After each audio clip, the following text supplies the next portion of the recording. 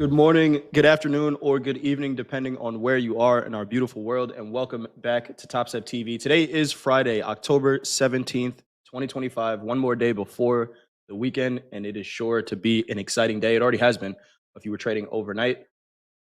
This is Topstep TV. This is the opening call. I'm Jay. In the middle, we got Coach Vince, and to his right, JD, Vinny Lamborghini. JD, how you guys doing this morning? Go ahead, Doing Vince. well. Doing well. How are you guys doing this morning? TGIF, right? TGIF is right. Good morning, Jay. Good morning, Vince. Good morning to all of our friends and traders in the chat. Happy Friday. Happy Capital Preservation Friday. Happy Thank God It's Friday. Man, we got some movement overnight. Markets are rocking and rolling this morning. Let's get into it. I'm ready to go. Oh, yeah. Let's do it. Let's do it. We got a poll up in the chat here, 100 votes already. What opening range trade are we taking in gold? Is it a 1 minute or 5 minute opening range? If you're wondering what trade we're talking about, gold opens up at 8:20 a.m. Eastern Time, 7:20 Central. We take an opening range trade every day in gold. Polling the chat right now, I'm seeing 54% of the vote going to the 1 minute. See 445 people watching right now. So as you file in, as you find your seats, make sure you place a vote as well. 111 votes, 54% going to the 1 minute right now. JD. Gold did make new all-time highs last night, 43.92, trading about $70 off of that right now, 43.23 last trade in gold. Right now, it looks like we are taking a 5 minute. A 1 minute. 1 minute. 1 minute. All right. I got the 1 minute chart up, ready to go. We've got about 2 minutes. Chat is ready to get up and at it early. 53% still going to that 1 minute. JD, before we get into that trade, we want to go over economic calendar. Yes. Anything that we can do that. Get into. So right now, multiple calendars are showing a couple of 7:30 numbers that are still scheduled to come out this morning. Housing starts and building permits, both at the bottom of the hour. I see these numbers still popping up on multiple economic calendars. So I put an asterisk next to them. We'll see if they actually do get released. But that will happen at 7:30 a.m. Central Time in about 12 minutes or so.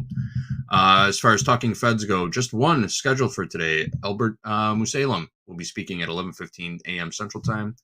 And then we'll close out the week with the old Baker Hughes rig count, everybody's favorite Friday number. We'll see how many open active oil and gas rigs there are in North America. Also, we have monthly option expiration at the end of the day today. So keep that in mind. That is about it for the economic calendar. That's how we're going to close out the week. Again, awesome stuff.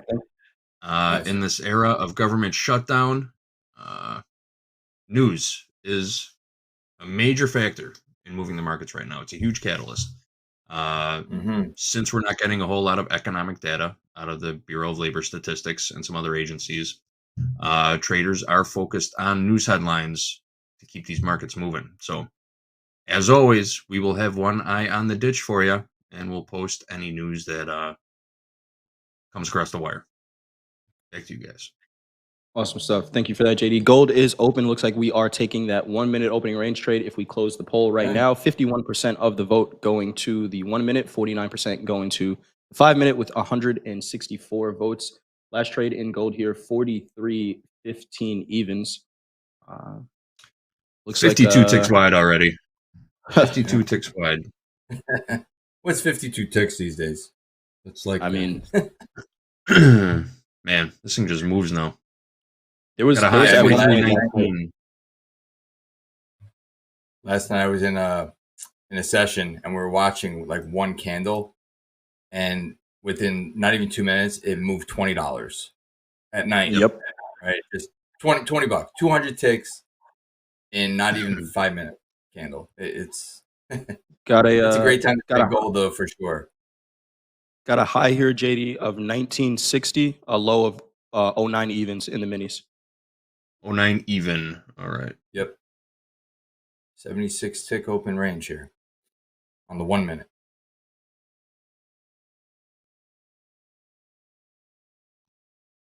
Yeah, 1960, 09 even. Another 100 tick wide opening range. 1960 We're gonna see here. Got support there down around 42.90s, 4,300. All right, we're working our stops to enter above and below the market. Looks like we might get ticked in on the downside here. And we are short. House count short. 2 micro gold from 43.0890. 43.0890. Okay. House count is short on this gold opening range breakout trade. Again, gold did make a new all-time high last night, 43.92.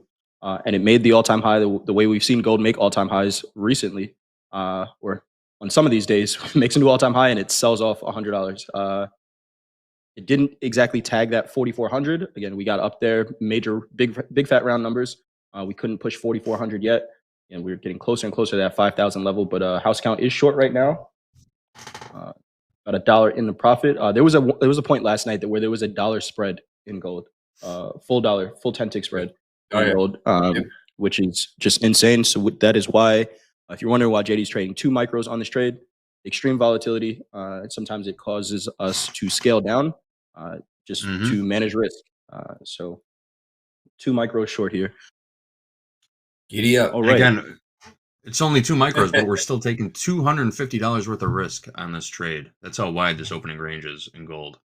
Oh, yeah. And we've been seeing this pretty consistently all week long. 100 tick wide opening ranges. Yes, we have 43.0690. I call out a price and it changes in a second here. That's how wide these markets are right now. It's like the NASDAQ. It really is. It really is. Bro. All right, but coming up to settlement price. Yeah, settlement price 43.0460. 43.0460 settlement price in gold.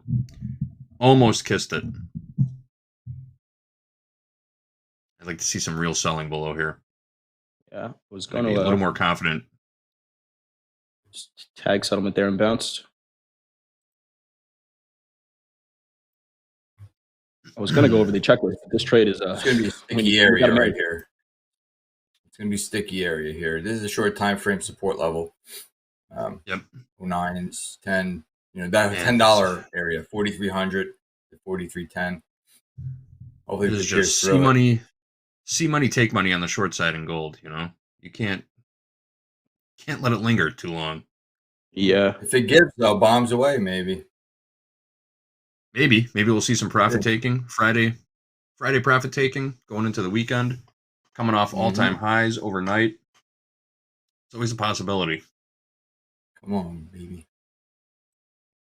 There we go. Come on down, Bob Barker. All right. You guys remember the price of the rate? Come on down. Oh, of course. Oh, yeah. Of course. Still on. Still on. Come on down. What's his name? Drew Carey hosts it now. Does he really? Yeah. Yeah, Bob Barker passed away like a couple of years ago, right? Yeah. Oh, did he? I thought he just retired. I didn't hear he passed away. I think he passed away. Maybe he did retire. I hope he did retire, but I think let's see if we get any selling here below settlement. Again, house account is short 43.0890.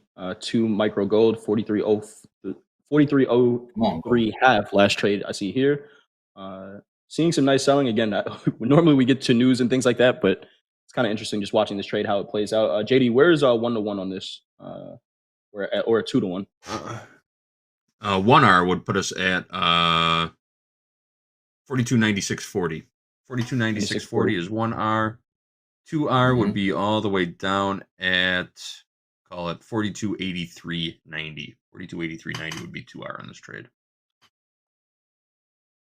If we're fortunate enough to get that far down today, I'll cover one at 2R. We've got some real opening range breakout trades. They have not been kind to us the last couple of weeks. Yeah. It's a tough trade. I feel like a lot of them are triggering shorts in gold, and we say it all the time, right? It's hard to be short gold. It really is. Where you got to see profit, take profit. Maybe it's a time of the day thing where we've already seen the major sell-off. And we're catching the tail end of the trade, but we will see how this one plays out. Let's get to that checklist before we get into the charts and to the news. Hogue is out one more day. He'll be back from vacation, but we still got to make sure we're prepared for our day. We're going to get ready to do some pre-market research here. We'll go over some charts. provide some context for these markets. Your morning checklist. Did you have your cup of coffee? Is your mouse charged? Are you ready to take your trades? Mindset check. Did you have a good night's sleep last night? No arguments or anything like that. Everything good with the world. In your world, can you sit down and clearly take trades? If you can, make sure you have a trade entry checklist. A couple of reasons to get in or out of trades. And then when the trading day is over, make sure you join me and Coach Paul for At the Buzzer to recap what happened for the week, because today is Friday, and get us into the weekend. That is our checklist. Make sure we're prepped each and every day for trading. And let's have a good Friday. Let's have a good Friday. Gold Let's do bouncing it. here. Yes, let's do it. 43.10's last trade in gold. JD, we got some news in gold. If we want to get to that before potentially these numbers come out at 8:30. Do we want to run those now? Sure, we got about 2.5 minutes till those numbers potentially are coming out. But gold continues its record run. It briefly climbed above $4,300 for the first time before giving up some of its gains yesterday. The assets rally has presented an opportunity for jewelry owners to sell their valuables. Anna Kubin visited the UK's largest gold refinery to see how it all works. Take a look at this.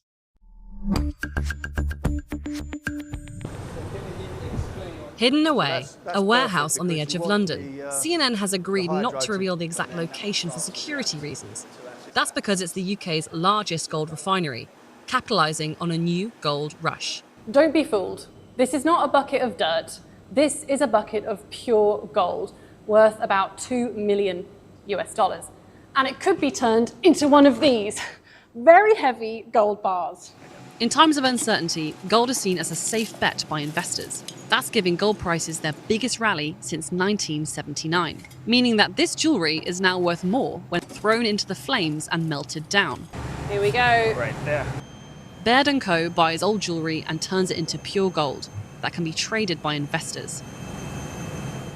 At this stage, the gold is still only considered around 50% pure. Whoa!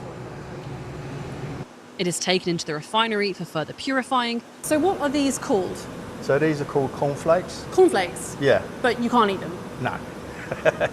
And each of these flakes is around 90% pure and will be worth around $1,000, but they're still not ready to be sold. We do them as cornflakes, so they're all different shapes.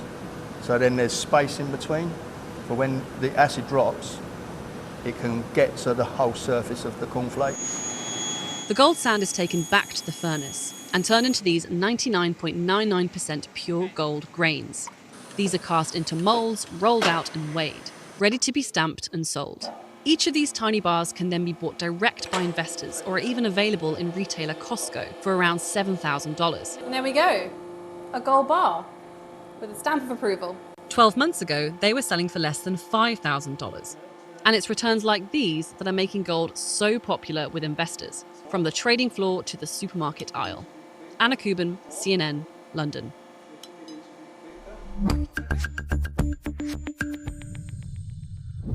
Awesome stuff. You got these numbers potentially coming out here. Wow.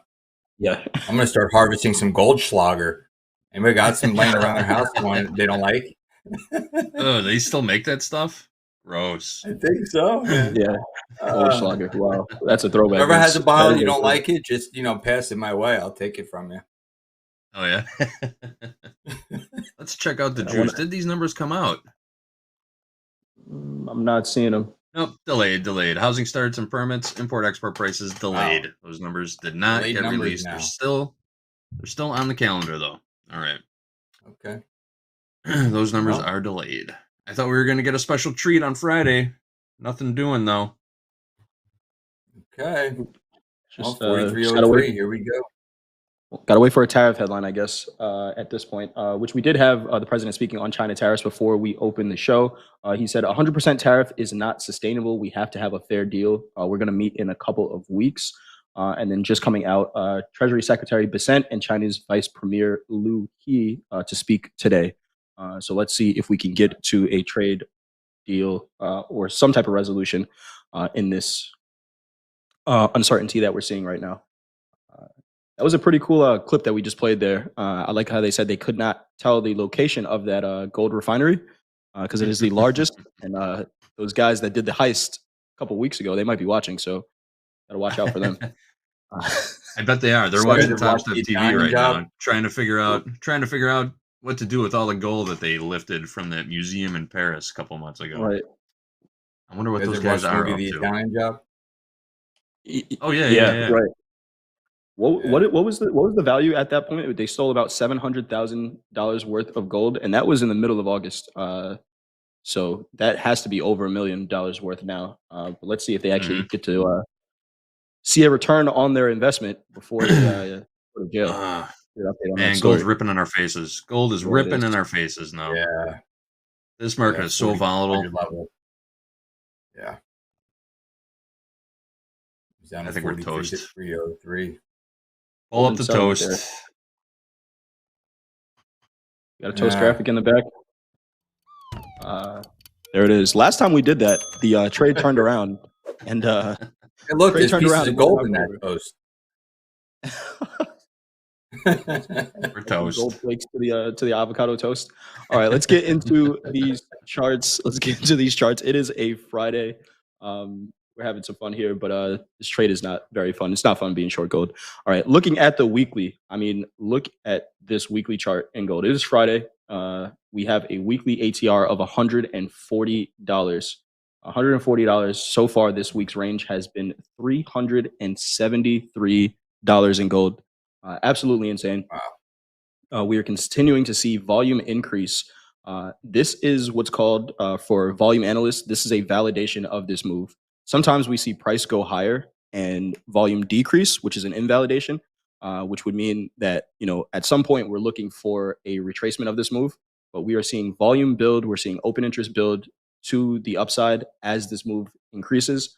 Andre's been saying it on Topstep TV. He's just like, I don't really like this, right? This is kind of scary. Markets are not supposed to, say not supposed to. This is a pretty insane move, right? We are talking about in the last 60 days, a 30% move. We are less than 15% off of 5,000 in gold. We may be talking about that by the end of the year, if not by the end of November. But what are you seeing, Coach Vince, here on the weekly, and we'll get down to the daily in gold. Well, up. That's right. What else can you say, right?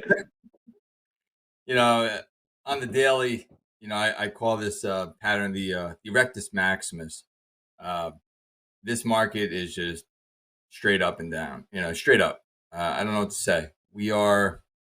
Look at how many weeks you have straight up, Coach Jay. How many is that? 5, 1, 2, weeks 3, 4, 5, 6, 7, one time frame 8. higher. 8 weeks. So 2 months of the market just going straight up. I mean, when we get to the daily, I think there's only like maybe 4 or 5 trading days that were red. So this market is unbelievably strong, but it could change on a dime at any point, right? If investors get spooked and they want to load this onto the market, who knows what could happen here. So I'm very, very cautious with gold at these levels. If I was I'd rather day trade it than position hold it at this point, because I'm just scared of like a huge pullback at some point. Yeah. And you saw that $120 pullback we had the one day. I mean, what is that? Let's see, that's a 2%, 2.5% pullback on a day, maybe. $100 move, yeah. $120. Yep. Just about that. And we were talking about that in the green room, right? Where the higher this gets, the more a 1% move means in gold. Yeah. This is extreme volatility that we're seeing in this market. And it's weird because it's on a higher time frame, it's all to the upside. But when you're day trading it, we see a day like today where we made a new all-time high and sold off $100. So a ton of opportunity for us. It's definitely the MVP of 2025. Let's go down to the daily. We are seeing $76 range on the daily in gold. So far today, we have 100 points high to low, $100 high to low. Yesterday was about $130 high to low. So this daily ATR is trying to catch up to the price action that we're seeing, right? Because it was so low for a while we sat in that consolidation. But now that we're seeing these huge expansive days, over the past maybe past week or so, that daily ATR is probably somewhere closer to 100 points, which again is pretty insane. That is why you see us scaling down with that house account trade that I believe we did get stopped out on. So down about $250 on that trade. And we'll look for the next one. But on the daily here, we got a settlement price 43.0460. We have the daily range, and if you look at what gold has been doing, it has not taken out prior day lows, and we pointed this out yesterday. It's barely taking out the midpoint from prior days. So any dip has been bought in this market so far. Of course, like Coach Vince said, anything can change, so you do have to be cautious. But over the past 2 months, you've probably had a good time if you were buying gold with decent trade location. Anything that you're seeing on this daily, or do we want to go down to the 30? Yeah, well, on the daily, we have a $76 average true range on the daily chart. So, that's a pretty big range, right? Yep. And we were in that range from April to August, and we finally broke out. So we were in like a $250 to $300 range for quite some time, right? From April to August. So like 4 or 5 months, we weren't really going anywhere. And then all of a sudden, gold woke back up, and it's just been straight up for the last 2 months. But yeah, let's go to the 30 and see what we got cooking here. Open interest has been increasing though. Since October the 10th, every day has brought in open interest. Yesterday we had a bill of 7,600 in open interest, but overall for the last 5 trading days, we have 11, 16, about 24,000 in open interest billed. Wow. We have and we had attracting new buyers to a market that is screaming to the upside. Screaming to the upside. And they can't wait to get in. Pretty insane to see. That's kind of a warning shot for me, though, honestly. When laggards get into the market, it's a warning shot for me. So I'm very, very cautious. Think we got to shake some of them out before we can continue higher? I think so. But who knows when, right? I mean, as long as it keeps coming in, the gold producers, they want a high price, so they'll let you run it. And then when they get it high enough, they're going to load it on the market. Absolutely. So, let's take a look at the 30-minute chart here. 30-minute chart, we do have, and it's kind of crazy to say, but overnight inventory is maybe a little short here. In gold, we made that all-time high, 43.92 evens, new all-time high in gold, trading about 75 points off of that right now. VWAP is still within that first 30-minute opening range from the Globex session last night. So, maybe we are getting a little bit short here. Trading around that 4,300 level, we can see that the selling starts to slow down right around 4,300s, or maybe that's where we're finding some buyers. We have what I'm looking at here, this high volume candle for the day so far, this 30-minute candle. This was 8:30 Central Time. That made the low for the day, and we're trading inside of that candle right now. So if I'm trading gold here, we can see right now we're trading around 50% of that 4,300 level held. If I'm trading gold today and I'm looking for longs, I'm looking somewhere down here near this 4,300, maybe settlement 43.0460 for some opportunities to buy it, because that is where buyers have shown that they are stepping into this market. But then to the upside as well, I'm looking at how does the market respond to the upper extreme of this range. If we get up here, 43.50s, again, right now we're trading right at 50%. Kind of feels like a 50-50. The market could go either way. So I think waiting for better trade location if we're in this area is probably a good call. Let's take a look at a volume profile from yesterday. I believe we are trading above yesterday's value area. Value area low is down at value area high is down at 42.8830. We got a volume point of control from yesterday down at 42.47. So volume is moving higher on this move. We are still trading inside of yesterday's range as well. But this value area high could be an interesting spot to look at as well. If value continues to move higher, 42.87-ish is a zone. Everything is a zone right now in gold, especially when we're seeing, sometimes a full point spread. So everything is a zone. But we are continuing to see value move higher. Open interest continue to build as we move up. What are you seeing on this 30-minute chart, Coach Vince? So on the 30, we are right now opening. Well, we open with a gap, right? We came down and we closed the gap, right? Yeah. So we closed the gap. Now we're kind of sitting just above yesterday's range and value, at 43.20, right? But we did hit that little bit of a support zone on the 30-minute chart. You can see we have support around that 43.10 to 4300 level. You see that big buying wick on that 30-minute candle. That's buyers, right? Buyers came in, they showed their face, and they left their mark. You know, we have a trend line coming across some of those lows on the way up, and it lined up right there with that support zone. And we're bouncing off of it right now. That area comes in, if you draw the line there, 43.04-ish, somewhere around there, 43.03. So it's pretty much a direct hit into that zone, and we found some, we found the bid. But anything can happen in this market. We're super volatile. I mean, look at the swing we just had. You know, we were just at 43.03. We went up to what, 43.26 or something in 2 minutes. Couple minutes.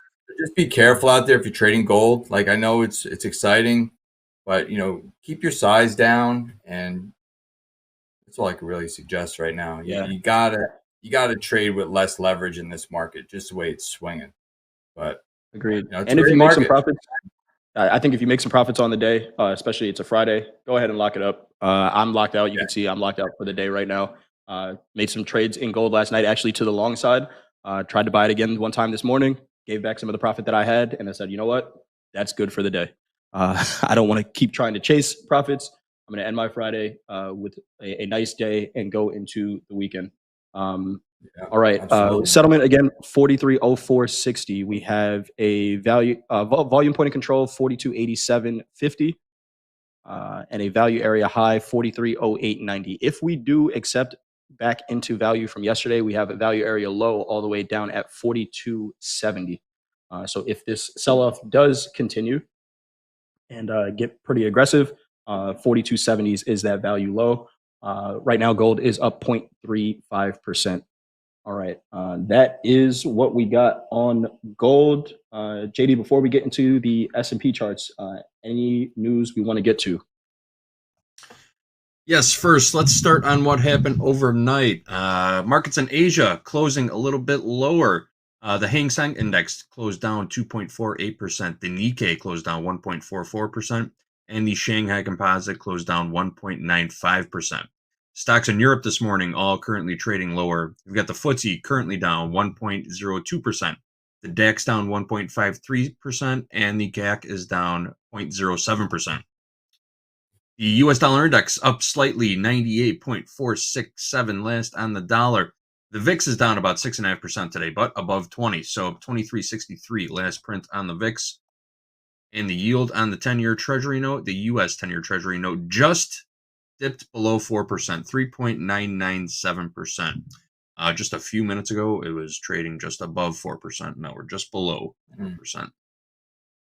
All right. Guess what else is climbing in price as we speak?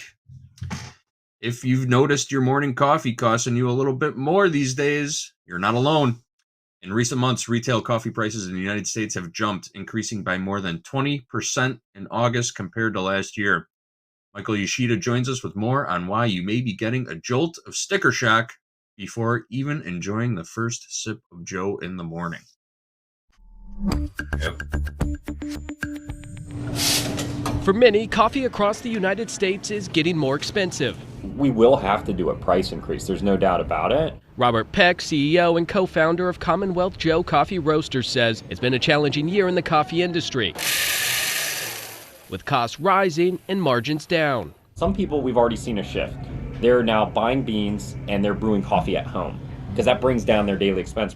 99% of all coffee consumed in the U.S. is imported, according to the National Coffee Association. And with many coffee bean growing countries slammed with tariffs by the Trump administration, including Brazil, the U.S.'s top supplier, which faces an import tax of 50%, big brands and small shops have been trying to absorb costs. Because costs are high now. For the first time ever, we're thinking about, okay, well maybe let's just not print the gold on the inside, because that could save us another couple of cents a bag. We're trying to get creative without changing the quality of the product inside, which is what consumers care about the most. But it's not just tariffs causing trouble. Shipping costs are also rising. while bad weather and droughts in places like Brazil and Vietnam are impacting harvests and production. And when supply goes down, prices go up. We may have to think about switching, from Brazil to a Honduran coffee or a Colombian coffee or a Mexican coffee. At the end of the day, if you're not running a profitable business, you're not going to be in business for very long.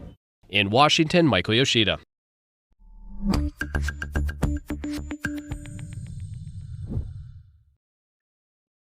Gold prices going up, liquid gold prices going up, cattle prices going up.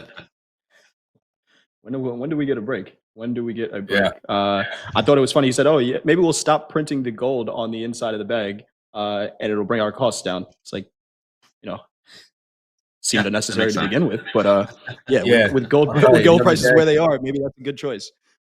Yeah. I'll tell you, the other day I ran out of coffee, and I went to the dollar store, Dollar General, whenever one of those stores, to buy a bag of Dunkin' coffee, and it was 7 ounces for $11. I thought this was a dollar store. Remember last week we were in that story. Maxwell House is leaning into the announcement came down from Starbucks that they're laying off 9,000 employees and closing a couple hundred stores. And Maxwell House leaned into it, offering a year's supply of coffee for $40. Yep. Go check that. I can't remember the name of the promotion for the life of me, but Maxwell House is trying to cash in and get your business. They're trying to win you over right now. But yeah, I see people talking about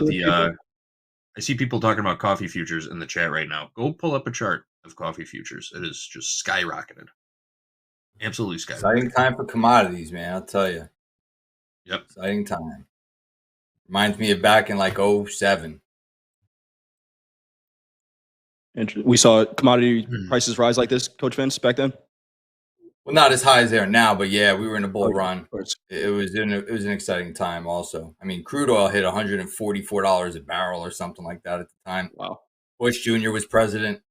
Sugar was a big thing with ethanol going on, and it was fun stuff. All right, let's get into these charts. Weekly on the S&P, we are still inside of last week's range. We can call it last Friday's range because we know that all of that last week range was one day. On Friday, still trading in the middle of that range, still with the uncertainty about what's going on with this trade deal. So the market is comfortable trading these prices. It is an extremely wide range. On the weekly, we are seeing the we're seeing the weekly ATR pick up just a little bit, 179 points. But if we go down to the daily, we can see that that daily ATR has gone from 52 up to 85. So again, extreme volatility in the markets that we're seeing. We saw it last night as well. So far, we have almost a 100-point range in the S&P already today. So again, volatility is picking up, presenting opportunity, but the opportunity to gain is also opportunity to lose. So make sure you know where your risk is in these markets because volatility is picking up for sure. This Friday candle has just kind of been our line in the sand candle. How does the market trade around this range? We haven't taken out the high or low of it. We spent a lot of time in the middle of this range. 66.74 is 50% of that Friday candle, very close to the high of the day so far today, 66.72. Let's get some top step levels on here. Oh, get that out of there. We are sitting kind of right at settlement, 66.6875 settlement price. What are you seeing on this daily in the S&P, Coach Vince? Yes, so in the daily, we had a build and open interest yesterday of about 2,000. But the 3 days prior to that, we lost a lot of open interest. We lost 28,000, 29,000, 4,100, 31,000. So even though we didn't go anywhere, I feel like money was kind of, it's hard to tell because we were kind of not going anywhere, like you said, we've been repairing that candle, right? So we talked about this earlier in the week that, we have a repair area between 67.94, right, all the way down here to this 66.59. You can see we've been repairing it. We had that big emotional move, and now we're kind of repairing and coming back to balance. So it's hard to read this open interest because we really haven't gone anywhere, but a lot of money came out. So we did have that build. Let's see, what was the big candle? Was that the 10th? Yeah. So we had a huge amount of open interest come into the downside. and we lightened up all of it plus some. So, this is tough. We're range bound right here in this candle right now. So I think those are going to be my extremes for right now. You got to fade these extremes until we break out. Yeah, and it feels like we're not going to break out until the market gets some kind of clarity on what's going on between the U.S. and China, right? We had this candle, and the market's comfortable trading these prices. It's crazy to say that we're range bound because the ranges that we're getting were trend days, right? We're getting what was a trend day a month ago is now, a 1 hour candle in the S&P. So again, volatility is picking up. It presents opportunity to us.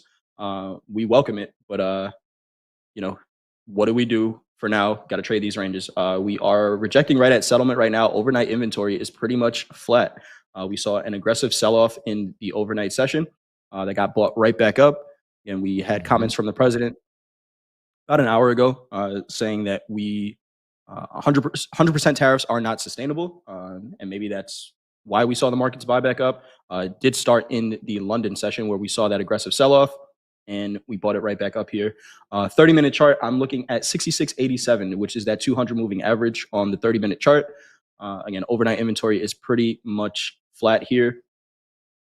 This highest volume, well, actually, we had higher volume since then, so why don't we mark out that one? Highest volume 30-minute candle of the day so far, 66.13 at the low, 66.56 at the high. I want to see how the market responds to this volume when it comes in for the day. And then if we look at yesterday, highest volume 30-minute candle, 66.76 is the 50% mark of that candle. And then we got that 200 moving average right there. So, pretty crazy overnight session, but we are right back to where we started. I think this is where Hogue might be saying, stay a little patient. We are at the lower extreme of value. We were rejecting at yesterday's value area low here. And point of control, 66.65 half is the volume point of control. Volume value low is 66.67, and we got TPO value low 66.37 half. It's going to be an interesting day. Anything you're seeing in this 30-minute chart here? Well, we're bumping up against value low from yesterday. So if we cannot, that's an area for me.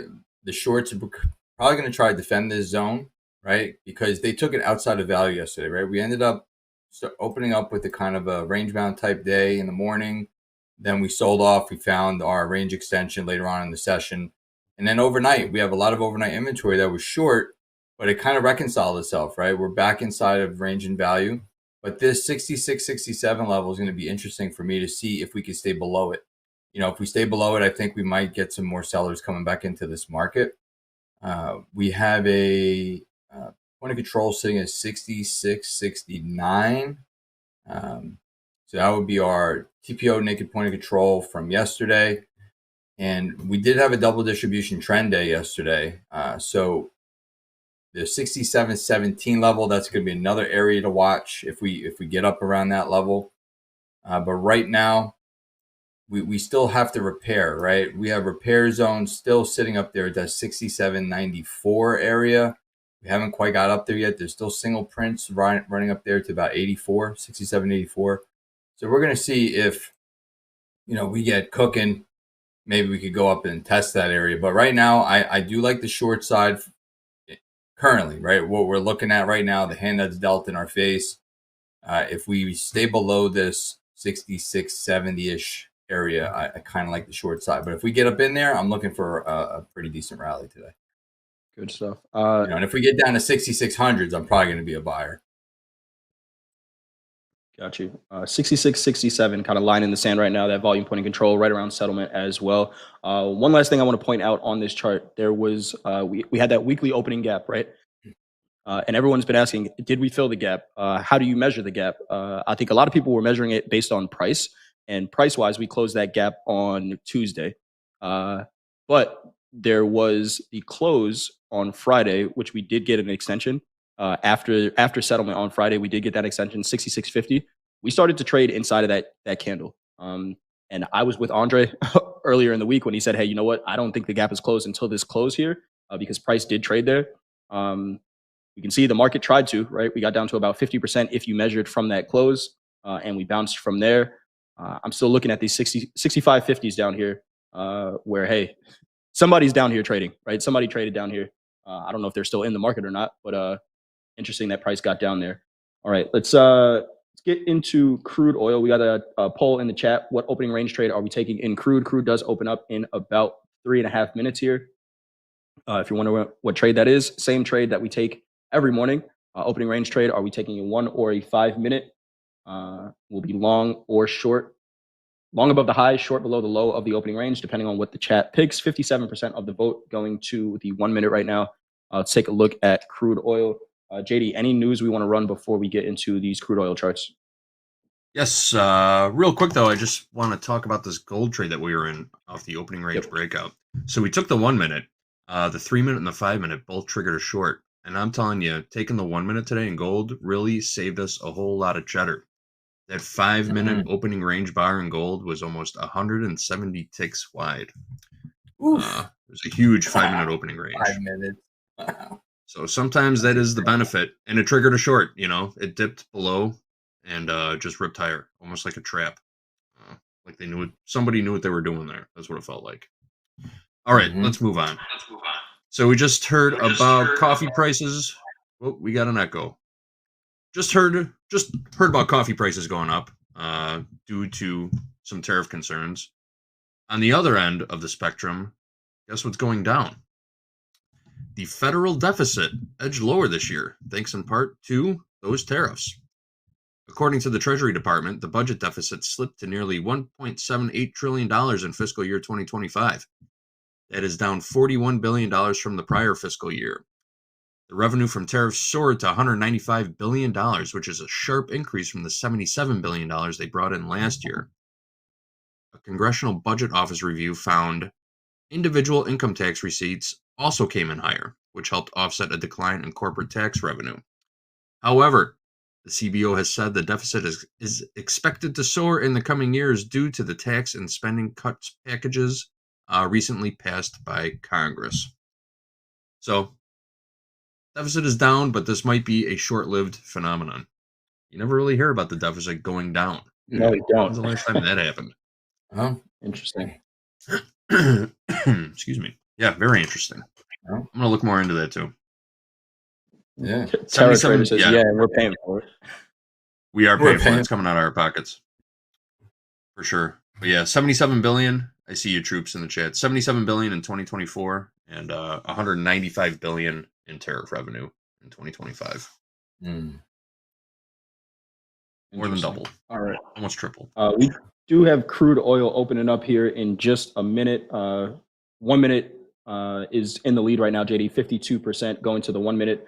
So why don't we look at this trade and then we'll get into the charts a little bit here. I guess we can do both at the same time.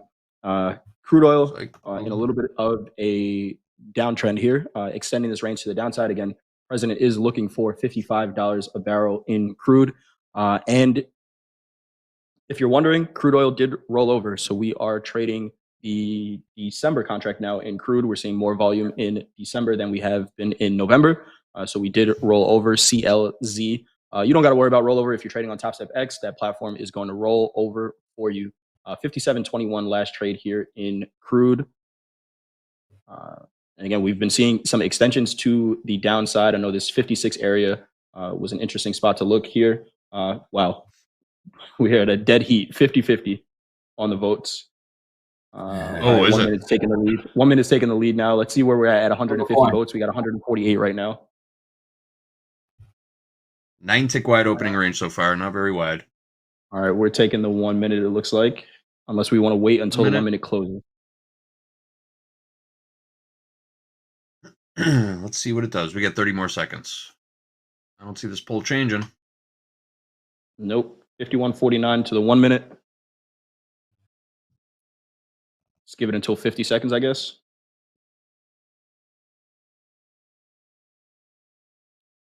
Fifteen seconds. 15 seconds. 15 seconds to go. And we're taking the 1 minute. 9 votes. We are taking the 1 minute. And we're seeing some selling coming in. I've got a low of 57.05. Low in the micro, 57.05. Looks good. Did that just trigger a short? Did that trigger a short for mini? It did, yeah. Minis just Come triggered work on short. Yep. offer. Okay, we're in better. 57.08. House count short. 2 micro crude. Right, 57.08. Go, everybody sell them. Sell. 57.08. All right. House count is short. 2 micro crude. Let's get into these charts. Take a look at where we might be trading to. We got a settlement price in the December contract, 56.99. 56.99. So again, we watched gold do this as well, right? Bounce right off a settlement. That's right here, right now in crude oil. Let's see if we get some selling below that settlement price, 57.01 last trade in crude oil. Let's take a look at these charts, Coach Vince. On the daily, we're seeing some extension to the downside. We're under the 200 moving average on the daily. We've been under there for about 2 weeks now. Seeing some extension, and we have this lower demand area, 56, 55 half up to 56 is the more medium time frame, I guess, if you will. And then if we look longer time frame, then we're talking about $50 a barrel, where crude has bounced before. What are you seeing on this daily? Well, I'm still seeing a huge range, right? We have a loss of open interest yesterday of about 5,200 on increasing volume, down 81 cents. So we've been down 3 days straight. We had a build of open interest on the 14th and the 15th of October, met with a reduction yesterday.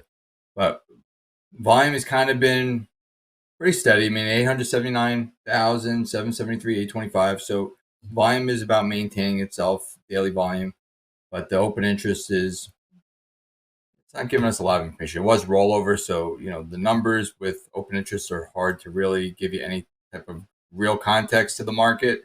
But we are in a long time range, right? We talked about this time and time again. It spans back over 3 years, I think, where we've been between $80, say, to $50. So we are kind of down up against some buyers, right down here in $55, $56 a barrel. But ultimately, I would love to see 50, right? 50 is kind of like where the wick lows are in, right? The swing lows are down there around that 49, 50 buck level. So I think we still have some room to the downside here in crude oil over the long time frame on the daily. But we'll have to see what the day brings us, right? We're day traders here at the end of the day, so we need to find the moves intraday. So see what we got cooking here. Let's see what we got. Crude selling just a little bit here, 56.93 last trade in crude, down about 0.1%. Let's take a look at the 30-minute chart here. On the 30, what I've been seeing is we are continuing to stay below this 200 moving average. Anytime we even look up near it, we find some sellers in the market. Right now, we have overnight inventory kind of flat. We saw a sell-off in the equities and a bounce back up. We saw it in crude oil as well. If we look at a VWAP from last night, 56.74 is where that VWAP is right now. Again, we're trading about 15 ticks above that. House count is short from 57.08 here, so decent trade so far. Let's see if we get some continuation below settlement. Settlement price 56.99s. We are continuing to see ranges move lower, Coach Vince. Value moving lower as well. We had a volume point of control from yesterday, full day at 57.05, and a value area low, pretty much the low of the day, 56.79, we'll call it. So if we can accept price outside of value from yesterday, do we get some continuation? Overnight low 56.15, where we see our friends in London come in and buy it. They always get the best prices. How are you looking at this 30-minute chart here? On the 30, Coach Jay, we have that VWAP sitting at 56.75. So if we're short, we're going to have to see how we act around that level on that short trade we're in here. Hopefully we can blow through it. But what was that price? We do have a couple. The VWAP on the 30 is 56.75. Oh, gotcha. 56.75. Gotcha. So, but what's interesting here is we do have a poor high in crude oil at 58.21. Markets don't like to leave poor highs and lows. It's weak structure. So at some point, I can see us gunning to take that out. I don't know if it'll be today, but it is sticking out there. It's a level that will probably be checked at some point. So keep that area in mind, 58.21. So if this market ends up turning around at some point today and I'm long, I'm probably going to gun for that. 58.70, 58.65 is probably an area I'm going to find as resistant. So, if I'm long and I'm up there, I'll probably lighten up, or maybe it's an entry for a short. We'll have to see. But upside, we do have a naked point of control sitting out there at 59.27, and we have an overnight of 57.80. Yesterday's TPO point of control 57.80, which is sitting right at the initial balance low. So that's going to be interesting there. But right now in crude oil, we're sitting at 56.91. So we're inside of range, inside of value. Probably going to remain patient. We do have that overnight low you said at 56.15 still in play. And markets, sometimes the U.S. session, we don't like to leave the higher low, set from the overnight. So we're going to have to see how we move today. But if we can't get below that VWAP, I probably might be looking for some type of a long play today. Okay. VWAP down at 56.75. We're about 20 ticks above that right now. Yeah.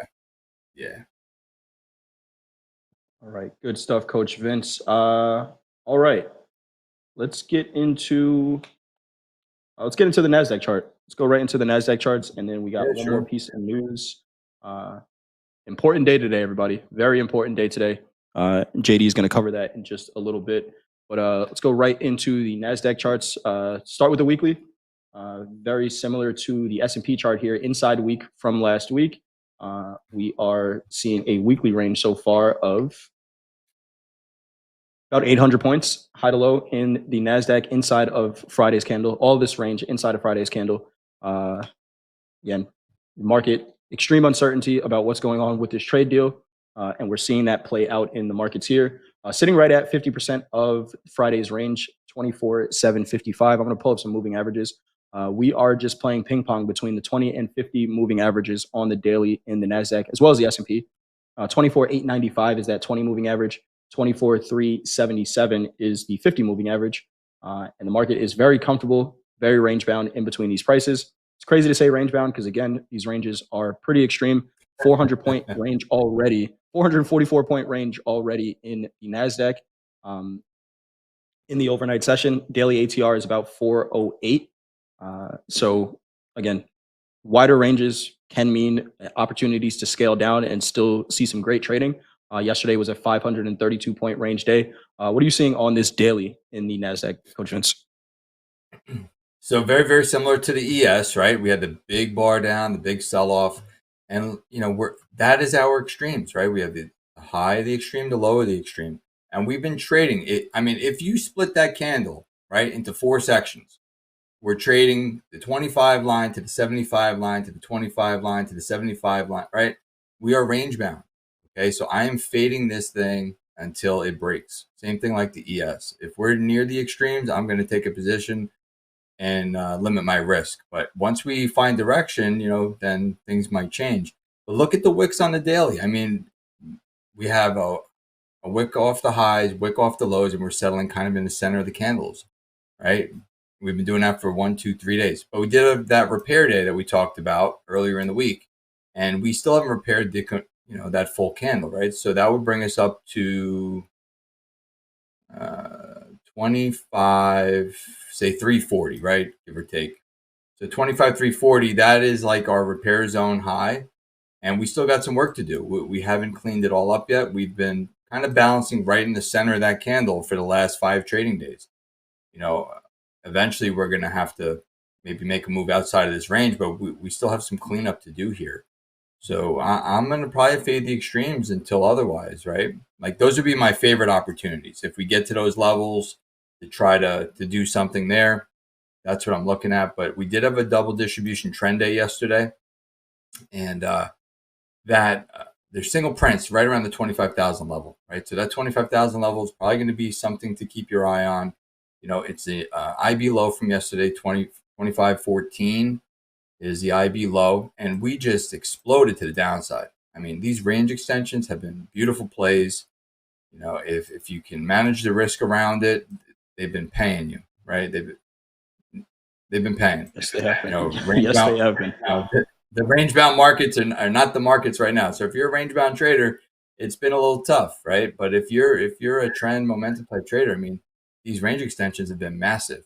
So, take it while you have it, right? Because if these markets end up getting back into a rangy type situation, those breakout trades might not work as good, But right now, the extensions are paying. Yes, they are. Yes, they are. Let's take a look at the 30-minute chart here. We have overnight inventory, again, pretty much flat. We saw some aggressive selling in the overnight session that got bought right back up. Where did we trade down to? The candle after the close. Candle after the close on Friday. That was the 100% tariff response. Response to 100% tariffs by the president on Friday after the close. We saw a 200-point sell-off, 300-point sell-off after settlement in the NASDAQ after that announcement. We came down, checked those prices down to 24,410s, and we bounced. So we're finding some buyers there. Did we close the gap? Did we not close the gap? Depends how you measure it. But again, overnight inventory, we're right back to where we opened up. We do have volume below us right now. 24,637 is VWAP. And then looking at the 200 moving average, which is this white line on my charts, we are below that as well. So for me, what I'm looking at, and that's right up near the high of the session, we can see right off the open, we checked that 200 moving average, volume trading lower.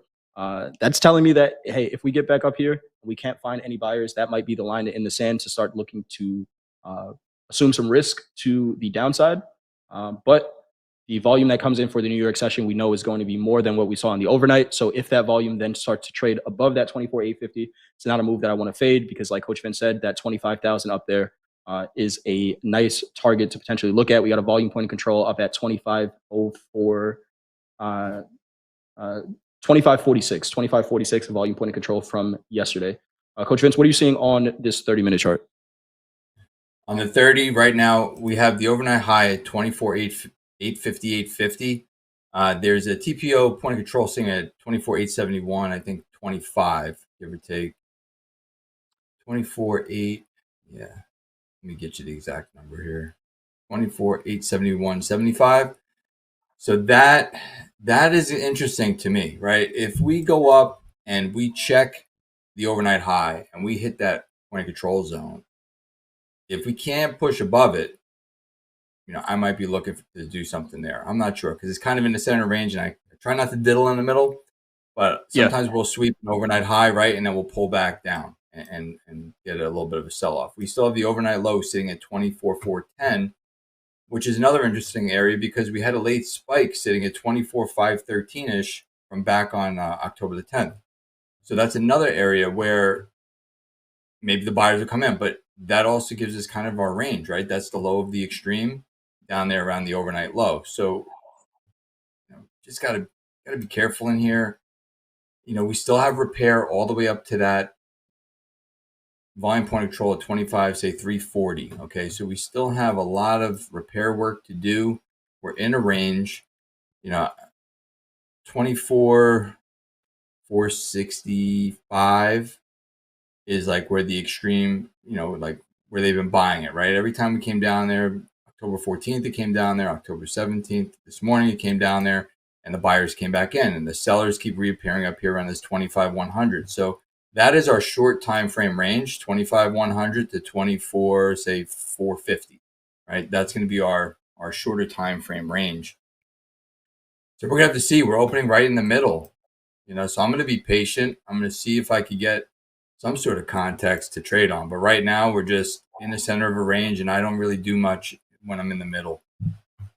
Agreed with you there, Coach Vince. What we've been seeing over the past couple of days is, and we hear traders say it, oh man, this price action is trash for the first hour, right, of fast markets. If that's the case today, and I say if because we could open up and these markets just get cooking right away. If that's the case, then yeah, jump on the momentum. But what we've been seeing is, not the greatest price action for the first hour or so. We got to remember, these are headline-driven markets right now. We're not getting any economic data that we're expecting. So the market may just be waiting until we hear something, right? We have Fed speakers all week. We never know when the president is going to either, post something on Truth Social or, we get a response from China or whatever it is. So it may be an environment where you want to wait until the volatility picks up a little bit. And instead of trying to force a trade, let the market tell you, hey, it's time to go. and then we trade from there, right? I talk to guys, talk to Coach Paul all the time, right? When you're trading on the floor, how much active trading was he doing when the pit was quiet, right? And he would say, no, you wait around until volume starts to pick up, actual audible volume starts to pick up, and then you know where the market's going, and now I can trade that way. So, if you're not seeing it right away early on, it's okay to be patient. The one thing these markets are going to do is present opportunity to us. If we have a 100-point range, Dave, a 100-point range for the NASDAQ for the session, for the New York session, it would surprise me. It would surprise me, right? We've been seeing 100-point candles on a 5-minute chart. So be patient, wait for your opportunities, because the market is definitely going to present it. Yeah, the 30-minute ATR is 76 points in the NASDAQ. Right. There's going to be on the 30-minute bar. There will be a trade. Yeah. Well, I do like to say there's 24,832 is volume value low, and we're kind of, I'm going to keep my eye on that too, right? If we test and reject, maybe there's some shorts there too. So we're going to see what happens in the NASDAQ today. But yeah, it's going to be an interesting trading day for sure. When you go back to like the morning being slow, the first hour, the way I look at it is, there's a lot of impatient traders out there, right? Who can't wait for the bell to ring to get in the market and do whatever. And it's the most volatile time on the open and the close, right? Power hour. But think about the traders who are sitting back, being patient, letting everybody get chopped up. Let them go in there, load up their position, and then after that hour is complete, then they run the market and then they take everybody to paying, right? So sometimes it pays to be patient, everybody. You don't have to trade right off the bell. Just keep that in mind. Let the market shake out a little bit. Let it shake and bake, and then look for a trade. We don't have to trade, that first hour. You just got to find one good trade a day. And I mean, these range extensions have been massive every day. Every day they've been almost doubling the ranges. If you look at your chart, they've been doubling the range almost every day. So just keep that in mind. Good stuff there, Coach Vince. Speaking of the bell, we got fast markets coming up in just a little bit here, JD. This crude oil trade is kind of just hanging around our entry. But who do we have trading with us on Topstep TV this morning, JD? That is a good question. Who is coming in today? Today, Friday, coming up next in fast markets, we got Andre, Jack, Jacob Trades is back. Dakota and Braden C will pop in for a little bit too. At 11 o'clock a.m. Central Time, Jack and I will be here for the morning recap. We're going to talk about some of the trades we took here in the opening call and the trades that they're about to take in fast markets. At 11:15, trade with Topstep, Dolby time, Andrew B. and Hoop. Actually, I think Dolby is going to take some time off today. He's feeling a little under the weather. So we're going to have a special guest to jump in with Andrew B. and Hoop. Actually, that's a VIP lounge. 12 o'clock Central Time. Jack and risk manager Aaron will be here for the shoulder tap. At 12:15 Central Time, group coaching, me, Vincent Hoop, will be here to answer your questions. We're going to put a form up in the chat in just a little bit. You could grab that link, fill out the question form, and we'll get to your question today during group coaching. Trade with Topstep, 1 o'clock. Jack, John London, and me. That'll be another good one. That's always a good time. And then we're closing out the week in Power Hour with a reversal challenge. Andre, Gabe, Manfred, Chad, and VWAP George. That is an all-star lineup right there. I can't wait to see Manfred on the reversal challenge. That is going to be great.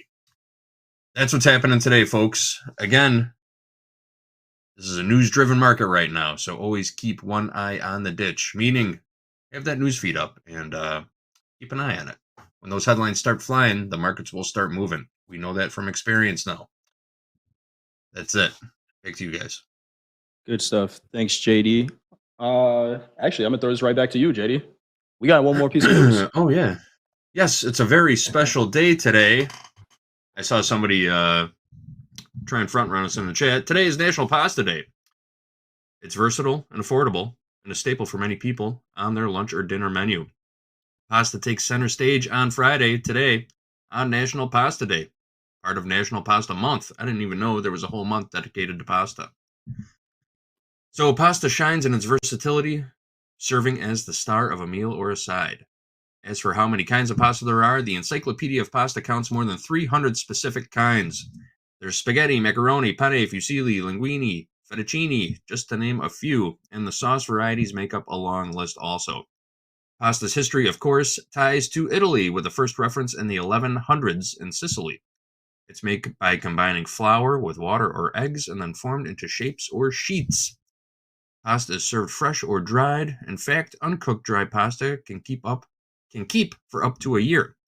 And as athletes know, pasta provides an energy boost since it's a complex carbohydrate. Show off your favorite pasta recipe on social. Tag us. Topstep. Tell us about your pasta. I'm hungry now. Made a nice carbona inspired spicy rigatoni this week, which was pretty good. I love a good pasta. Andrea in the back, chef's kiss.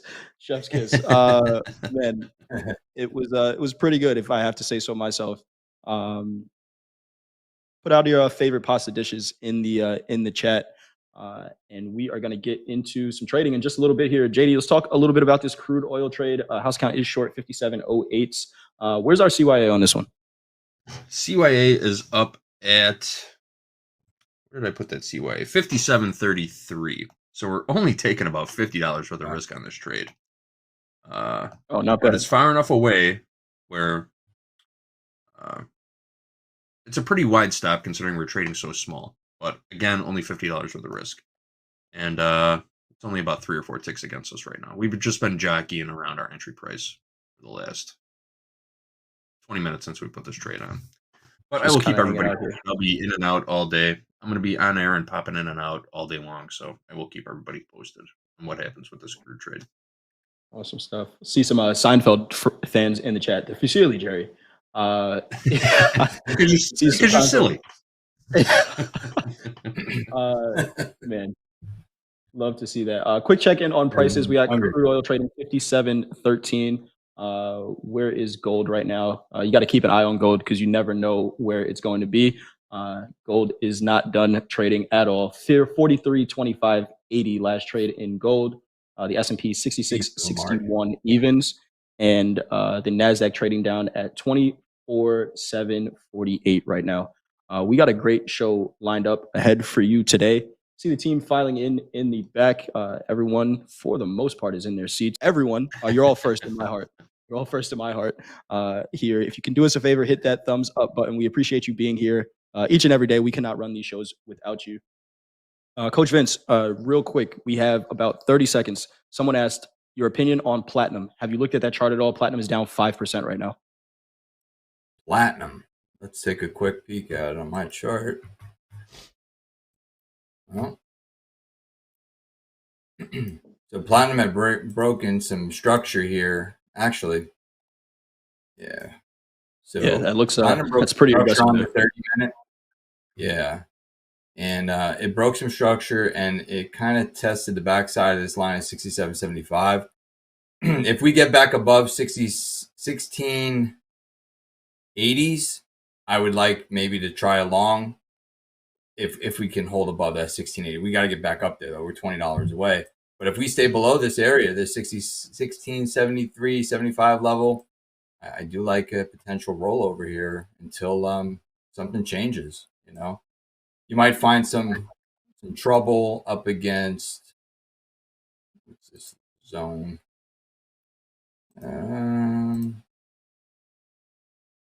1640. 1650. So be careful. You know, there's probably a little bit of support there around 1650s. So just, you know, whatever you do, just be careful. Like I said, 1680 or above, I do like the long side. Underneath that, I do like the short side. But you got to be careful on 1650 and 1640. Thank you for that, Coach Vince. All right, the team is ready to go. JD, Coach Vince, always great doing these sessions with you guys. Great morning so far. This is actually, I think, my last time on TV until at the buzzer today.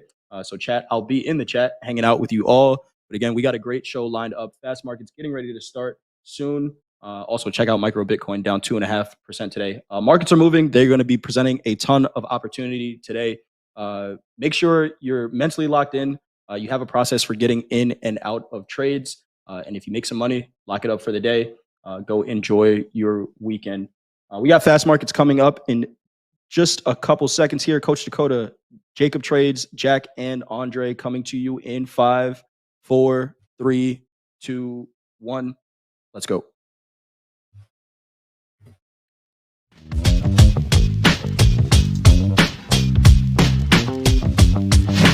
Turn those machines back on! Turn those machines back on! Turn those machines back on!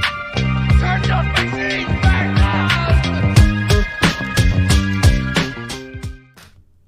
Good morning, friends and traders. Welcome to Fast Markets. That's what I'm waiting for.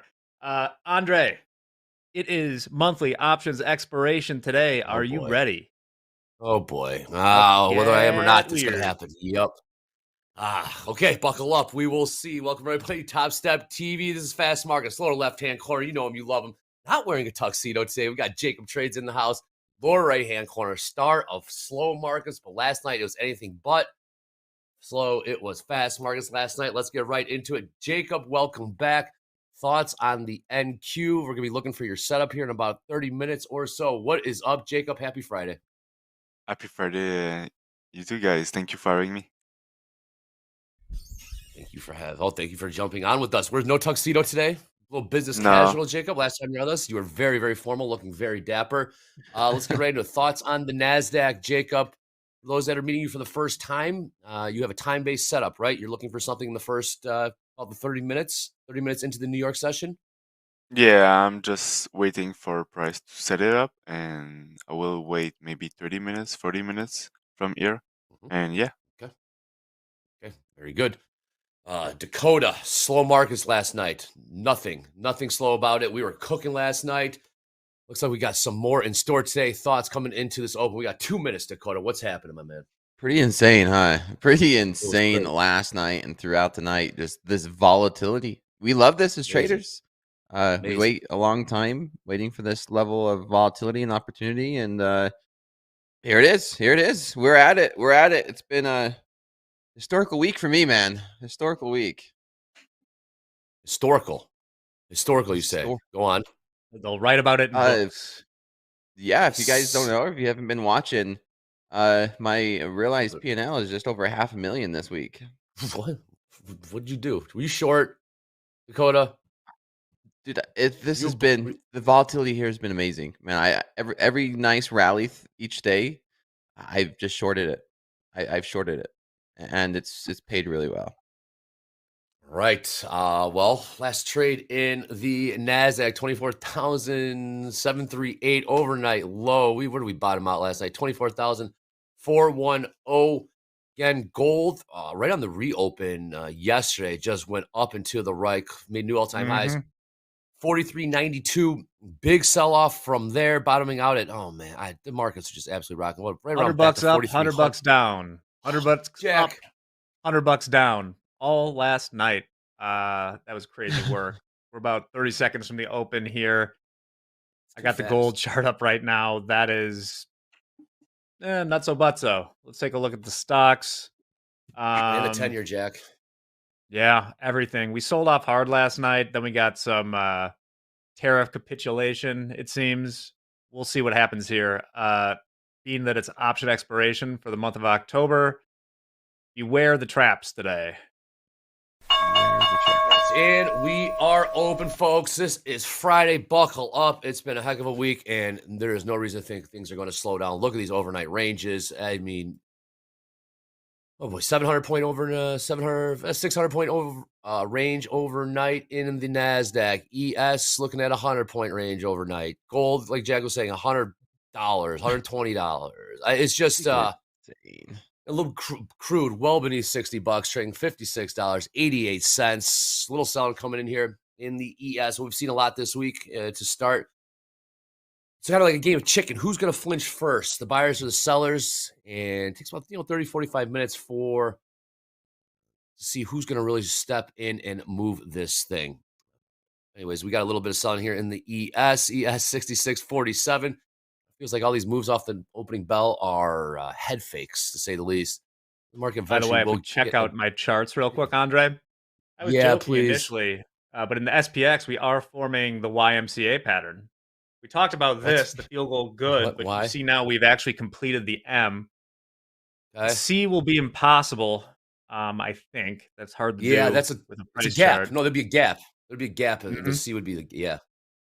We'll see. But anyway, I got the options levels up too. It's month end, so they're wider than usual. But the big thing I'm looking at is in the futures, 65.90 would be 65.50. If things get real saucy, down to 65.40 could be magnets later on. The upside, well, we'll talk about that later. Won't worry about the upside yet. 65.40s. 65.40s. That was the essentially last price traded a week ago on the Friday close. We got within 30 points of that. We're still holding bid here. It looks like a bear flag, kind of, or bull flag, excuse me, on the 5-minute. Tough week for bull flags, to say the least. All right, Jacob, watching these prices, it's been tough. Watching these prices here in the NASDAQ. Jacob, how have you been trading this week? Haven't seen you in a few days. How have things been going? The thing were good. Monday was very bad. I decided to trade. Yeah, I knew it was kind of like a bank holiday, but I decided to trade, and it went very bad for me. But yeah, the rest of the week was very good. And I want to say I was watching you, Dakota, last night, and you are amazing. Congrats to you. I appreciate it. I appreciate it. Slow markets is fun, man. It really is, especially nights like last night. If you missed it, like on gold, like we were getting like a daily ATR that we were used to last year every 5 minutes. Yeah, It's just insane. It was fantastic. It was incredible. Yes, I'm seeing some more selling here in crude. House is short 2 micro crude from 57.08. Yes, 57.08 selling off now 56.76. ES pretty muted right now. I got a 10-year chart up now. We got down to 3.96, maybe lower, Jack. 3.94. Yeah. Was this safe haven? Was that what we saw yesterday?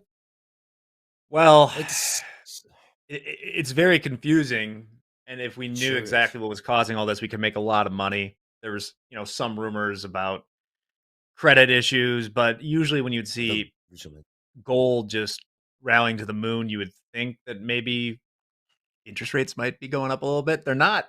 But yeah, we're not that far below 4 right now. We bottomed out like 3.94 in the 10-year. I'm sharing that chart now. Yeah, movement's all in gold. Movement's all in gold. Gold selling off right now. 43.04, 43.04, 43.05 now. Last trade. Yeah, buckle up. Let's take a look at the schedule real quick. What do we have on tap for today? We got Musalem speaking. That's it. We got Baker Hughes. Oh boy, that's it. Okay. No number Monday. Let's get ready to rock it. Okay, Jacob. All you traded was. Tomorrow's the last day that they can talk before the blackout period starts. So they got it all out yesterday, I guess. Yes, they did. Sure did. Jacob, did you only trade Monday then? Sorry. Yeah, I did trade Monday. Just Monday, though. Have you traded all of the rest of the week? We traded yesterday. No, I did trade. Okay. Yeah, I did trade all week, but Monday was a bad day, and the rest of the week was green. So yeah. Oh, all right. Good comeback. Yeah. Okay, and it's still one trade. Are you still doing your one trade a day? Yeah, one trade. Today I will go low size because my Friday are quite not good, so I will be careful here. Okay. So for those that don't know, Jacob's looking for one setup only. It takes about 30, 45 minutes for the setup, gets in, and lets it ride. It's I'm making a hell of a trade. You got short, 4 NQ, right? Last time you're on the short 4 NQ. Yeah, I will go on the MNQ side today. MNQ, okay, very good. This is volatility. Dakota, love to see that. The beauty of micros. Dakota, gold is getting hammered right now. Gold down $20 like that. Scratch that. Gold down $40. Yes, gold down $40 in the first 5 minutes. Gold. Holy cow. Yeah, we are selling off. Gold was just trading 43.20. Gold is now trading 43.80 or 42.80. Scratch that. 42. Yeah, 42. 42.80. Crazy how did fast trade 43.80. Look at that thing. Gold got absolutely smoked there. I think this is the pullback that we've been kind of waiting for, or at least consolidation.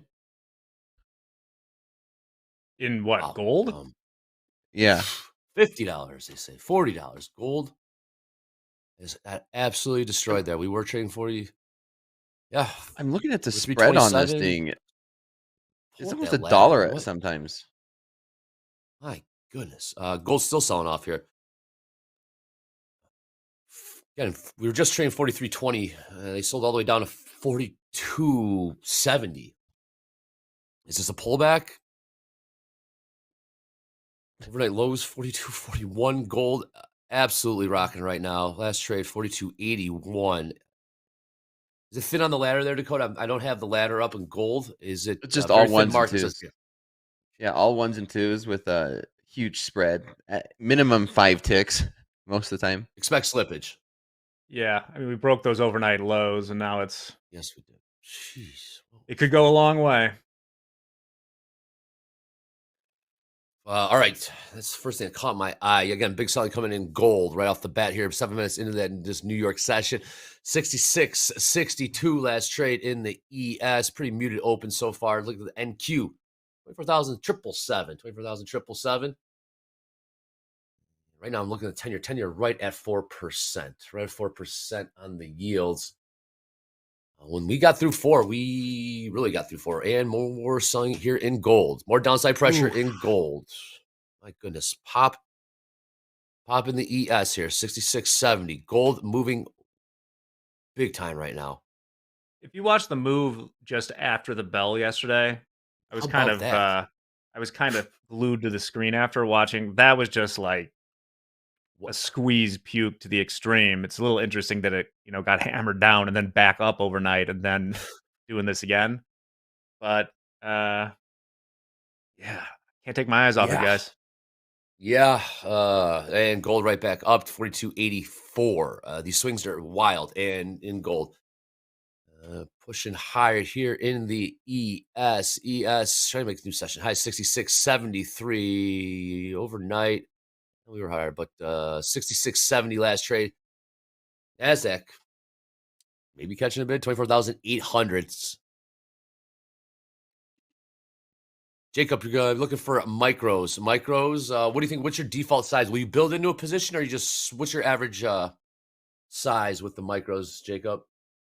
I will go maybe for 3 to 4. I just want to do my $150 and secure my payout. That's it. Okay, secure the payout. You've had a few payouts with us. Yeah. Lucrative ones as well. See if we can do that. So see if we can secure the bag this week as well, Jacob. That's the name of the game here. We got a little push higher here in crude. Right back to our entry price, 57.06. Old Jack, you got any levels in ES? I know we got levels. Speaking of levels, pin to the top of the chat. Get those options levels for us. Pin to the top of the chat. Topstep daily levels. Update and refresh before every New York Open. Click on that link. Have that open. Do you one better? Indicators tab. Top of Topstep X. Type in Topstep daily levels. Have those levels overlaid right on your charts. Jack, what are you seeing in the options? Yeah. We got monthly options. We got expiration this week. Just as a quick explainer, there are daily, aka the 0-date options. There are weeklies. There are monthlies.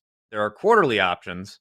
And so the biggest are the quarterly expirations. We had one of those last month in September. We'll have another in December. But the second biggest are monthly, third Friday of the month. And that's what we have today. What that means is that there's more options expiring than usual. And it means these levels are going to be a little wider than usual as well. So I'm looking to the downside 65.90 in the futures, and to the upside, maybe for resistance at 66.90. I know that's 100 points in the ES, but we have moved 100 points in the ES every day since Friday. Incredible. Absolutely amazing. Take a look at gold. Gold popped back up $20. Trading 42.90 now. Very thin. Markets are moving. Right now, Jacob, not seeing too much price action. Well, I guess we're seeing 100-point swings in the NASDAQ. Look at that scale on the Y. Look at that Y-axis. Got to get that perspective. Trading 24,720. Just popped up to 820s. Markets are rocking right now. Jacob, you've been trading futures for about 11 months or so. new to this. When you see Little the months. volatility, you're constantly getting introduced to different price action, different chart patterns. What has this learning curve been like for you to see, headline driven price action like we've seen this week? How are you trying to adjust? Are you just sticking to your setups and strategy, or how has that been going for you? Yeah, to be honest, I try to not overcomplicate and just stick to my setup. And yeah, I don't like when Trump's speaking because sometimes it can take my stop loss. But yeah, I try to adapt like everyone here and to trust my strategy and my plan. Jack, any words of advice on headline driven, getting blindsided by a tweet? How do you trade? How do you manage your risk? I shouldn't say how do you trade. How do you manage your risk, and even more so, how do you manage your exits for profits? You have one way to approach it that I like it. As far as the markets go, Trump giveth and Trump taketh, and that's just the game we got to play. We've been gifted some great volatility, but you're gonna get stopped by a tweet every now and then, and that's just the price of admission. The one thing that I've said before, as far as setting my brackets, so to speak, is that I don't like having, if I'm walking away or something, a stop loss that's way far away from the market that's way in my favor. And I don't like leaving sitting take profits, because if you're on the right side of the tweet, it might as well benefit fully. So that's kind of how I look at it. I like that.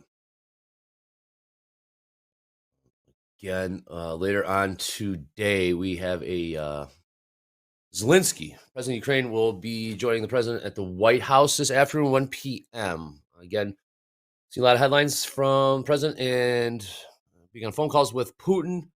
Haven't really got the details. Haven't got the details of that call, but maybe we'll get some more when Zelensky does the president at the White House today. A little selling here. A little selling. 24,709. I got overnight view up at 24,661 in the NASDAQ. Dakota. Buy the dip. What do you? Yeah, man. Give me some prices in the NQ right now. You got your eye. Yeah, let's take a look. Yeah, freaking allergies first and foremost, man. These allergies kick my butt. But selling here in ES. Honestly, I have the NASDAQ pulled up, and I'm looking for this thing to sell off. We broke through any level of support yesterday, and we had that rejection. We kind of ran these highs, and now we're starting to see a little bit of a sell off. So maybe we get a continuation back down towards these lower 500s. I mean, kind of missing that opportunity right here, right now, as this market's starting to sell off. Yes, we are. 24,006. 3-bar reversal too on the hourly. Right down. Beautiful one. View up. Yeah. Yep. ES 6 trade 66.42, about 11 points to get to. Overnight VWAP. Yeah, let's see here. There's a nice level of support at these 670s. Pre-market, we held this. Yeah, these 670s, we held it pre-market for a little bit. So that's where I'm going to look for this market to break down below it. If we can break down below it, then I think further downside we have. Okay. First up, as far as speakers go, we got Musalem at 11:15, about 2.5 hours from now. It's pretty muted right now. It kind of feels like they're feeling each other out. It's like the first round of a boxing match right now, Dakota. Kind of working on some jabs, just kind of feeling each other out. Dakota, I have a question. Yeah. What is the chart 100T? I don't know what it is. Oh, this chart over here on the right, it's 100 ticks. So what it's keeping track of is every candlestick on here equals 100 orders going through the market. So each one, and it could get very volatile very fast, especially during news or headline that brings volatility. So on our way down, you can see each one of these little candlesticks, just 100 orders, 100 orders. And so it's very zoomed in when we have high volatility. I mean, gold last night on the 100 tick chart was just going just like a heart rate monitor, just back and forth, back and forth. but I like to use it because it gives me a more zoomed in point of view. Perfect. Thank you. Mm-hmm. You also have a 5-minute as well, though, Dakota. Yeah. How do you use Yep. those? On the left, I have the 5-minute. How do you use those in concert? How do you use those execution perspective? I don't think I've ever asked you this. Correct. You got the 100 tick, you got the 5 minutes. So I love how Hoke explains it. Very much like Google Maps, right? You're on Google Maps and you're looking at, like, say, a country, and then you get an idea of like where you want to go in the country, and then you start to zoom in, and the more you zoom in, the more, I guess, detail that it brings. So, the 5-minute is kind of zoomed out, and then the 100 tick is just a very zoomed in point of view on a Google Maps type thing. So a lot of my trade setups are on the 5-minute, where I could see the major, maybe support and resistance, technical analysis over here on the 5-minute. And then the 100 tick is kind of where I am able to manage a trade and execute and make adjustments to like a stop loss or seeing the little details.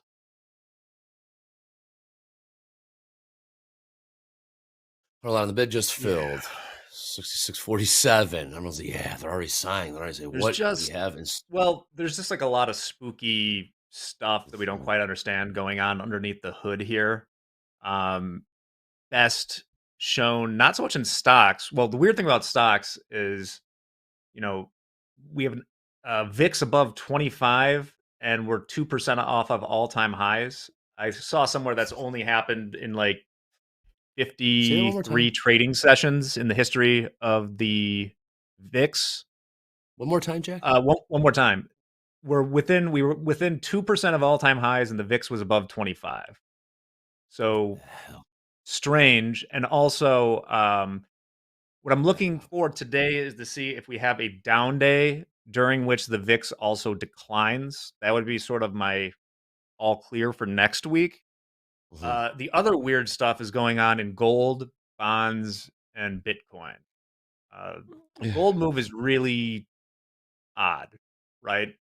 Too much. And then Bitcoin as well. I believe, what's Bitcoin doing right now? Bitcoin is down 2.4%. So it's still selling off. Small.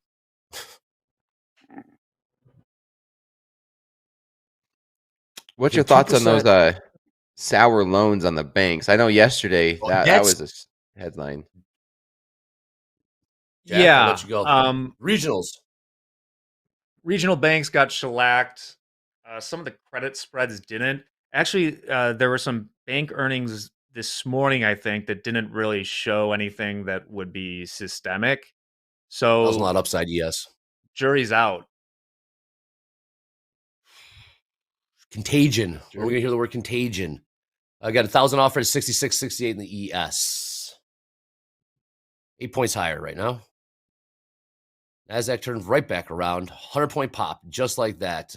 We were just trading. I love it. Volatility's back, folks. This is as good as it gets. We were just trading 24,672. Really trading 24,680. Yeah. 5 minutes. 100-point range every 5 minutes. It's incredible. Absolutely incredible. Turnaround, big, nice turnaround there in the ES as well. We were just trading 66.42. The importance of sizing down, too. Micros. Size down. Dakota. Jacob's trading micros. The beauty of micros, Dakota. Well, we've seen a lot on fast markets for when you're on here. Paper cut. Measure your downside risk to catch the one. I like you're trading. This is Dakota 1.0 again.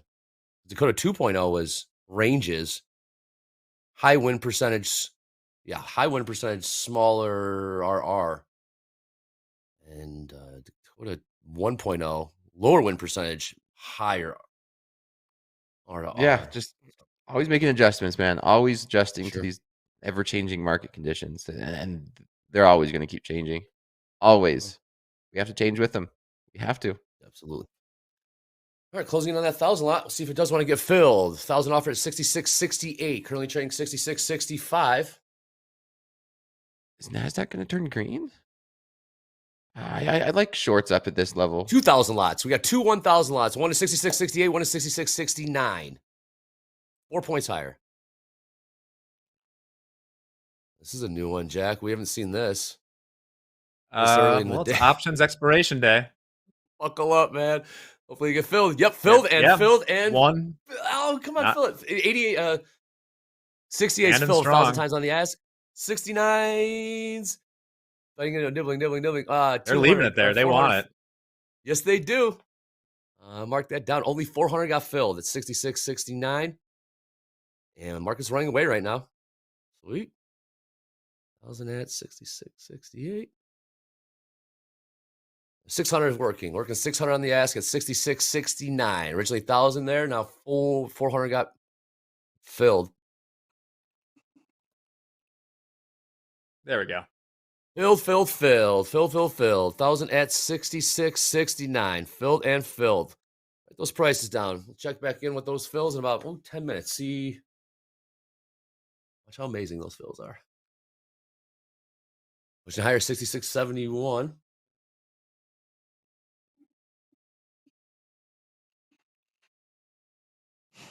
See if we break I'm out of trying this to range. short up here in the NASDAQ. I'm trying to short up at the top end of this range. Short from 787. Looking for this level, these levels to act as resistance and maybe rotate back down to these 740s. We'll see. Okay. This might be one where I build a position. Short from 787. Coming up on the top of the hour here, Jacob. Thoughts on what you've seen so far? We saw some sellers in the first 20 minutes. Next 20 minutes, we saw buyers coming up, tapping on session highs here. Yeah, we did saw some seller, but right now we're going towards Asia highs, so we'll see, to be honest. But I think Asia high is a good draw on liquidity here.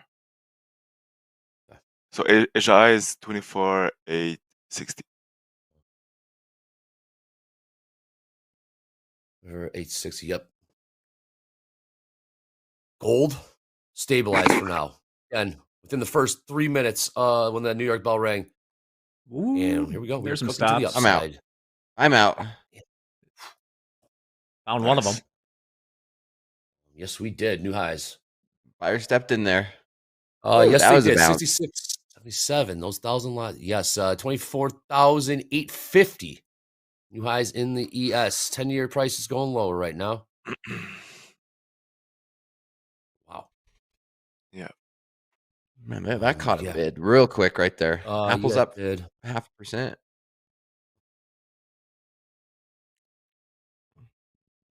What was that? Yeah, definitely expecting some options tomfoolery today. Is that what's going on already this early? What was that, says Tony? That was stops going off, buyers coming in. Buyers are not done. 66.79 new highs. New highs in NASDAQ too. Yes. Just broke through overnight highs. Asia high. 10 points away from 66.50 SPX, which would be my first rock fight level. Okay. And more buying coming in. Those 1,000 lots did get filled in the ES, and we are way higher. 66.80 just printed. 10-year selling off. 10-year selling off. Equities going up. Kind of, maybe, question mark. The 5-minute candle just close and open. More buying coming in here. Saw that, Dakota. So much momentum. Next level I have is these 940s. 940s. See if we can pump up there. Ooh, that changed really quick. I'm down 600. Sure did. Sure did. Buyers stepping in. Buyers going to give it a run here. We are looking at about a 200-point rally in the ES the NQ last 10 minutes. 200 points higher. New session high is 24,877. ES. We are about 40 point volatility is back, baby. Last 5 minutes, we are looking at a 40-point rally. It is fantastic to see. This is a trader's paradise. Might not be easy, but we're getting the moves. If you're down, you still have another. The worst is when you're down, and then the volatility just dies on you, and you just got to sit there. I still think this could dump. 500 lot up at 60. Oh, for sure. 86. What's that, Dakota? Oh, we're just getting started. Andre, you're a bull today? Man, no. No. No, So I'm not. hesitant. Those regional banks are, I don't know. I was a bear the other day and they ran up our charts. They're doing the same thing today. No. Another day, another 100-point move off the lows in the another ES. 500 lot staggered. 585. 500 at 86. 4 points higher. There's Leon in the chat. Let's go, Andre. We hitting 25K? Tell me, Leon. I think we will. No. I don't know. 120 points. I'm confused, man. We should have broke so hard the other that Wednesday, and we did it, but it took about 2 hours. Here we go. 500 on the ask. 66.85. But what's your read on what you've seen right now? Obviously, we're pushing higher here, but once we sold off initially, buyers stepped in. We're trading around the Asia highs right now. Actually, new session highs, Jacob. Are you believing the buyers? Are you believing that the buyers are strong? Right now, yeah, I do believe buyers are strong until they prove me wrong. But yeah, right now I'm towards long, and I will still wait. But yeah, long look good here because we did bounce a VWAP too, so it's a good indicator. Oh, very good. I like it. Okay. Over the top of the hour here, about 2 minutes. 2 minutes to the top of the hour. Always got one eye on gold. Gold, stable right now. 42.94. That's for now. It's not going to remain. We're looking at a $120 overnight range. Top of the hour here in Dakota. You took a short. Paper cut. Been getting chopped up a little bit. I built a position. I'm short again at 878. Back in? Yep. Yes, sir. Looking for a retest of these lower 800s, which we're getting some right now. If we could flush this and take some profits at these 830s. You got 878s. We're trading 838s right now, just like that. Yeah, I'm not thinking of how volatile this. I was just writing it is. down. I was just writing it down. I was just writing down your price. I said, "How we're trading?" You said, "You didn't mean 48s, Dakota, because we were trading 838s." 878. 878. Last trade 838. 24,838. About 50 points off the new session highs just put in. Top of the hour in 45 seconds. You guys remember the government shutdown? That whole thing. Is that bullish? Yeah, maybe it just keeps on going. Like, no one's even really talking about it. Sure are, Jack. We all have the attention span of goldfish. Let's just all admit it. Oh man, look at this. Oh, there's some profits right there. How many did you get short to go to 5? Yeah, I've been watching price action. I want to short this thing, and got chopped up a couple times, but end up building short 10 micros. I'm now left short 6 micros. Oh, you're into with 10. Very good. Okay. Yeah, I'm gonna leave short 5 micros on them. I'm up 70 points on this. Just a casual in 5 minutes. Oh my gosh, this thing's just going. Look at these. These markets are cooking. It's going. 30 points. Jacob, getting close to your entry. Close to those the entry time. Those sad 500 lots are still sitting up there. Just I 1 saw point, that. 2 points little above islands where we traded. They're little. Hey, what about us? Hey, what about us? What about those 1,000 lots? What about us? They're in the money, although that's very clearly a hedge for something. Those are good fills. Last trade 66.58. 66.58. 1,000 lot filled at 68 and 69s. And here goes the NASDAQ selling off right now. 24,777. There's 100 points. Crude. Back above 4% in the 10-year. What is going? Are we getting gold selling off? Gold was just trading 4,300s, and we are $20 lower right now. 42.80.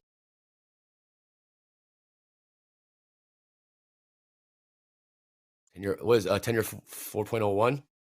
Yeah. I like the short bonds trade. Probably more on a swing level.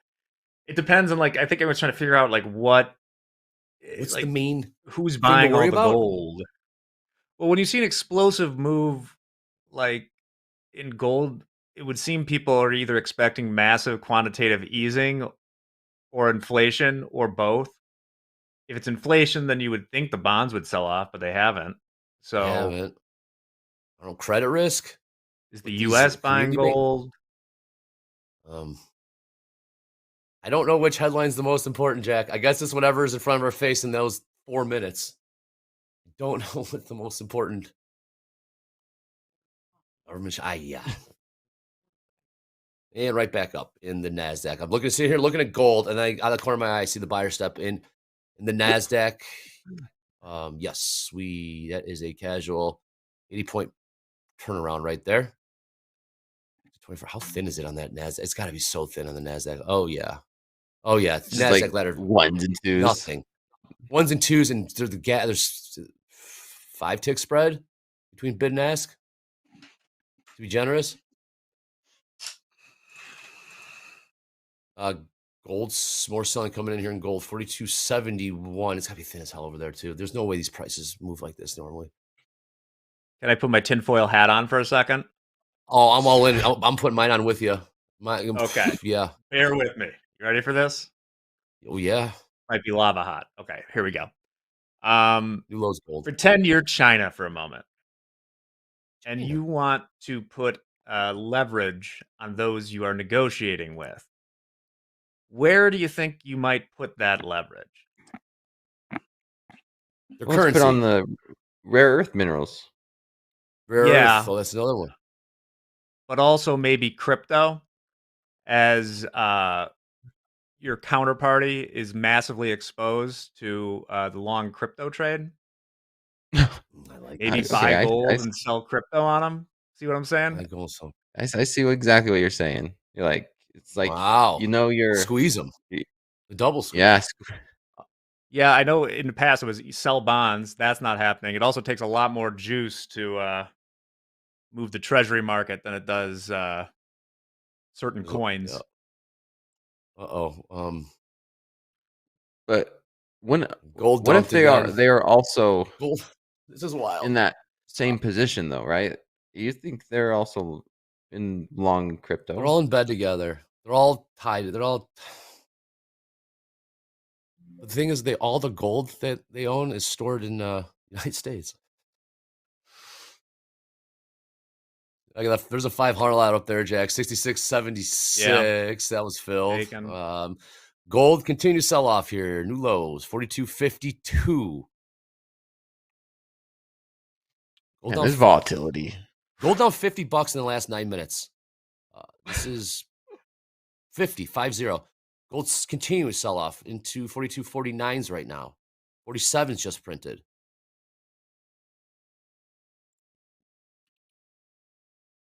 I'm not supposed to be speechless, but this is insane. This is amazing. Question in the chat. How did Braden do the MVT trade yesterday? Well, Braden will be joining us in about an hour. So we'll check back in with him and see. Jacob, we're coming up. This is almost go time here.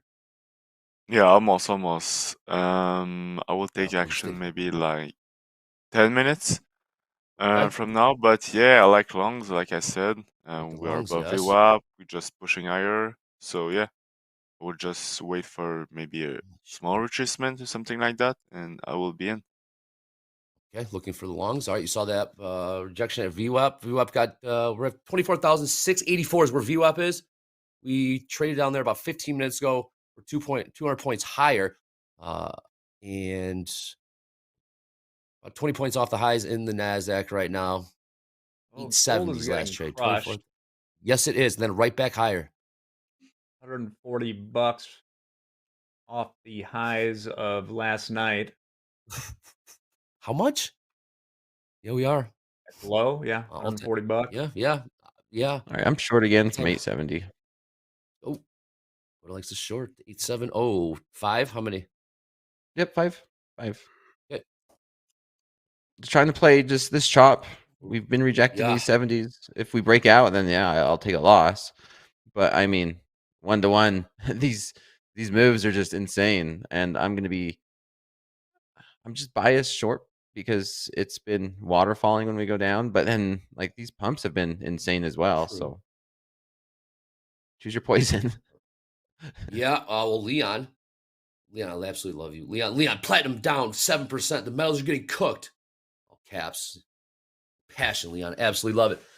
4,100 people watching all across the globe. We got Jacob in the house. Dakota, Jack. Please click subscribe. 185,000 subscribers. Saying thank you so much. Click the thumbs up if you like it. Click the thumbs down if you don't. And please click the bell, upper right-hand corner. Thank you kindly. Markets are absolutely rocking. No reason to think this will slow down.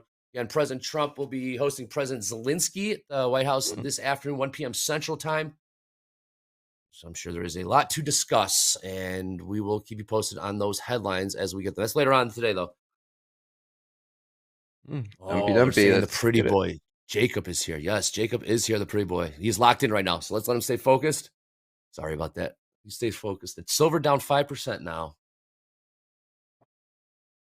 Well, that's what follows the squeeze.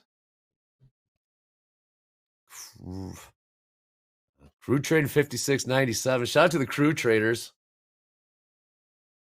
Dump it. Dakota says dump it. What did you take profits on all those 15? You All but one. In the money. Okay, good. I know. Yeah, no, I've been taking profits as we go down and trying to leave a runner or two on to see if we could actually make it push all the way back down to the lows. I mean, I could see us going to test those 680s, 700s again, possibly, if we do get a lot of momentum to the downside, which is, I mean, crazy to think, but that's almost 200 points from what we're seeing here. And it's realistic. We're only in this. It's only been 30 minutes, 38 minutes. Oh, yeah. Love it.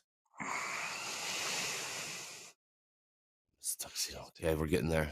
24,832. 832 last trade. ES. I mean, a big, juicy level. Hey, Andre, can I do my power hour pick over under now for the ES future? Yeah, this will be legendary. Yeah. All right, you have to remind us though. In power hour, yeah, sure, hit me. I'll write it down. I won't be on during power hour. You ready for this? 60, 66, 38, quarter. Come on with the quarter. No, 66, 38. Dolby. That would give us the 6600 on the dot SPX. That's the max pain level that I saw. Now that's not completely updated. We love max pain, don't 38. We? 66. Yeah, we do. 38. Well, speaking of power hour, I'm gonna have to make sure that that's okay with Manfred, because yes, Manfred will be joining us in power reversal challenge today. The reversal challenge. View up, George, Chad, Gabe, myself, and Manfred will be on the reversal challenge. Last hour of the trading week. Just a little game we like to play. Sim, practice accounts only. We'll see how we get. We still got 5 hours, 6 hours before we get there. It's gonna be a crazy one.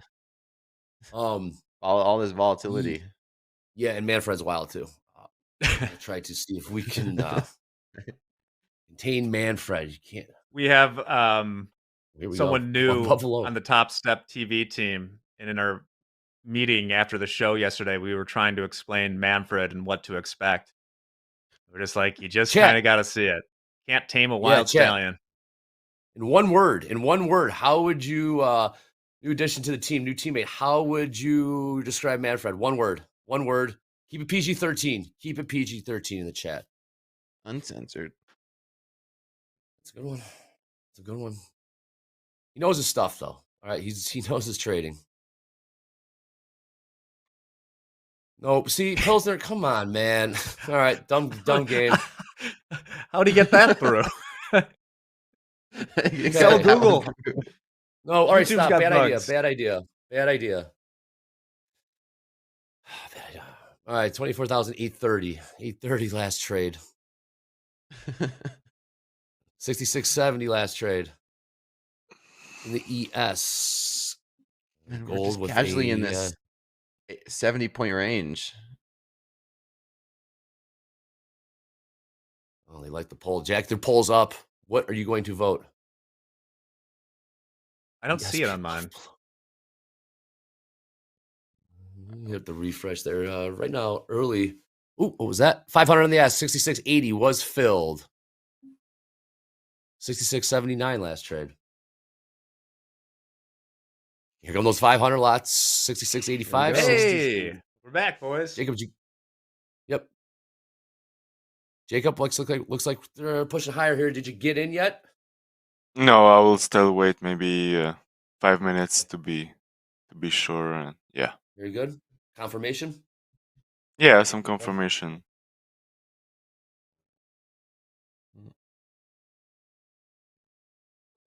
Buyers. Still short Dakota. You're only taking like. No, I'm flat. I'm flat. We are just back and forth and back and forth. Yep. I'm gonna wait for things to settle down a little bit more. What's settle down look like? There's no settling down today, Dakota. This is what is it? Firecracker with the rocket ship? What was that? No, there's no firecrackers today, man. This is all jet fuel and baby. dynamite baby. today. Hell yeah.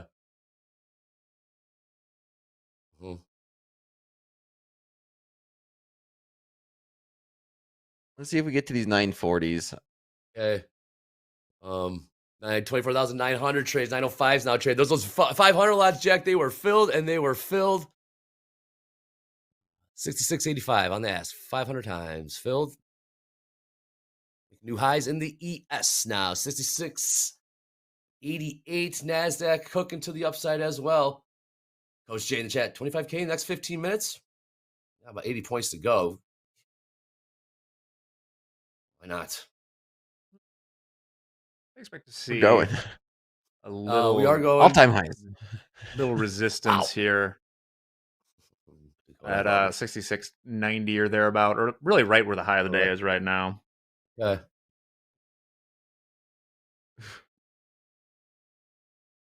What are This we is witnessing? buyers in the house right now. Coming up 24,925. New highs, print session highs in the now 932, 37s now in the NASDAQ. 66.92 just prints in the ES. Buyer stepping in here, looking at this 5-minute candle in the ES up 30 points, 30-point rally on this 5-minute candle. Look at the NASDAQ. 120-point rally right now. So Dan Trader, Two lows gold. I will readily admit I am not the holy shit greatest source for the mechanics of the option market, but they do expire, like, you know, the SPX and what have you at 3 Central today, and many of them will be closed before then. This day, because it's a monthly, there'll be a lower percentage of the volume. Well, I guess they're all 0 dates now. All the monthly are now 0 date because we're at the end of the month. But yeah, many are closed throughout the day, so levels will change. Let's put new lows in gold. Here's 940s. Let's see how we react around here. Mm-hmm. Yes, it is. $160 range in gold overnight in the New York side. This is just printing new lows in gold, 42.26. Overnight, we made new all-time highs, 43.92. $170 lower. Egads. Do we just go back to the highs of yesterday? You trust it? I don't know, but the market doesn't care if I trust it. That's true. That's absolutely true.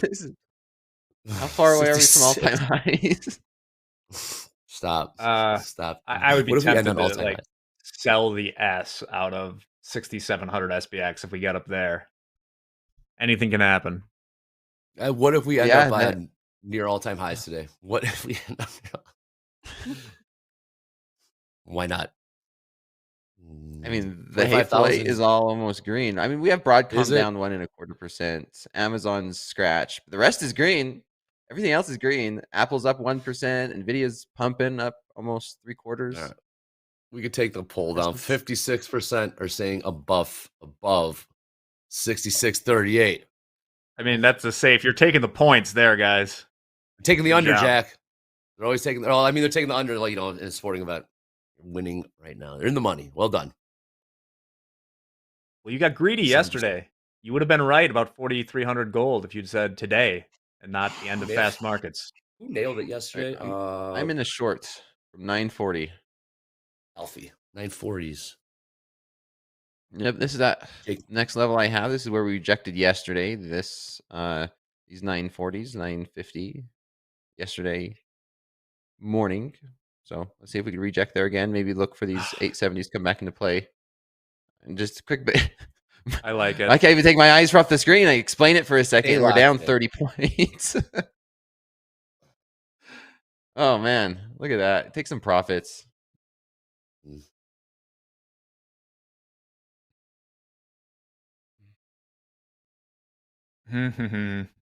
Jacob, you still, this might be your pullback, Jacob. Got 13 minutes to the bottom of the hour. Yeah, I'm very interested in this pullback. Yes. I will wait. Yes. Okay, very good. Let us know when you jump in. I'm looking at a 14-point pullback in the ES right now. Question here in the chat from Herbie Flurby. Does no one on Topstep TV pay attention to fair value gaps? I can assure you they do. Whatever the hell that is. I can assure you they do. I think we just call them like single prints. I could be wrong about Hoag's not here. Exactly. It's 100%. Yes, it is. Our Low marketing's volume, different. low volume nodes. Yes, we do. We do. Million ways. Oh, baby. Talk to me, Jacob. What price? 24,902, I believe. Okay, very good. How many? 3 minis. Mini NQ? I'm sorry. Micro. Damn. I'm sorry. Oh, okay. Like, oh, you got I'm sorry. That would have been sick. Okay, no. Okay, MNQ. All right, cool. 24,902. Looking for an upside target of? I'm not quite sure yet. Okay, we'll very good. Check some level. We'll see how high very the good. price want to go. Okay. Let us know if you add into it last time. Then you go. The $30 pop in gold right now, 42.54 last trade. We just bottomed out at 42.26. Got the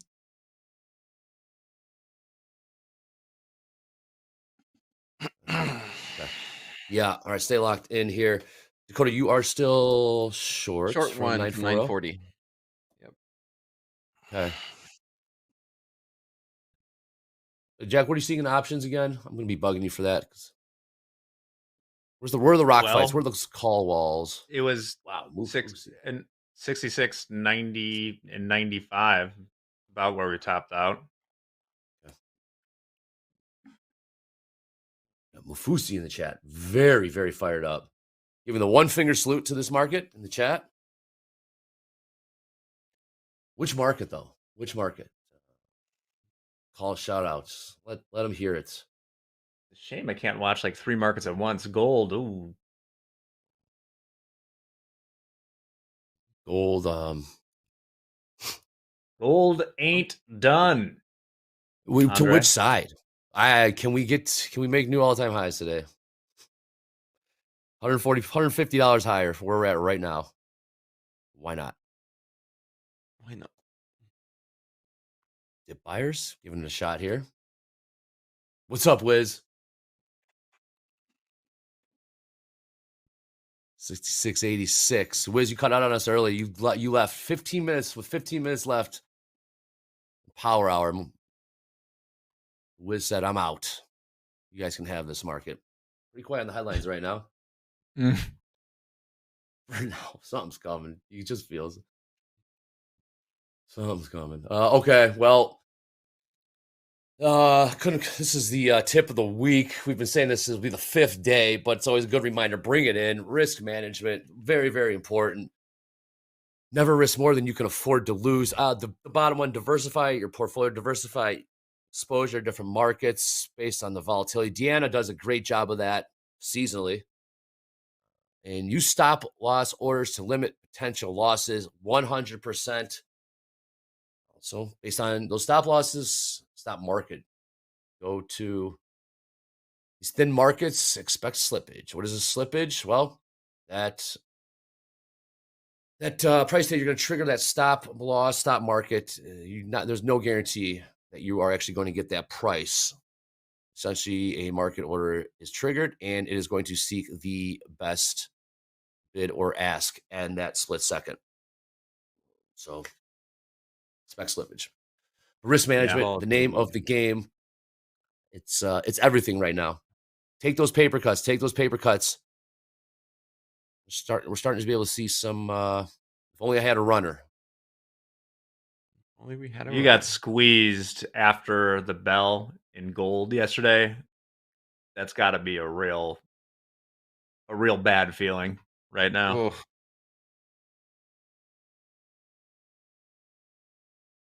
I mean, they got to be loving these prices. I mean, platinum's still getting smashed. Gold feeling a little heavy here as well. $5 off the lows. Got the bottom hour coming in here in 7 minutes. Jacob, it's long 2. We're only an long hour 3. into this. Only the second round, Dakota.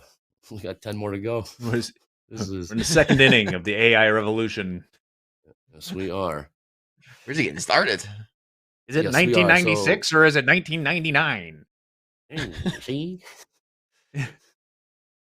You don't know. Who gives a shit? Yeah. All right. So the bottom of the hour, we're going to try to jot down the initial balance high, initial balance low. What is that, you ask? Well, the high price and low price in the first hour of the New York session. We'll go from there. I'm going to need your help in the chat. Help me out, chat. In about 6 minutes, I'm going to try to ask. I'm going to ask. Doing it again. Initial balance high, initial balance low is in the ES and the NASDAQ against the high price and the low price in the first hour into the New York session. 10-year has been grinding lower, the price that is, which means yields grinding higher. Are we above 4? 4 maybe? Yes. 4.01. Buyers. I'm going to unwind this thing. This looks like a bull flag. I don't like this. Someone said they missed the days, Andre, when we would like slap on 10 or 30 minis. Man, we can talk about that later. I'm not against it, but we'd have to do some behind the scenes. We'd have to be selective. I'd want those to be longer to play out trades.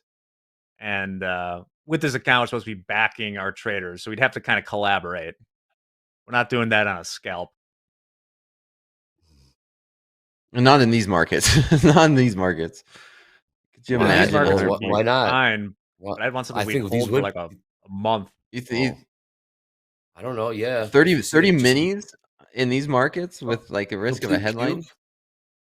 Well, no, you catch the I guess it's a double-edged sword, right? It's a double-edged sword. When you see that puking leads to more puking and more puking. I mean, it's a quick. We're talking like a 30-second scalp, caveman trade. All relative, I guess. Marcus is watching on the. You're watching on X. Why is there no chat on the X stream, Andre? Marcus, not quite. No. Well, you're watching. So I see you watch chat it on YouTube. Yeah, you're chatting with us on the YouTube. I love it. Are you watching on both? Thank you very much. Really appreciate that. We don't want to bifurcate our chat. At 66.83 last trade in the ES.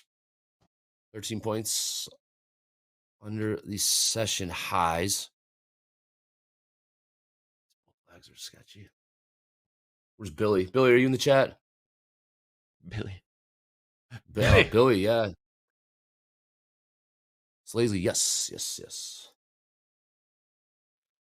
4,906. All right, bottom of the hour in about 3.5 minutes.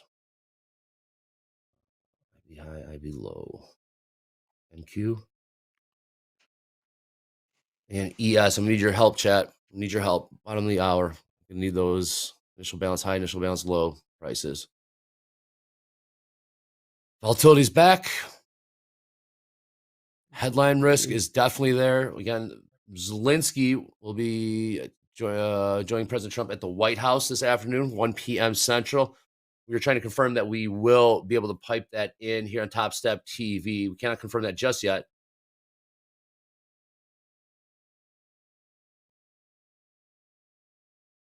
Stay tuned.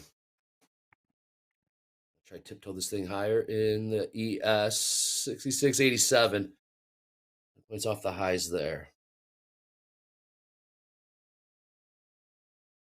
Walking this thing up.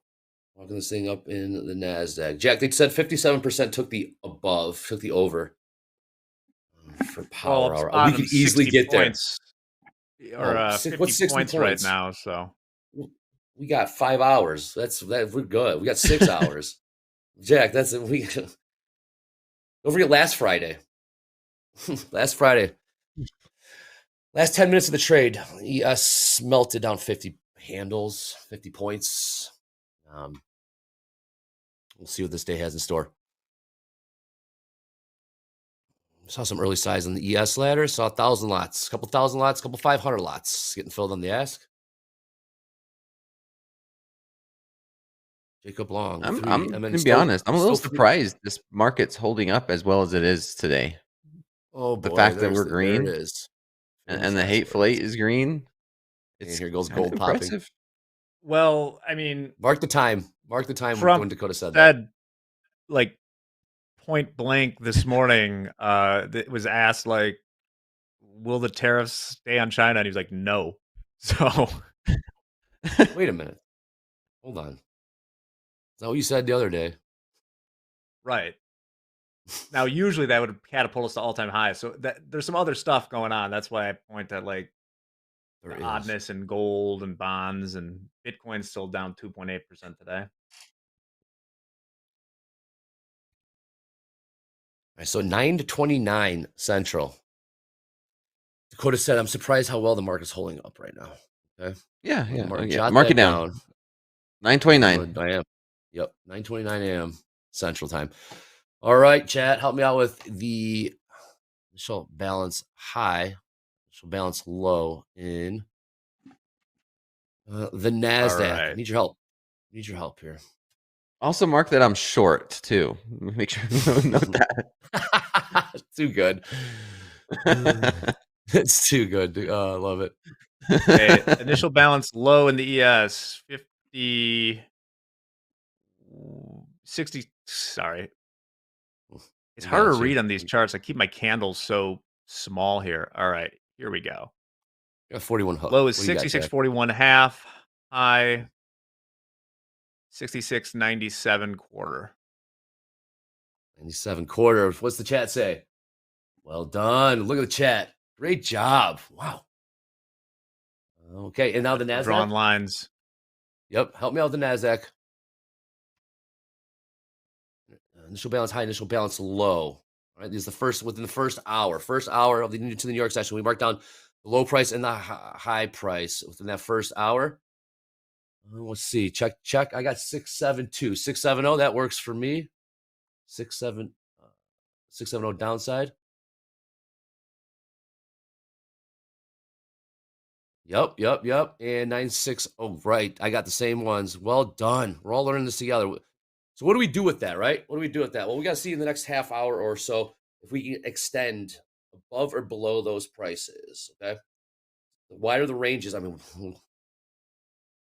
Hogue, 300-point range in the NASDAQ and 55-point range in the ES. If we can extend out of those and stay, we might get some more momentum to downside or upside if we can get outside of those.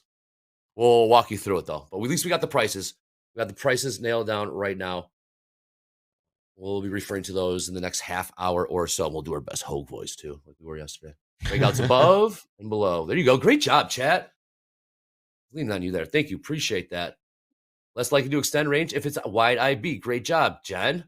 Absolutely. It's going to take more energy. You hear Hogue say more energy to get outside of that. Yeah, well, just speaking of energy, we already got some traders putting up pretty good numbers. Live funded traders putting up some decent numbers with the hour into this New York session. Let's take a look at where they're at. Okay. Deal up 14,000. We got Lena up 14,000. Manbeer up, what's that name? 13,000. Brian B up 11. And Chunchi up 8. Up $8,000. Okay. It's great to see. Great start, right? Very early. Most important thing is make sure keep the green day a green day. Members of Green Day. Yeah, it's very manage that downside risk. We'll obviously update you throughout the day and see how that leaderboard does change. A little self-pressure here. Yep. 929. Dakota said. It's getting smashed. 929. We were trading. Nope. Yes, Andre. I said that well in a short. I know. So. I know. I was writing it down. Call it 24,928. Dakota said it. 928. All right. Check back in here.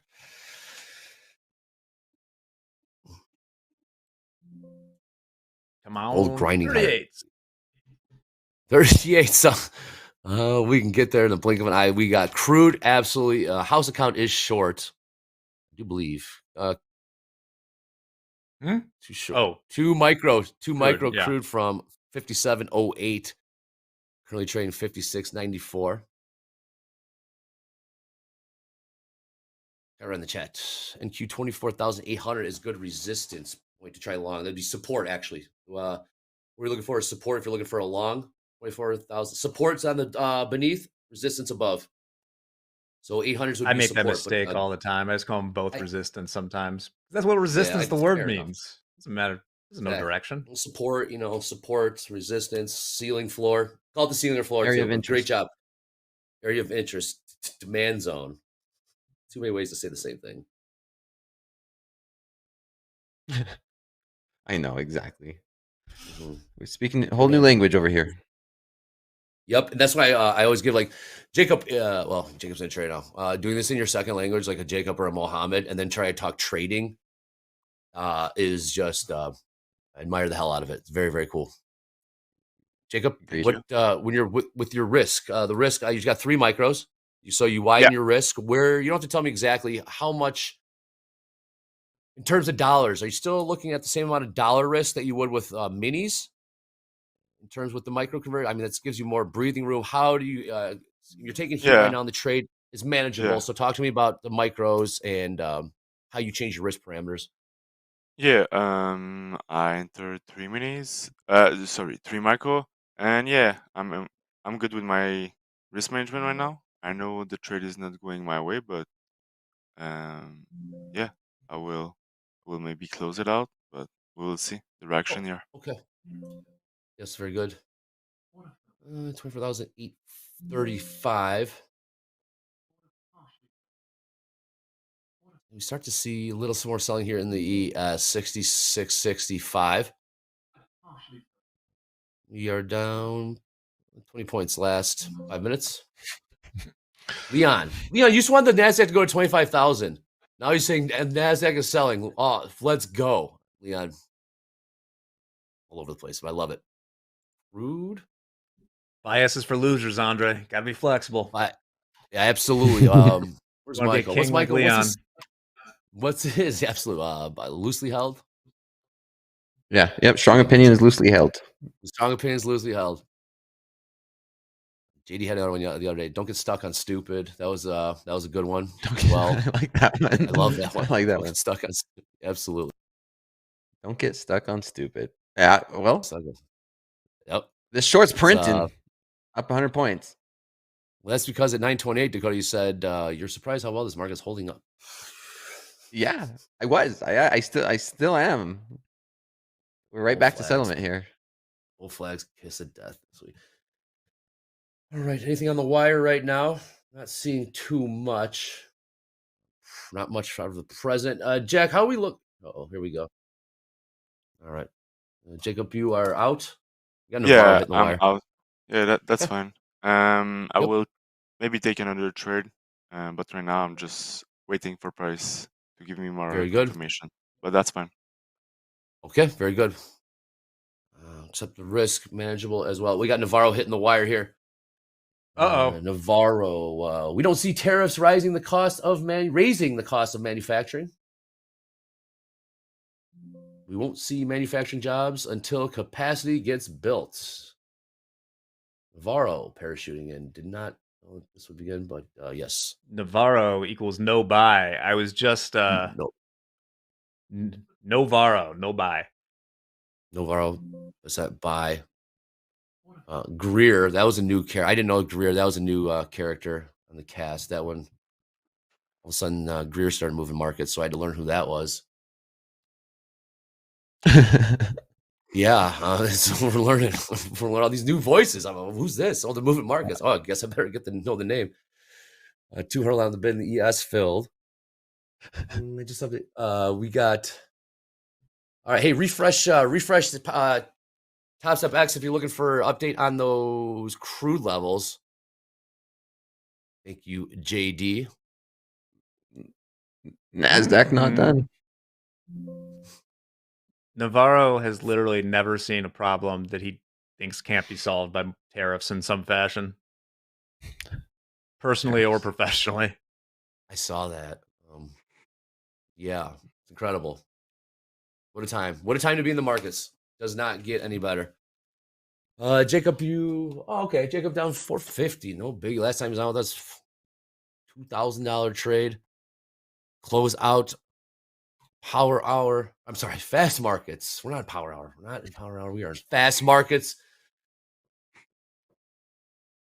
56 now. Oh, so Jacob, when you were out with us last and you made those $2,000 real quick, did your girlfriend watch and did you have to take her out to dinner? She knew how much money you made. Yeah, I did take my mom's out and my girlfriend out that night. Yeah. Very good boy. Very, very good boy. That's good son, good boyfriend. Well done. Yeah. Did you enjoy? Well, I guess you're back on this, so you liked it a little bit. Did you enjoy your time on fast markets last time? Yeah, it was pretty fun, pretty good. And today I decided to not wear the tux. Maybe next time. But yeah, that's fine. What? So the first time Jacob came out of this, very business casual. Nice collared shirt, no ties, unbuttoned with a nice blazer. And follow-up appearance, came in with a tuxedo. Beautiful black tuxedo that he owns. And today he's coming in with, what is this, a quarter zip? Man, got comfortable, Jake. You got comfortable. Las Vegas got in the chat asking and retracted. I was going to say, what market? All right, heads up. Ooh. A little pop in gold here. A little pop in gold. A little pop in the 10-year prices. We're seeing equities selling off a little bit as well. Gold trading 42.70. $50 off the lows. Gold up $30 in the last 4 minutes. We do have the VIX down about 5% right now, so maybe we will get the down day with the down VIX. Down day with down VIX. Oh. Hey, Jack, watching these this ES ladders like that. We're seeing these 100 lots just pop in real quick. Basically, we're looking at the ladder just like that. We're seeing bid ask average, 20 on the bid, 20 on the ask. We see these 100, 150 lots like the 660s. They're coming in close to market and getting filled like that. Boom, boom. 123 lot just popped in on the bid. 180 lot down there, 2 points lower. This smells like options. Like these fills. This is definitely movement consistent with option expiration Friday. It's amplified because we've had all this volatility coming in. I love trading. Don't you guys? Absolutely. The absolute best. When it's going well, sure. It's not. It's worse. It's when, like I said, doom agreement. It's when it's volatile first hour, you're down a little bit, you're down a lot of bit, and the market's just stalls out on you, and you just have to sit there and stare and stare and stare. In the chat, if you absolutely love trading, you absolutely love Topstep TV, we're all in this together as gold pushes higher here. Click subscribe. Give a thumbs up in the chat. This is the absolute best. These markets, if you're down, it still gives you a chance to get it back. So I'm Michael Patak doing it on Monday, on a Wednesday. Michael was down, what, 10 grand on Wednesday? Jab, jab, jabs away, all the way back to scratch. Hopefully he took a day off. It's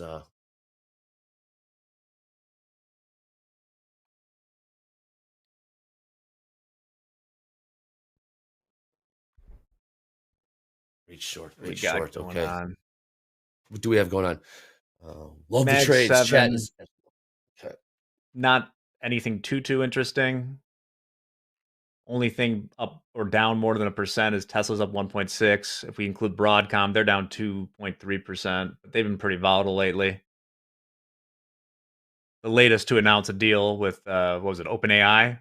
You see, Walmart did too. No, missed it. What? Really? We got the money. Yeah. Why not? They're gonna integrate. So make it easier to buy. Like you get things from Walmart from ChatGPT. I heard something yesterday that sounded, and it helped me, and I know it's helped a couple others that I know wrap their head around like this whole AI situation and these investments and this, all this money going into this infrastructure. They compared it to like these different revolutions of like railroads, right? Where they built out all this railroad infrastructure, where most of them ended up going under anyway, and a few stayed. I'm like, okay, that's interesting. How AI is going to be involved in our lives and how much they're putting in this infrastructure. It's funny that you mention it, like Walmart. Well, what's AI going to have to do with Walmart? I'm curious. Force you to buy shit. Yeah. I just found out this week. Yeah. Go ahead, Jack. I have heard that comparison as well with the railroads. Sorry to Andre, what do you got for us? No, nothing.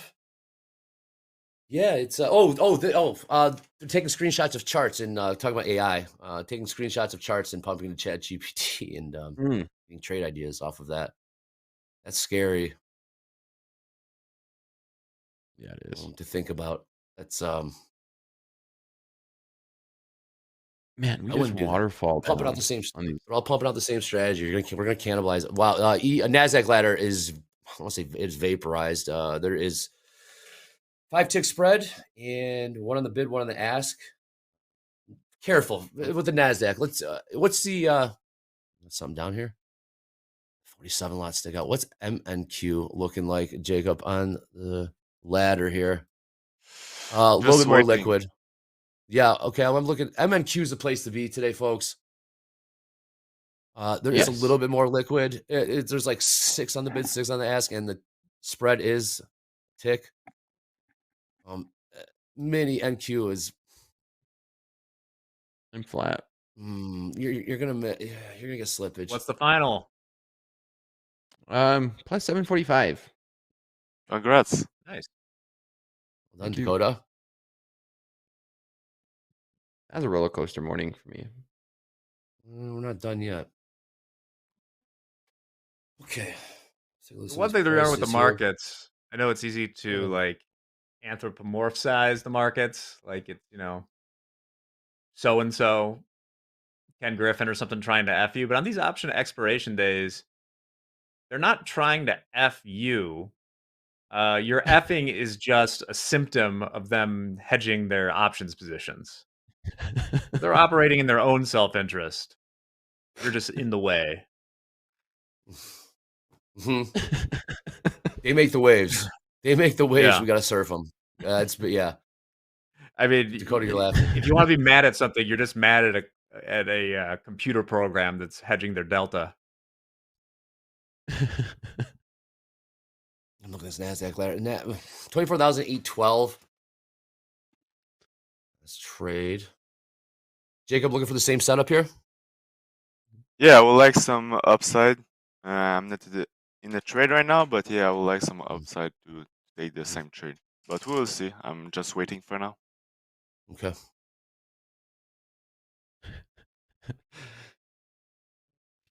Just like that.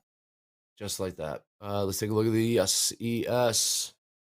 There's our 500 lots up there at 66.79. These orders have been getting filled today. Some sooner than others. Those two 1,000 lots coming in off the opening bell in New York, 66.68. Fill 1,000 times on the ask, 66.69. Fill 1,000 times on the ask. We actually ran all the way up to into the 70s. Make some new session highs, 66.97. We had Coach Jay in the chat saying, we're going to get to 25,000 next 15. I thought we were going there too.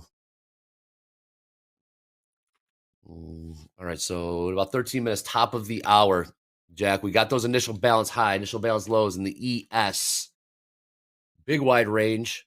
What would hold? What are you looking for at the top of the hour? We're looking for a failed upside. I mean, we're not. Well, we're not getting that. We're right in the middle right now. Like in my visible, so including like yesterday, we're right where a ton of volume has traded.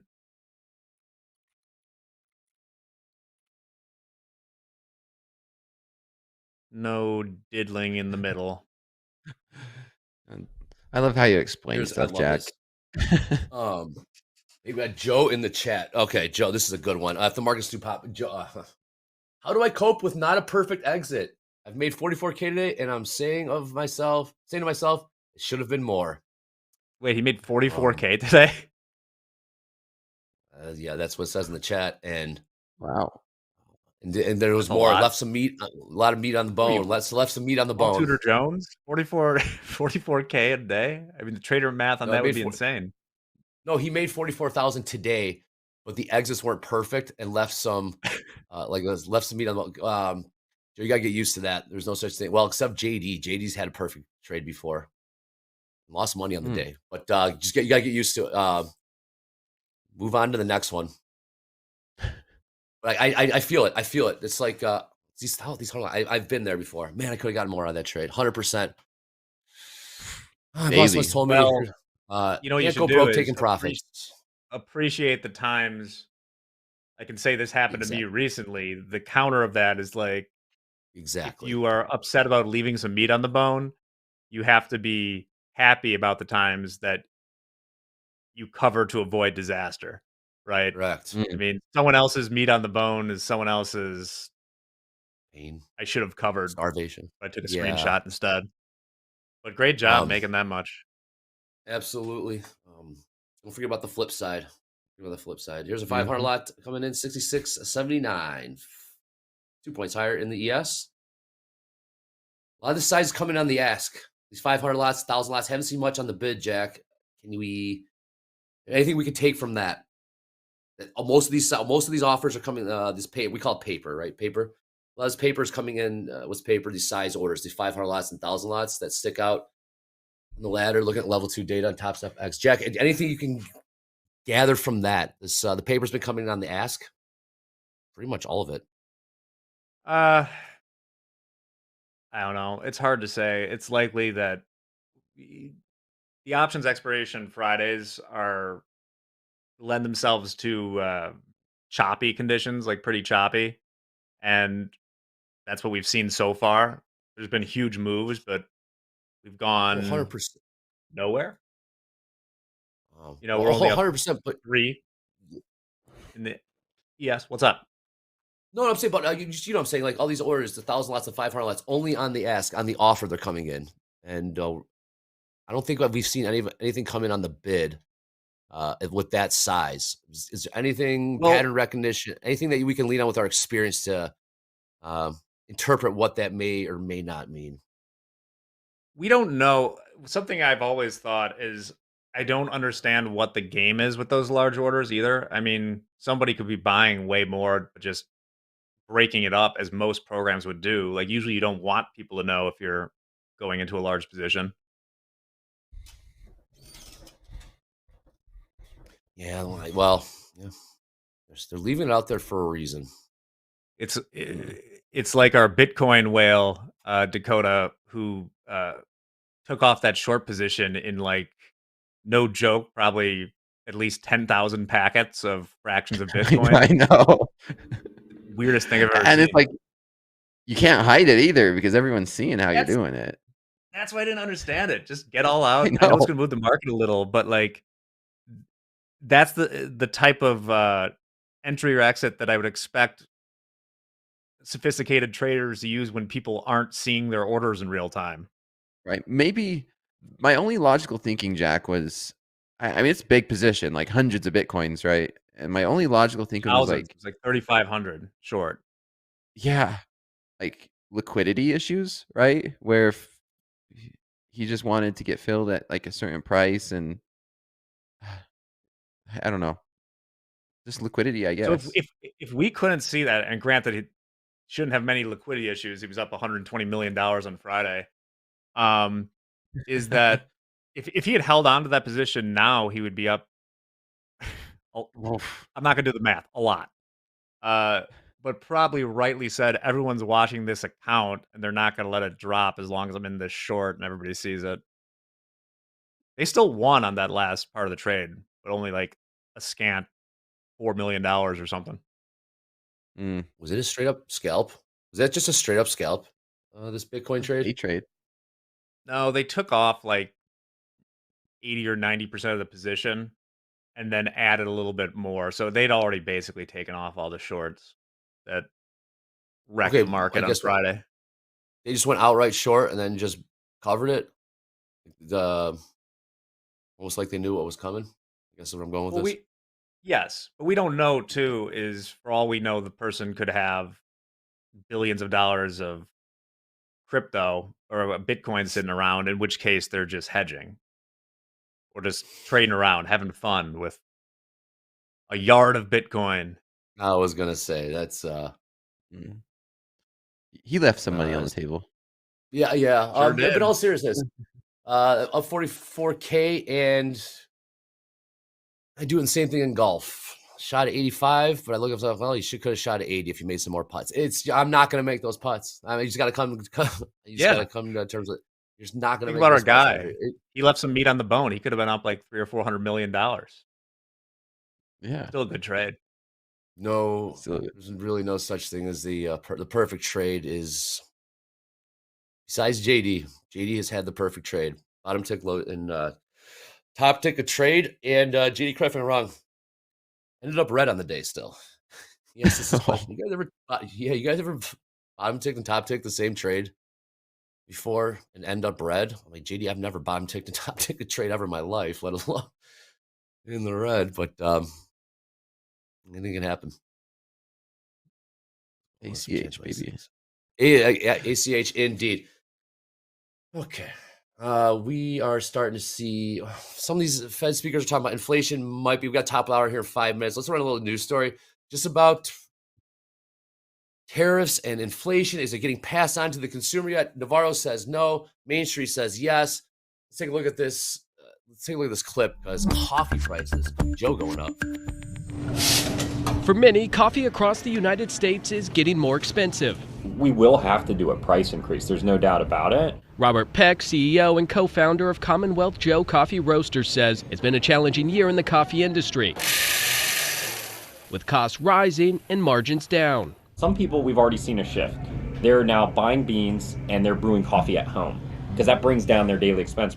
99% of all coffee consumed in the U.S. is imported, according to the National Coffee Association. And with many coffee bean growing countries slammed with tariffs by the Trump administration, including Brazil, the U.S.'s top supplier, which faces an import tax of 50%, big brands and small shops have been trying to absorb costs. Because costs are high now. For the first time ever, we're thinking about, okay, well, maybe let's just not print the gold on the inside, because that could save us another couple of cents a bag. We're trying to get creative without changing the quality of the product inside, which is what consumers care about the most. But it's not just tariffs causing trouble. Shipping costs are also rising, while bad weather and droughts in places like Brazil and Vietnam are impacting harvests and production. And when supply goes down, prices go up. We may have to think about switching, from Brazil to a Honduran coffee or a Colombian coffee or a Mexican coffee. At the end of the day, if you're not running a profitable business, you're not going to be in business for very long.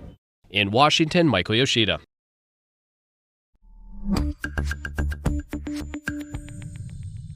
Thank you, Michael. How much is a cup of Joe by you, Dakota? I don't drink coffee. Me neither. That's right. Sometimes Jacob? I'll order a No. Starbucks and it's like $4, but it's usually not a coffee. It's called a steamer. Okay, fair enough. Jacob, did you get back in? We're seeing some selling here. Yeah. Andre, I'm no longer surprised this market is not holding up. So 9:29 a.m. Dakota said, "I'm surprised how well this is holding up." Huh?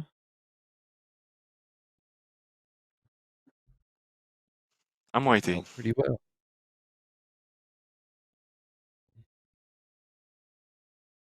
You're waiting. Very good. Indeed. Top of the middle hour here. finger 3 pattern minutes. there. Middle finger. We have the YMCA, right? We had the Batman pattern. We had Bart Simpson pattern. Now, the one finger salute. Indeed, or head and shoulders. But yeah.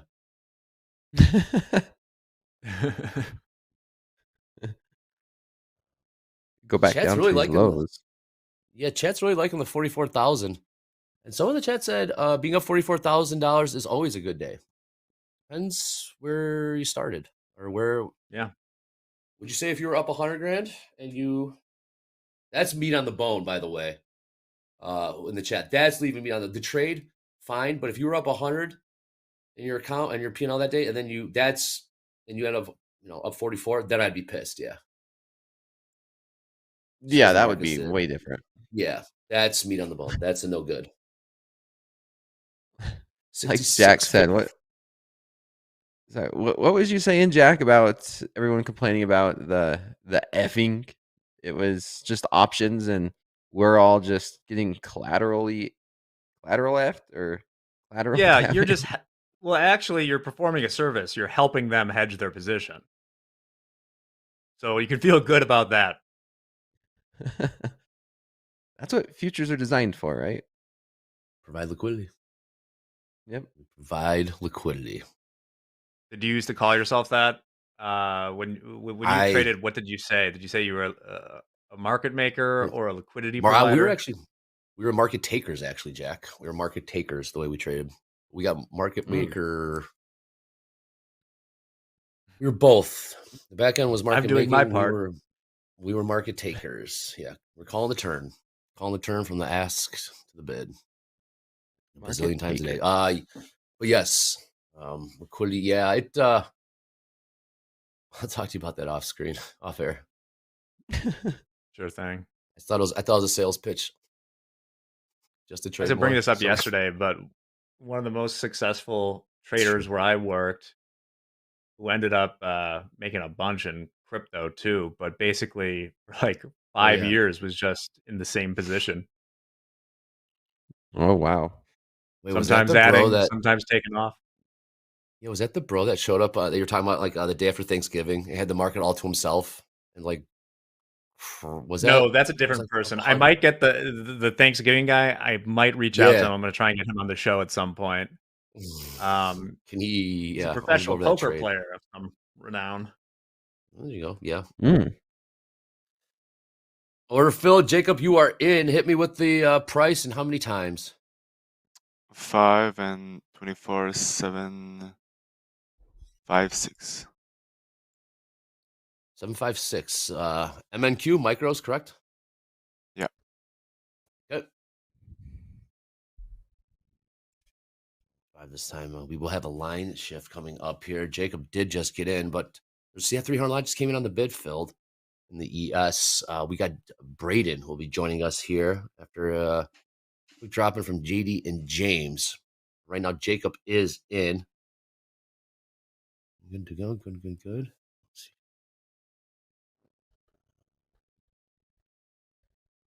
All right, what are you looking for upside here? At your target? No, I'm shorting.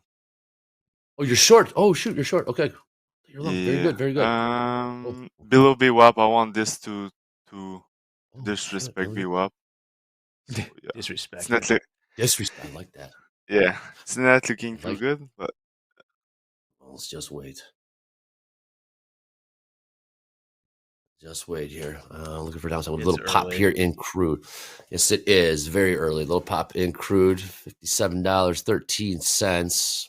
A 13-cent pop there. Gold roll is just exhausted. It is sprawled out on the floor right now. It is curled up in the fetal position. Just 42.70. It's been trading this price right around this price for the last. I'm going to jinx this. I know it. For the last 20 minutes. Between 65 to 71s. Gold is gold's behaving right now. Buckle up gold. We got $150 range overnight in the New York session.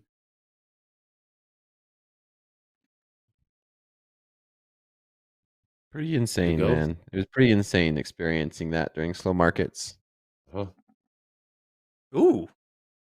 Wobble. Wobble, baby. Yep. GD, check Slack. What do you got? 1,000 lot, 66, 67. 1,000 on the ask. 1,000 on the ask in the ES.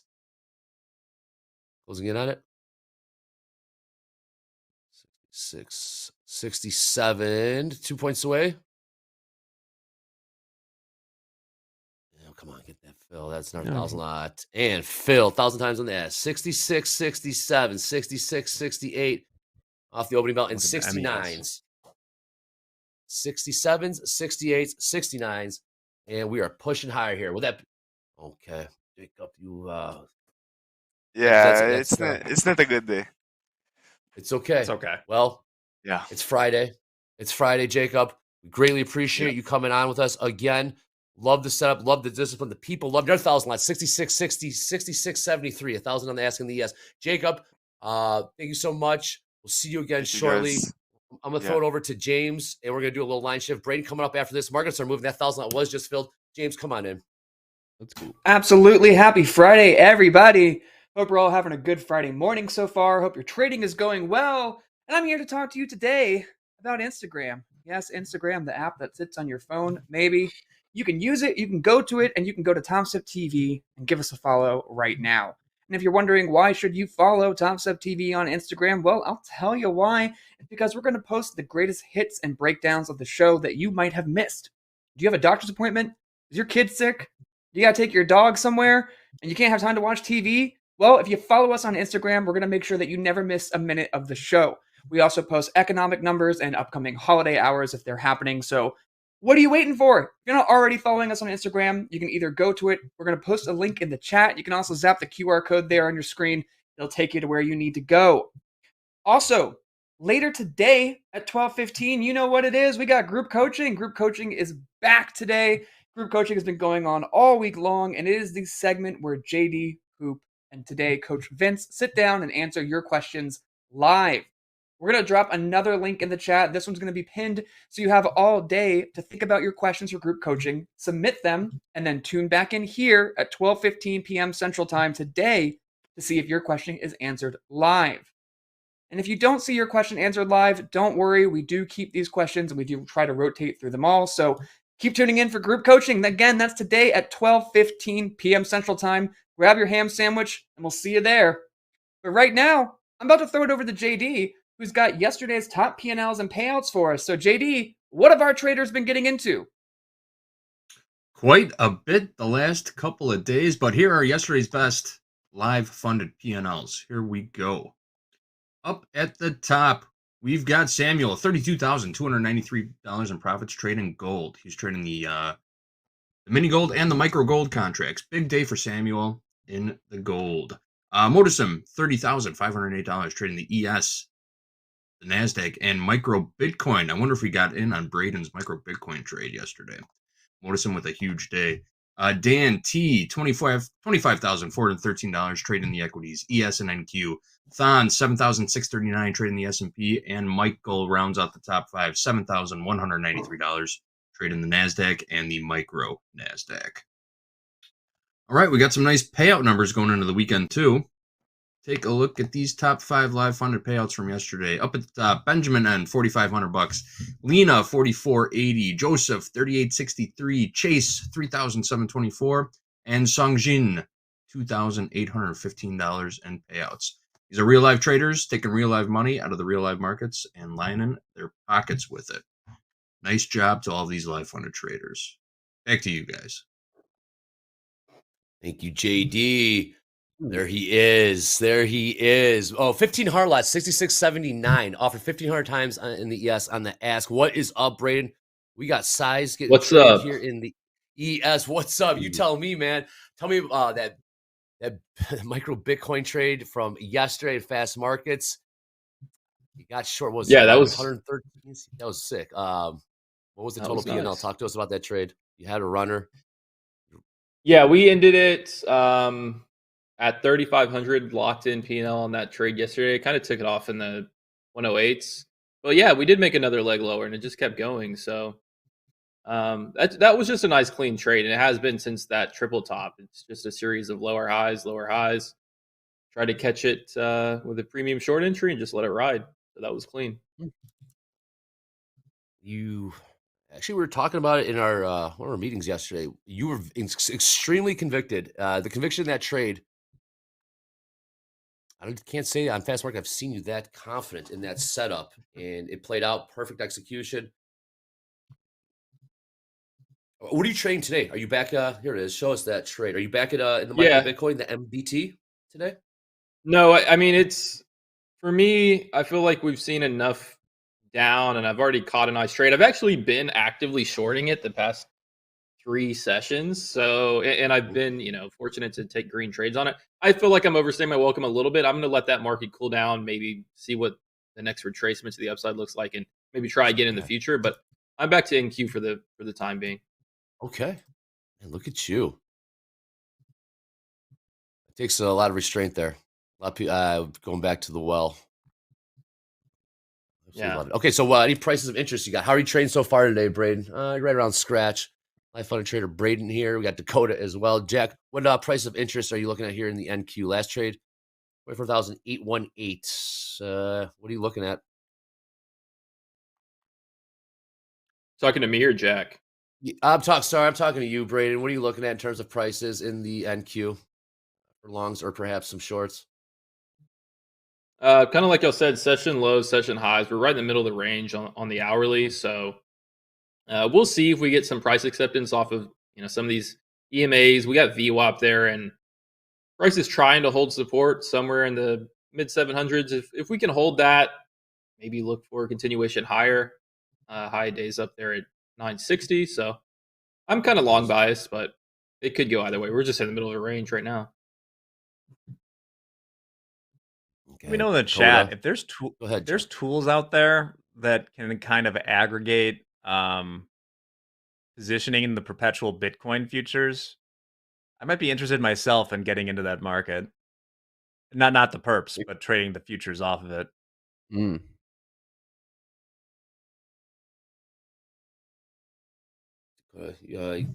Caught Dakota's interest, piqued his interest.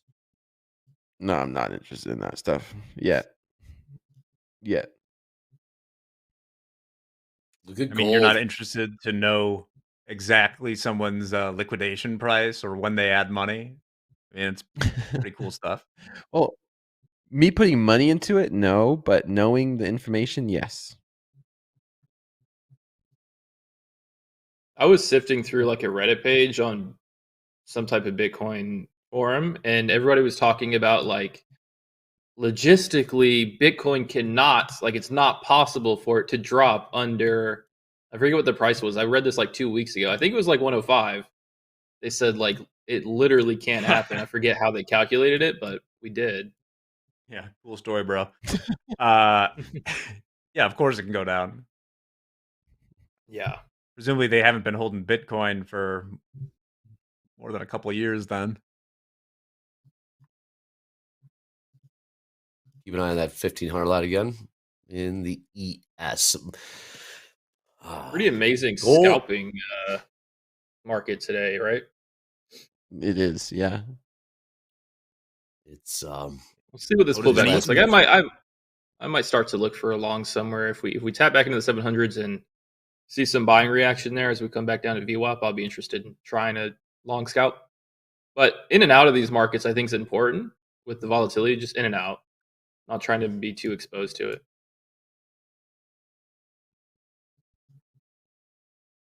What do we have here? We got about 19 minutes till the London close. I was just going to say that, Jerv.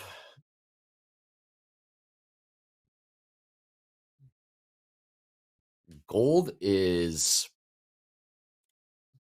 trading sideways. Sideways is still about a $10 range. What was that? Yes. Currently trading 42.66 and 68. It's very thin. I mean, these $2 flux, that's nothing. Just based on how thin it is. But gold has been trading sideways for the last 30 minutes. 30 minutes. Something tells me that is not going to stay. All right, a little push pop higher here in treasury prices. Now that gets sold off. A little downside pressure in the NQ. 4,779. Very quiet. Hitting bids there, Jack. Caught my eye. Look at the news here. Yeah, selling off a little bit. Okay. Some of the charitably, I will call them speculative thematic stocks have been getting whacked the last 2 days.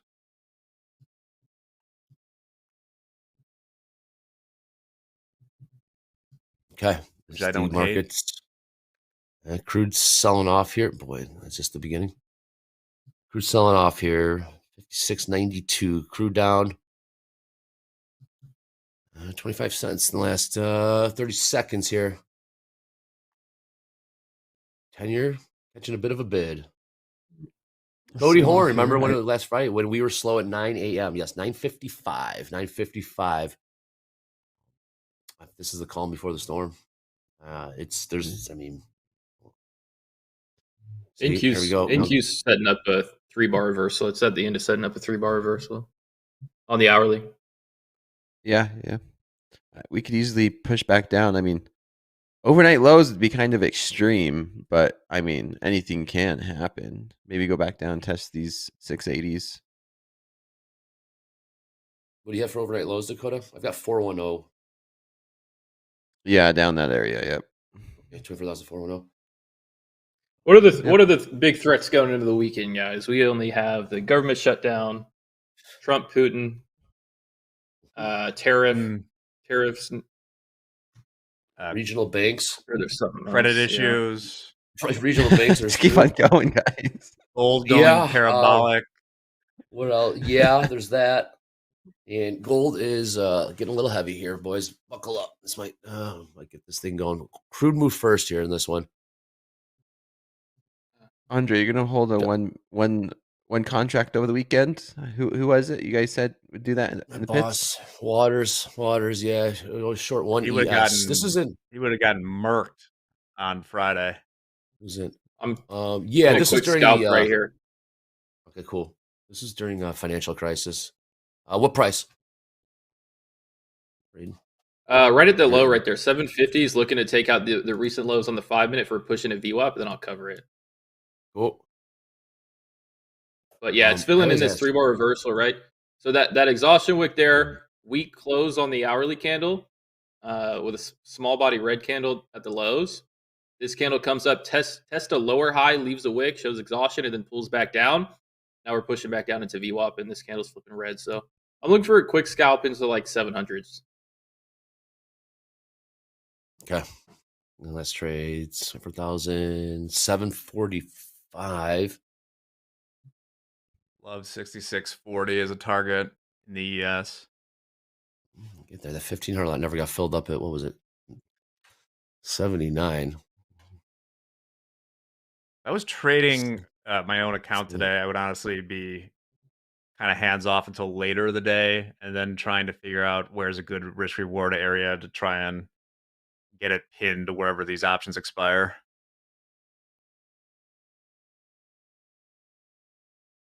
Which I said earlier, 66.38 is the target. That's right. 57%, like the above. And gold right back to 42.61. I mean, yesterday everything was kind of working in concert, Jack. 10-year goes higher price. Gold goes higher in price. Equity sell off. It was one of those trades. 14 minutes. 14 minutes till the London close. London close. Again, the Zelensky will join the President Trump at the White House beginning at 1 p.m. Central Time. We do have Museum scheduled to speak in about an hour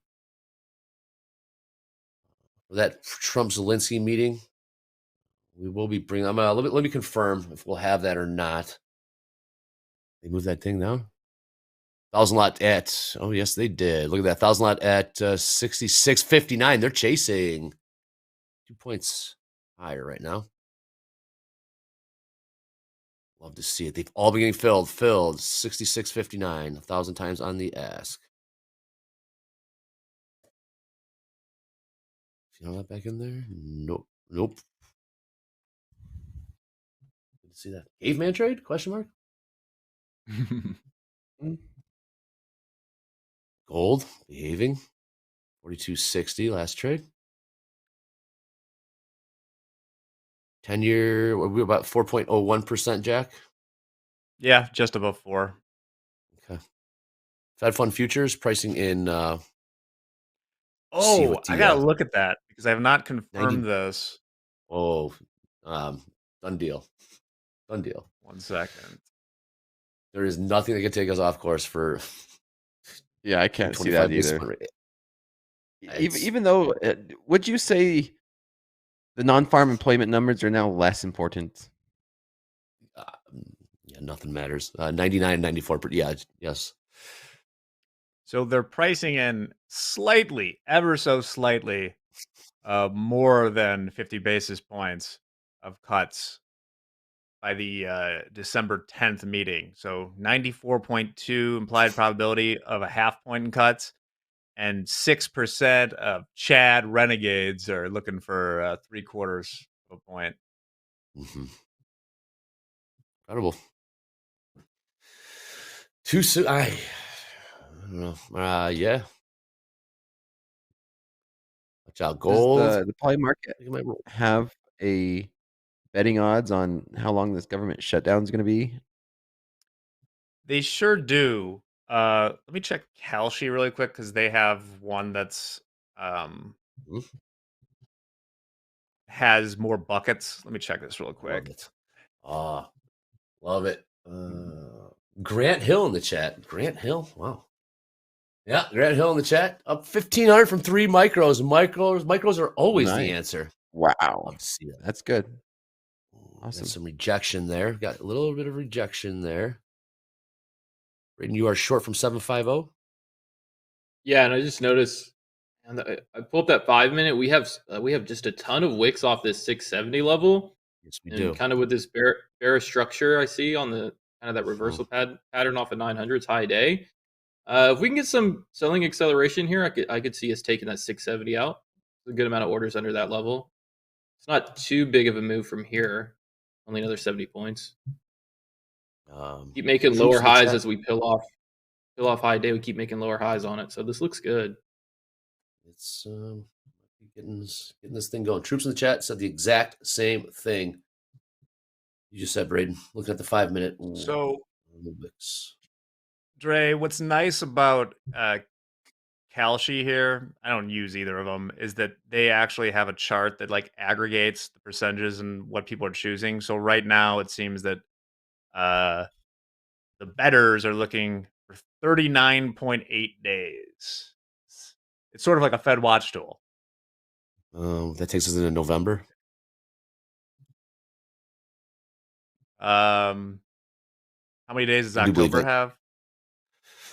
What day is it today? Right? October? Yeah, so it would be into November. Yes. Heads up on gold. Gold is continuing to push to the downside here. 42.47. Leon in the chat. Gold is dumping. Gold is dumping. I love it. Leon, passion. Absolute the best. Now 46 is trade. Gold down $20 in the last 10 minutes. We got Braden short right There's now. a 2/3 chance that it goes more than 35 days, which it notes here would be the longest shutdown on record.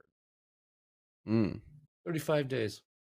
Did we confirm? Did Pal see his shadow? That's the best, man. Wow. We're starting to get starting to see some market orders hitting the ladder here in the NASDAQ. Is it the NASDAQ that's starting to push lower here?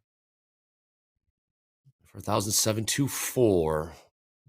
Now 7. So if we go to my charts right now, you can see put up or shut up time. This 6640 is roughly 6,600 in the SPX, and we've bounced off it, 5 times. We're closing in on Jack. Mm-hmm. We got the setup. Jack, there's some opportunity for some spreads in this cashy market. I'm looking at it, and Dakota, we're on TV right now. Dakota. Here's the thing: this is actually what Dakota and I were about to start talking about right on Friday when that tweet came out, and so we tabled it for another time. It's yes, there are, but there's transaction costs that usually make them not attractive. I did used to use Predict It back in the day when that was a thing, and there were like very obvious, there were like literal arbitrage opportunities if it weren't for the transaction costs, which makes it not an arbitrage opportunity. Okay, it makes sense because I can't see the transaction fees, but I could see there's a lot of opportunity right there in these different markets. Yeah, we got good old fashioned rock fight going on right now in the ES 66, 48, 49s, 47s.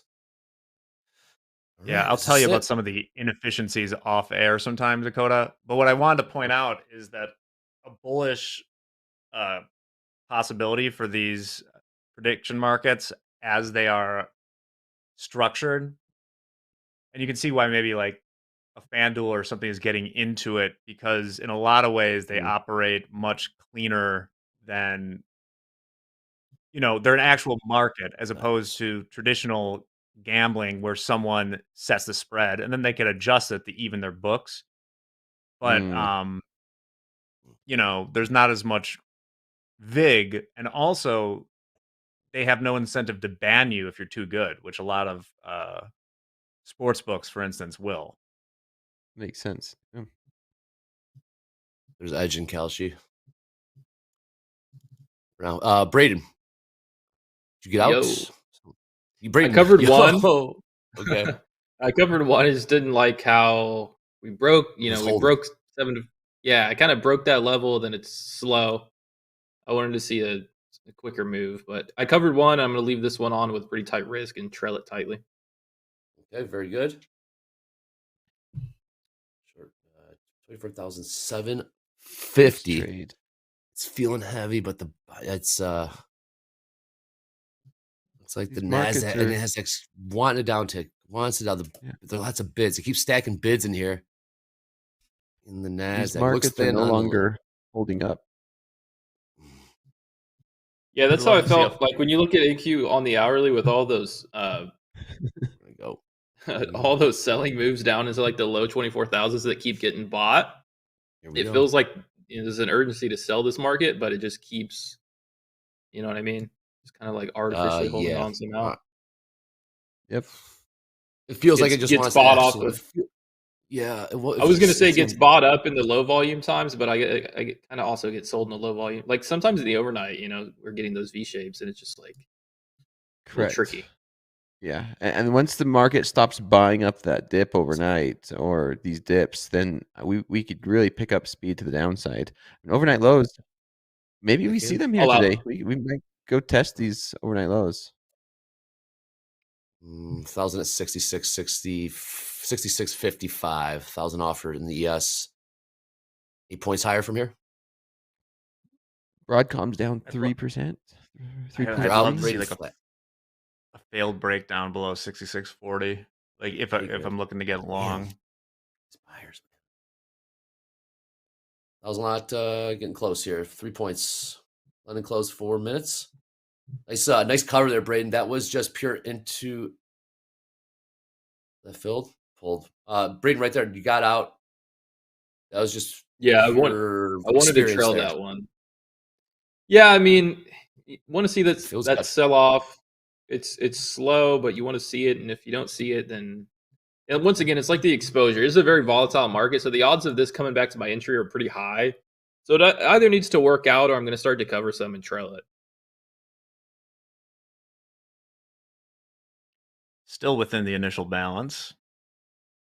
Yes, we are. And that was, boy.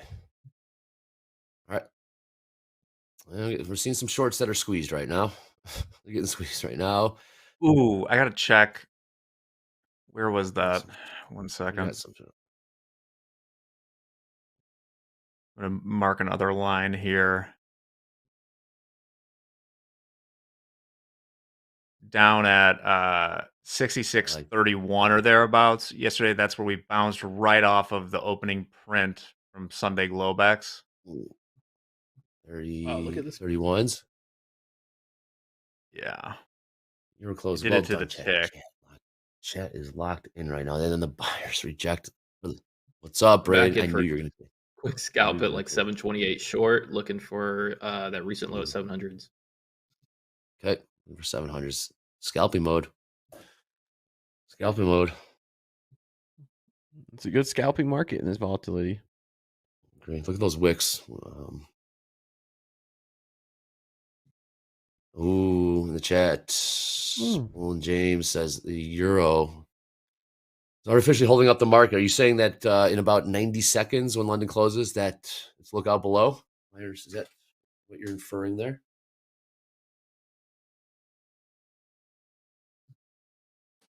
I feel that. It was 66.51.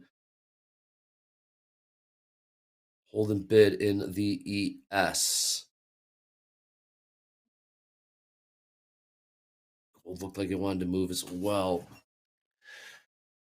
Ready to get it back in short. House Cub's been short 2 micro crude from where's that price? 07s. There it is. Yeah. Crude hasn't done much yet today. Feels like it. We'll see what happens here in 60 seconds. London will close. And then 45 minutes with Musalem. Take to the podium. This is the column before this. Everything's in a holding pattern right now. This is fascinating. 45 seconds. London close. Markets are hypnotized right now. Yes, sir.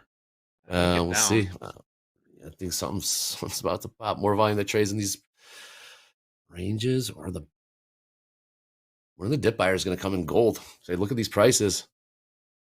This is a dip, 4,200, 4,260 discount prices to get long from.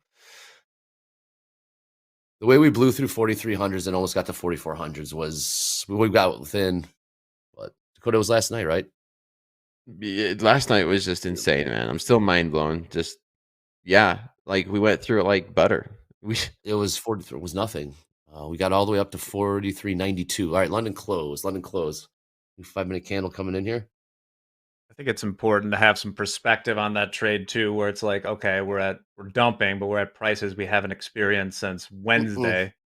And on Wednesday, we would have been saying, I can't believe how high gold is going. It's insane. Yep, that's what I said. Or the discount buyers want to get long from 42.60. At what price do you think they'll come in and want to adjust gold's? To what? Boy, I can't even think right now. The tick value, right? Because we've doubled, and if we move up or down 1%, that's going to change how many ticks. You guys know better than I do when it comes to that, where it's increments. How many increments is a tick on gold? Yeah. In terms of percentage, Well, the higher the price, the more the price has to move for a percent, right? Is that where you're going? Correct. Yeah, just the Well, I think ticks. I think we're ways off. The NASDAQ is number one on my list for that. They need to reduce. What's it called? I know there has Tick. to be a word for it. The tick increment, the tick value. I don't know. They don't have a name for the process of doing that. I'm trying to roll with you here, Dakota. Someone in the chat, help us out. Who speaks Dakota? Anyone in the chat, speak Dakota and help translate. What is, come on. We've been watching Dakota for 2 years. Tick value? Yeah, it trades in 10-cent ticks. And they do change that usually. I don't know if they, you're looking for Hogue would know better value? than I if they change that for contracts that are already out. But like the big S&P, where my old school people there definitely had way different, had way more increments. Yeah, tick value. I was overthinking Tick it. value. Okay. Yeah. Oh. overthinking it. Oh. Yeah. All right. One is closed. Who called that in the chat? Come on, chat. I'm just coming off a week-long bender here. Braden, Yeah, Dakota. With all that success in your personal account, man, are you going to take like a little reset, any type of break, or what's the plan? Yeah. So I talked about it last night during slow markets. After you make have a good winning streak, right? Like this amazing week, and happens to me before. It happens to traders all the time. Easy come, easy go. After your biggest winning day, typically you have a really bad losing day. And since I've done this a few times, I've experienced those negative, like, oh man, you're on a heater. You're trading the good. You keep going. You know, all gas, no brakes, and the next thing you know, you take this horrible loss, and you're like, I can't believe I did that. And so after this week, I size down, just reset, get back to those base hits, and get back at it, just slow and steady. Damn, really, Dolby? And are you flat, whatever positions? Yeah, I'm just completely flat everything going into this weekend, and just reset, start it as a new week next week, and start looking for some small base hits. Nothing too crazy. I took advantage of the volatility while we had it, and I'll continue to look for more opportunities in the upcoming weeks as we see this volatility continue. Excellent.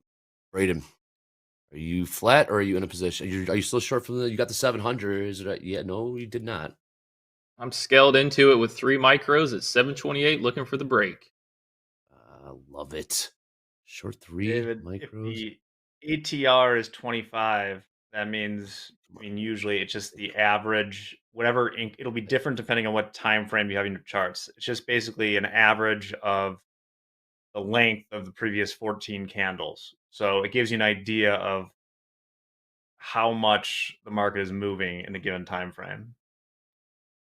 Mm-hmm. Feels like it.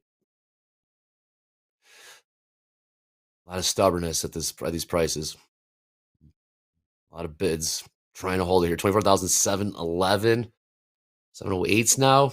How long can the buyers hold on? ES, it's really trying to hold the support 66.47, give or take a couple points. This is kind of rare, but we have, that 66.40. Let me check this real quick. That really going to test we're going to test the patience of the shorts here. I'm stopped out. I'm playing that so tight to try to get the break. Yeah, like break even. Okay. Just adding size, looking for the breakdown, and it's lollygagging. It is. How many times? What Braden's talking about here, looking at the NASDAQ, every time we get to 24,703, 709s, buyer step in, but we keep tap. Here we go. We're going to do it this time. Feels like the sellers want to. It does. Heads up on try gold. It again. Gold, yeah, it's coming. 5 micros, 711 short. Looking for it. I now. got. Wait, are you saying my position? I just jumped in. I'm short 5 micros. We have the Yes, same I'll see. vision sometimes. Dude. I'm covering on some Yeah. of it. Nice. Yeah. Yeah, I mean, whenever We I both watch got Nico to short. take these scalps, yeah, it's like very similar. Wow. Okay. Okay. Break even See if already. we- Yeah, I'm taking some profits here in these 90s. I'm going to Me hold too. rest. This could be a banger. Yeah, this could be the one. Breakthrough. Yeah, 700 lot. Is that 700 lot? NASDAQ 700 lots to the downsides. What was that there's price? a 670 level on the 5-minute. We have a ton of orders under that 680s. 670 level. Bid 700 on the bid, 780 on the bid, 24,680 in the NASDAQ. 700 lot. Wow. 680s, 680s. We got size. We got size today too. Okay, Well, Trader here we are. Link on me. Let's go, boys. We both put on 5M in Q2. That's funny. Yeah, we put on 5 micros. Same entry too. 11s. I got 711 quarter. I got 711 flat. That's crazy. Nice trade. I'm still in 2. I closed 3 off. Yep, Okay. I'm in 1. Lots going on here. Bottom of the initial balance in the ES. 6,600 in the SPX. All converging for our viewing pleasure. Great stuff, Jack. Big size on that. 780 lot filled on the bid. Right back up to 7. I'm stopped out. Thought that was the one. I thought the hammer. Well, we locked in hammer. 313 on it. I'm happy with that one. 100%. Note of Balance. Go ahead, Jack. mild interest is that I think that the max pain level for this is actually higher, which it hasn't been in quite some time from one of these expirations. What do you mean by we've that? been doing nothing but growing. The max pain is the price at which basically the most options expire worthless. Like it F's over the most people. But it makes option sellers the most happy. And because we've been grinding up since April, that level has usually been like not even like possible, like way lower. I see. In the SPX. I see. Everyone's bullish. So, and now you're But saying today, it's higher? Yeah, because we've sold off sizably, and with the VIX going up, a lot of people were buying the puts. I see. Okay, good stuff. So they want to run That's right, away. VIX is at what, 25? Let's see.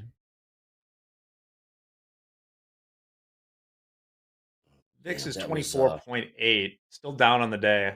Once again, I would be interested in seeing a down day with a downed VIX. Heads up. 10-year starting to creep up higher.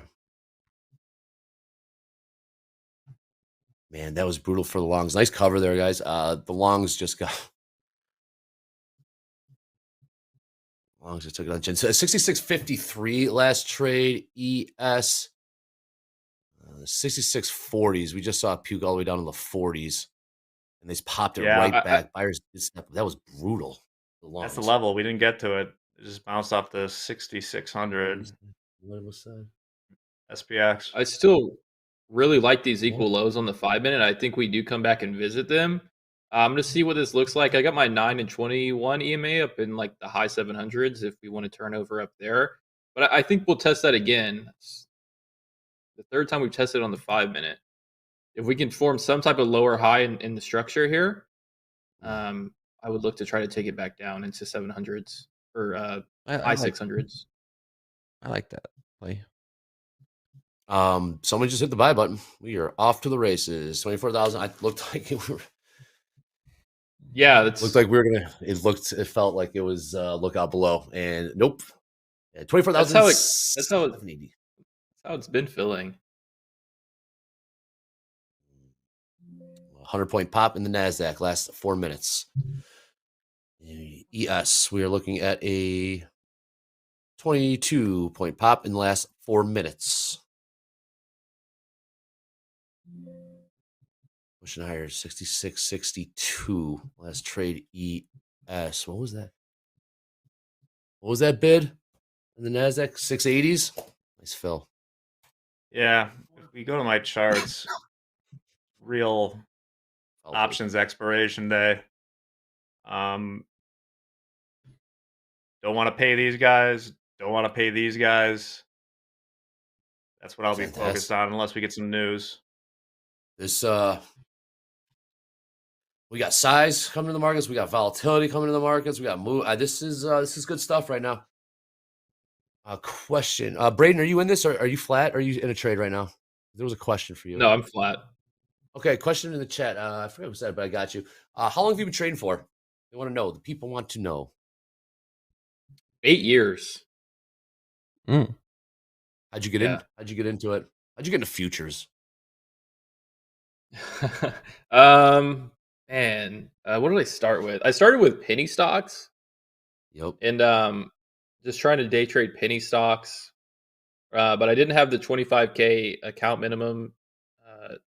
So I was flagged as a pattern day trader often. So I actually used some type of, it wasn't a broker, but it was some type of like website that they like held shares of certain penny stocks, and then you would pay like way higher commissions to be able to just like, turn over a lot of trades in a day and not get flagged as a PDT. I don't know exactly how that worked, but no success there.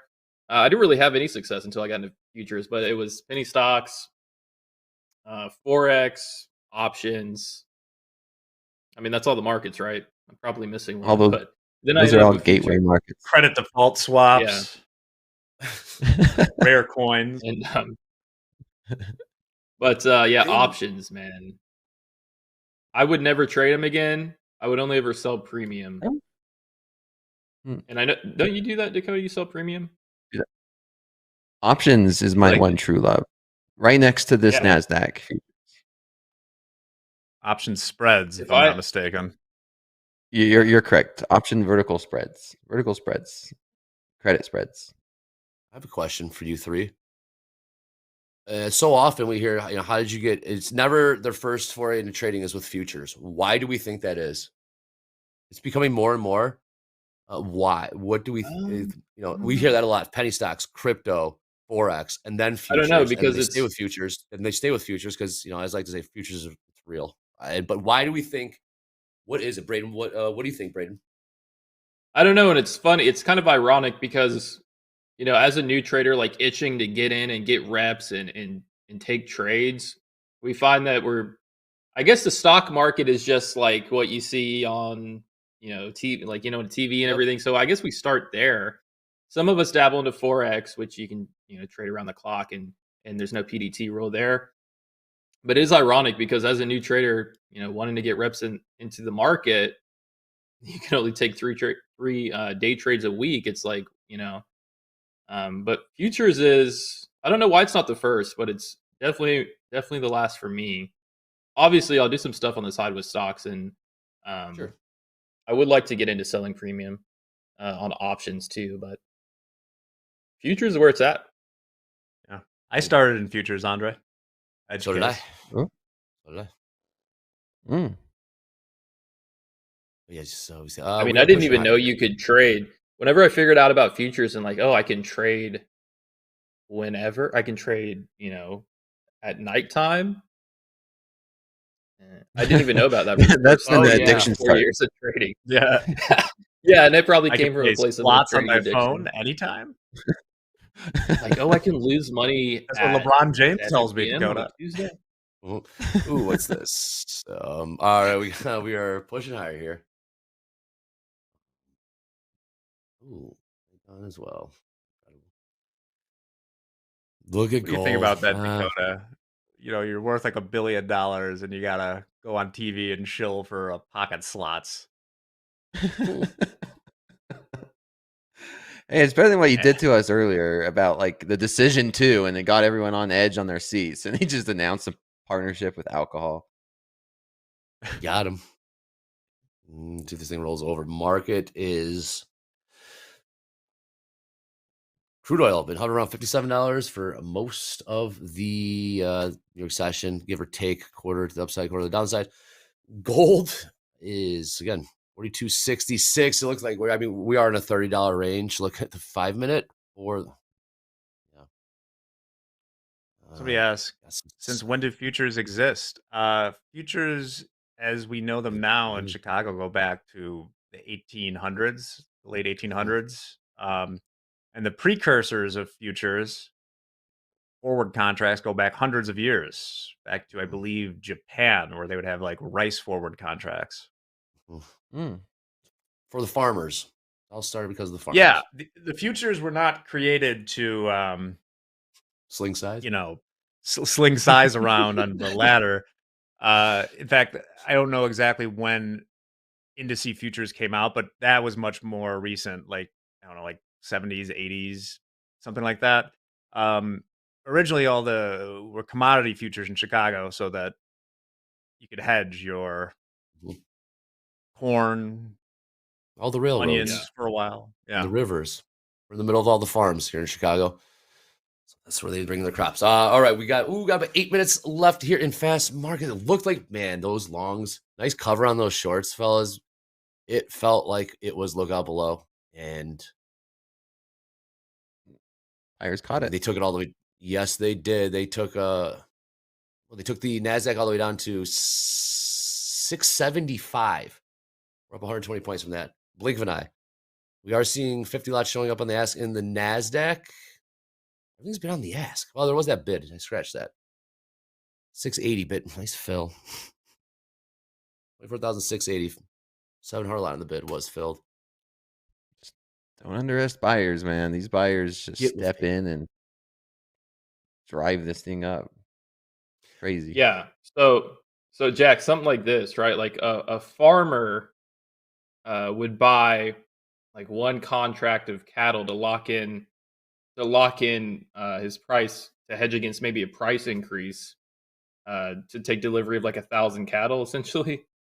Well, they generally, the producers generally sell, so you can like lock in the price, and then the buyers would be folks that are like later taking it, right?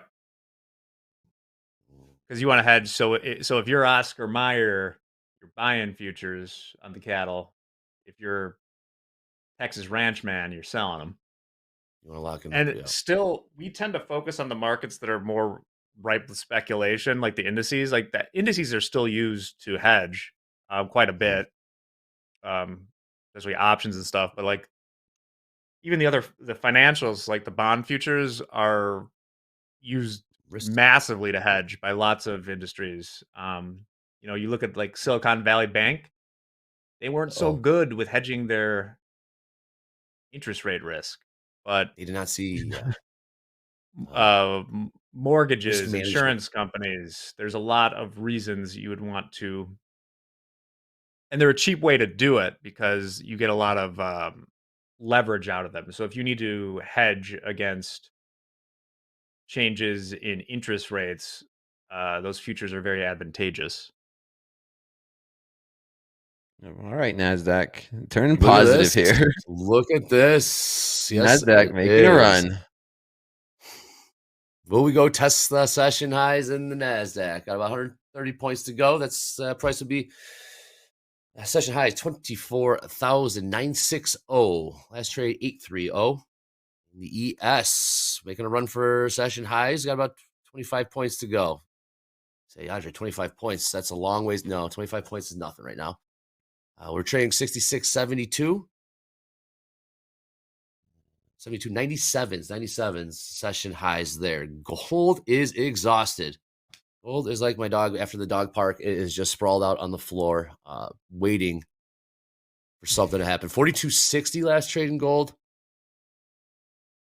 Maybe their heads are spinning right now. About 5 minutes here. Dakota, we call this price action the F your calls, F your puts. Especially if we just to come back, ended at settlement. You're done. We go. I'm gonna try one little trade here long before we end fast markets. Looking for maybe a potential pushback above 900s. I'm long 24,823. Just one. 823s. 823. 7 trades. Pull up the ladder here. All right, don't forget we have a morning recap coming up after this. It's also we got more recap coming up with JD and Jack. You guys been crushing it this week. Hope will be back on Monday, by the way. We will also have the VIP lounge with Hoop and Jay and Andrew B. I rolled off the tongue nicely there. Then we got shoulder tap, Jack and Aaron. Make sure you stay tuned for that. Group coaching, JD, Vince, Hoop, with Topstep, Jack, John London, and JD. And the reversal challenge, Manfred. Will be Manfred, Chad, and VWAP George. Gabe as well. And to close out the week, we got at the buzzer, Coach Jay, Coach Paul. It's Friday, and buckle up here. Braden with the late long from 823. Dakota, is that it? I think That that's it for your week. I think this is it. Yeah, I'm gonna go ahead and lock myself out. Okay. Plus 880. Yeah, same. And same. Possible head and shoulders forming here in the ES. Call her a week. Call it Not a week. Bad week, Dakota. Not a bad week indeed. Not a bad year. Not a bad year. Braden, good to have you back. I must say, you came back from Disney. You were fresh. You brought the energy, man. It was awesome. That trade yesterday was absolutely fantastic. How long did that trade last? You got in it was overnight into the morning. A bit, like 14 hours, I think. Incredible. Great stuff. MBT. What was your quote, by the way? I know nothing about it. I'm just a trader. What was that quote? Yeah, I know nothing about Bitcoin, but I like to just set a up. trader. I love that. Chart. A chart is a chart is a chart. All right, take a look at these prices. Did you get stopped out there? Yeah, I went break even. I'm just trying to, try to catch one. I'm really gonna break even quick, and so, but yeah, stopped out. Okay, and then I locked out Jack, with Dakota. Great job, fantastic stuff, fellas. Jack, one more time, what the price is that you're looking for you like the 40s? For the record, and this could be dated and sometimes like hard to figure out exactly, but I think this morning the max pain was up around right here, like 66.80. Right there. Big level. I mean, you can see them. You don't have to know options. Just look at the chart. 66.40. Damn.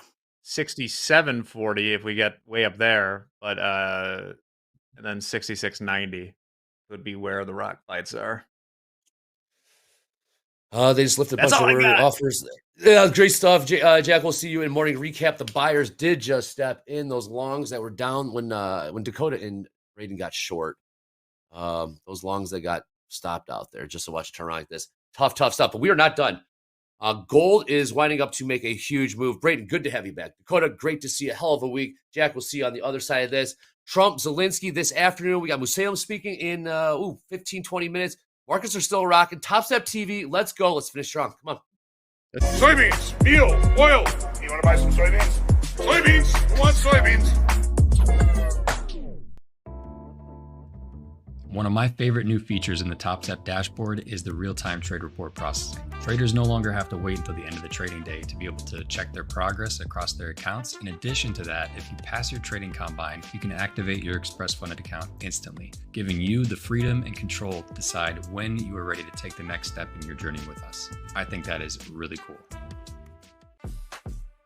First reason why Topstep makes you a better trader is we have a support system and community here. You got to have that, or it is a lonely journey by yourself. 2, because we are helping you improve, building things for you within the trading platform itself that helps you become a better trader. 3, simplicity of payout policies, simplicity of the program. 4 would be the resources we have, the funding we have, and all that just makes great things here at Topstep.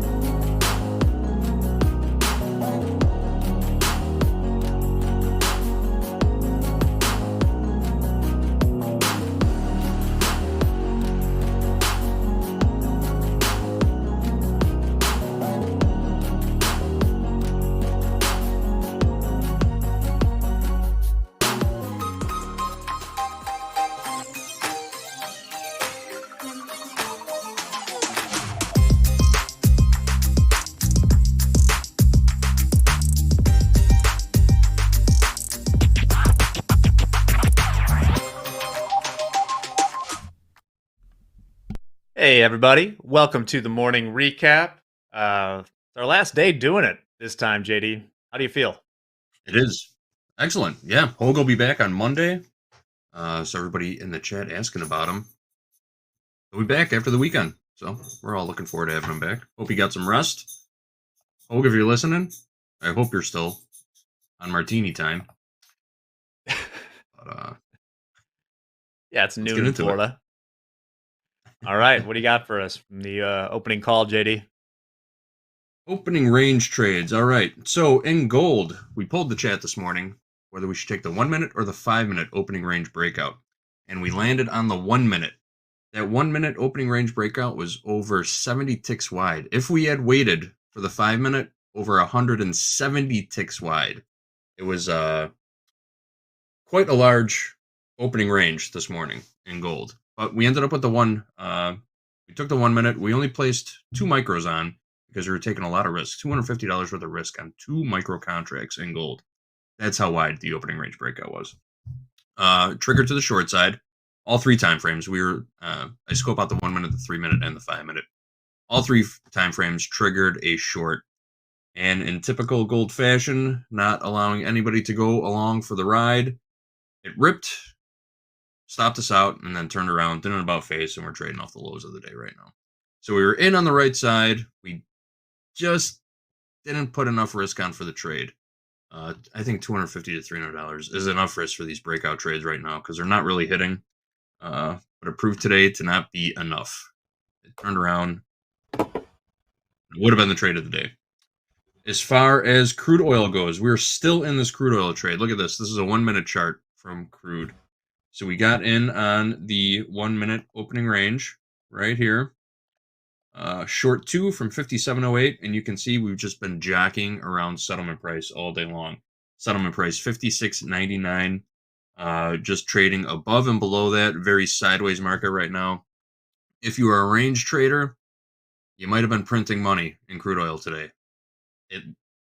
Looking at this chart, it just looks so easy, doesn't it? Yeah. So that's it. We're still in this trade. We're a couple ticks in it right now. Nothing really to write home about just yet, but we'll see if we get some follow through to the downside. That's about it for the opening range trades. How'd it go in fast markets, Jack? Dakota had a good one, actually. We all know, if you've watched this show, Dakota loves to look for reversal patterns and take shorts. And speaking of trades of the day, I mean, didn't hold for the whole time, but took, I forget if it was 3 or 5 micro and Q up right around the highs here. And I believe pulled them off. At least for the runner, he took 100 points out of it. Of course, it went further down. Jacob got long and got stopped out somewhere in this area here. That's okay. Can't hit everyone. Then Dakota and Braden were both looking for breakouts to the short side down in this area. And I think Braden won one, lost one in the shorts, and then had like a little scalp winner to the long side right at the end of fast markets. Important thing, they both went into it saying they were essentially scalping, see money, take money on the breakouts. And it worked. I think Dakota finished up about $750 trading just. It's a good day. I think 5 NQ is the most he had on that I saw. Right now, we are, of course, pumping back to the other side. Let me check my ES levels real quick. All right. Range possibly developing here, too. We're still completely within the initial balance established from the first hour of trading. Now we're testing the high side of it. Things could get interesting above 90s. We have 180 lot there on the offer in the ES. We'll see. This is an exciting setup for the next hour, JD, because we're pushing towards those highs, and we'll be there to trade it. In fact, today, 11 o'clock, we got Andrew B, Coach J, Hoop in the house for the VIP lounge, which is coming up next. JD, any final thoughts on today? No, we got group coaching coming up in about an hour, too. We're going to pin a form to the chat. If you got a question for me, Vince, or Hoop, go ahead and grab that form and ask the question. Big shout out to Peter Shapp in the chat. He says hello, our old friend. We had Hey, met Peter. Peter at the trader meetup. Had a nice conversation with him. What's up, Peter? He comes from a family full of traders now too. All right, that's all I got. I'll continue to monitor this crude oil trade. We're about to scratch on it again still. Well, we'll see what happens with it. We got our risk, and we're only All risking right. about $50 on it. So that's it. $50. All right, we'll see if that works out. You guys out there, stick around. We'll be back right after this quick break. This is Topstep TV. Let's go.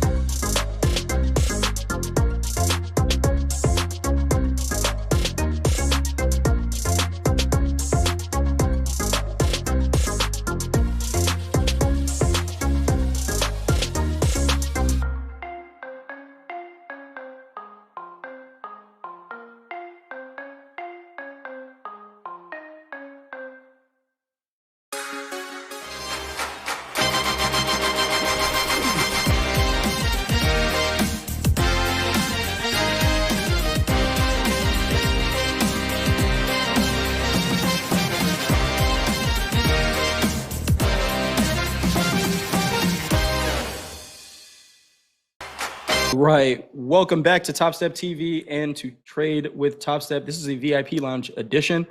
We got Coach Hoop here, VIP coach of the Pit Raiders. You guys know me. I'm Jay. And in the middle, we got a VIP alumni, VIP Season 2, I believe, Andrew B. of the Pit Raiders. We're talking in the green room, still trading in that same VIP account from December of last year. Andrew, welcome to the show. How are you doing today? I'm doing great, Jay. How are you doing? Doing all right, man. Doing all right. It's Friday. It's been a week, right? This week has felt like a month, but it has been some great trading opportunity. Nice locked up P&L on a Friday going into the weekend, so I cannot complain at all. Perfect. I cannot complain. Coach Hoop, how you doing? First time on air today, Coach Hoop. What's going on? You just got off a phone call in the green room. Yeah, I got a cattle guy, Jay. So, the fundamentals that if anybody saw the cattle, it ripped open up lower this morning. And believe it or not, I can honestly say in 30 plus years that a Trump tweet affected the cattle market, and it did. So they're talking about opening up supply to get the prices down on cattle. So, yeah. And once again, I think news and price structure, is it the chicken or the egg, right, Jay? Always, is it right? Is it the news, or is it technically like with gold? Are we just overdone? I think we like to use one or the other, but today it's been volatility is king, and I think Andrew, we talked about this a lot. It's just I know people get tired of like when volatility kicks in, the sizing down and how beautiful micros are. The only thing that stinks, as we talked about in the green room, is there's no micro cattle. So it's a very expensive movement for a combine. That's the only downside. Yep. We got cattle down 2.3% right now. I asked Andrew in the green room, does he trade cattle? He was on Coach Hoop's team. He's like, nope, can't do it. Not for me. Andrew, a NASDAQ trader, right? Micro NASDAQ trader. So let's check in on the micro NASDAQ. NASDAQ trading 24,925 right now. The S&P 6690. Gold sold off just a little bit. Well, a lot of it if you are looking from last night. But 42.48 last trade in gold. 57.14, 57.15 in crude oil. Andrew, how are you looking at the markets right now? I know you said no trades so far today, but anything you're seeing for potential opportunities, or just kind of letting these markets play out? So generally on Fridays, it's capital preservation Friday. So I normally don't like to trade once that fast market time period's done, especially on a Friday like OPEX with all the options. However, there's volatility, so there's opportunity. It's been a wild day today. I'm interested to see what happens at the IB high. I looked at the IB high and low, and we respected that, right? So we bounced right off the IB low. It's where we're at right now. I'd like to see if we stay in range and we break out. There's no failed upside or downside auction today because we've stayed within the IB range. So I don't know. We'll see as we get close to the IB highs at a good, cheap in the sense of it won't cost you much at all in risk. You can be pretty tight on it short, because if you're going to be wrong, you won't be wrong pretty quick. And you can do that up there. Maybe. We'll see. I'm not entirely sure yet. Good stuff. That initial balance high that Andrew is talking about is the high of the session so far in the NASDAQ today. Initial balance is that first hour of trade once the market opens up. 24,960.75 is that initial balance high in the NASDAQ. We've seen price trade up here, but we also saw a little earlier up in this area on the S&P especially. There was a ton of size selling here. A bunch of 1,000 lots popped up on the offer. Some of them did get filled, but eventually the market said, hey, you know what? We've had enough. And we saw a little bit of a sell-off. Are we seeing a range-bound market today? Is there a headline that's going to come out to potentially move these markets around? We will wait to see here.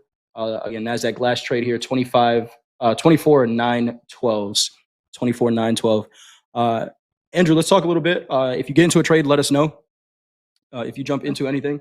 But you've been in that VIP account for a little while. Production team let me know that you took a payout recently from that VIP account. Let's talk a little bit. First, congratulations again on putting some money in your bank account. That's truly where real profits are realized, right? It's not real until it hits your bank account. So congrats on doing that. How has trading been since taking that payout? I know you said you had a little bit of a rough day yesterday.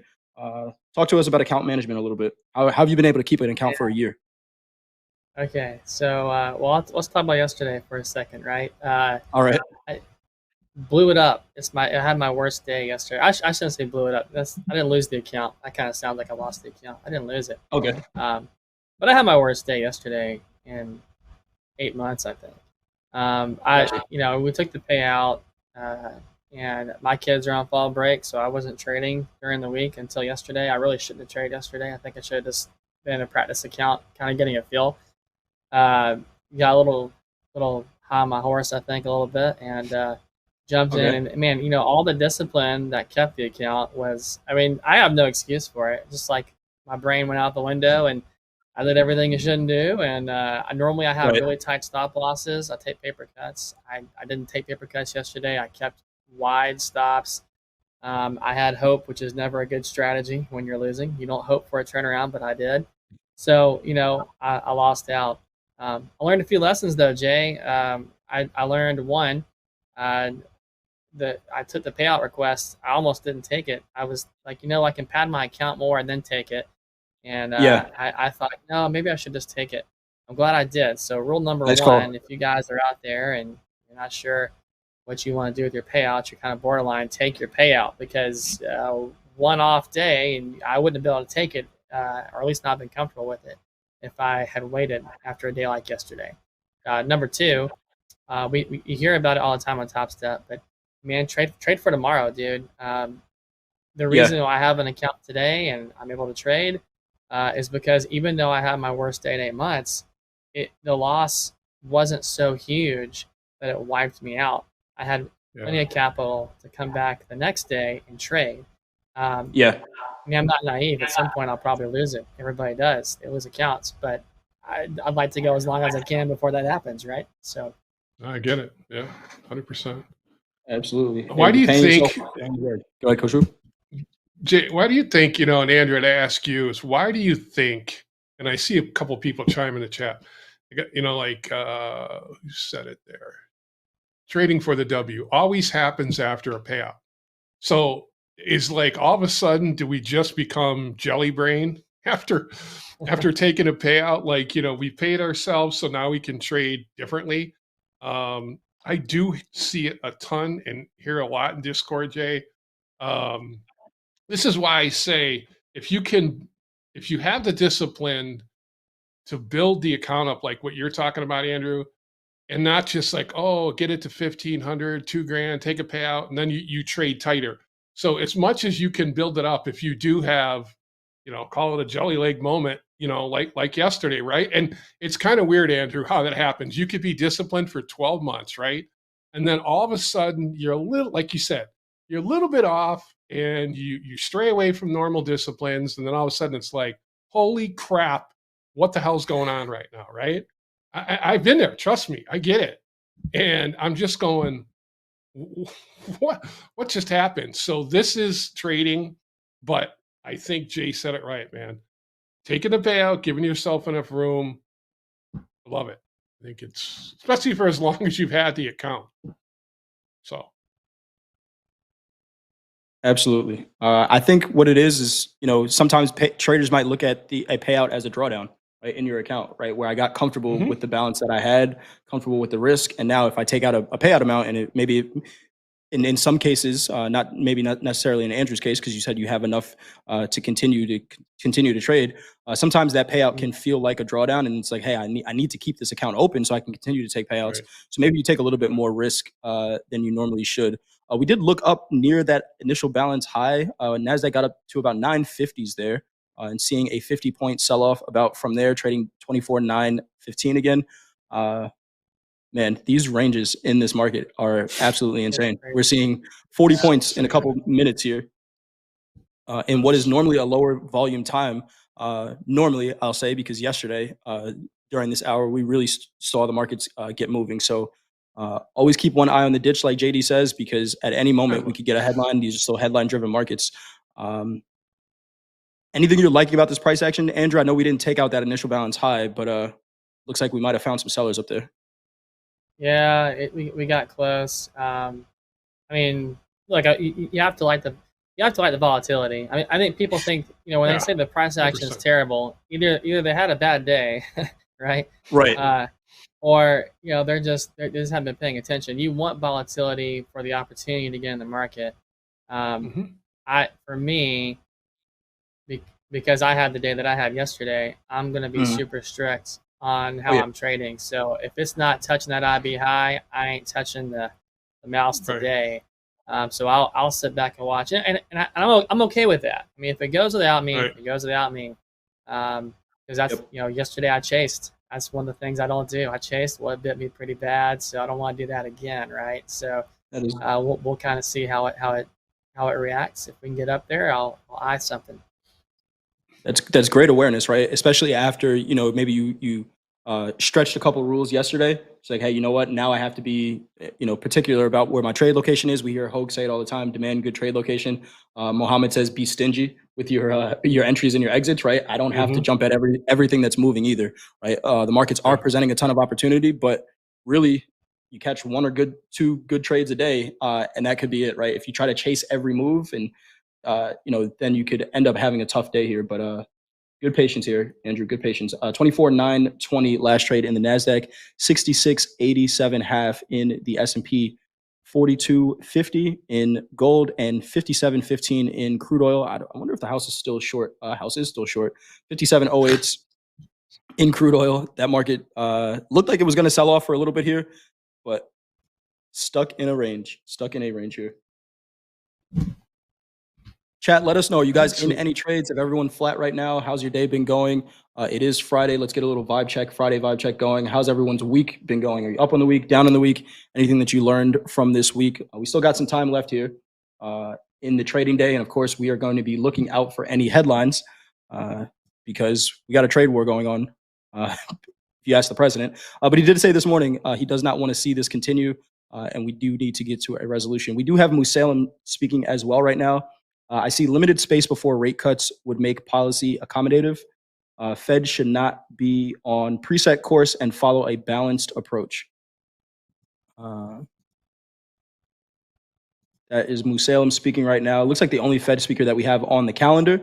And I say on the calendar because you never know when something else might pop up there.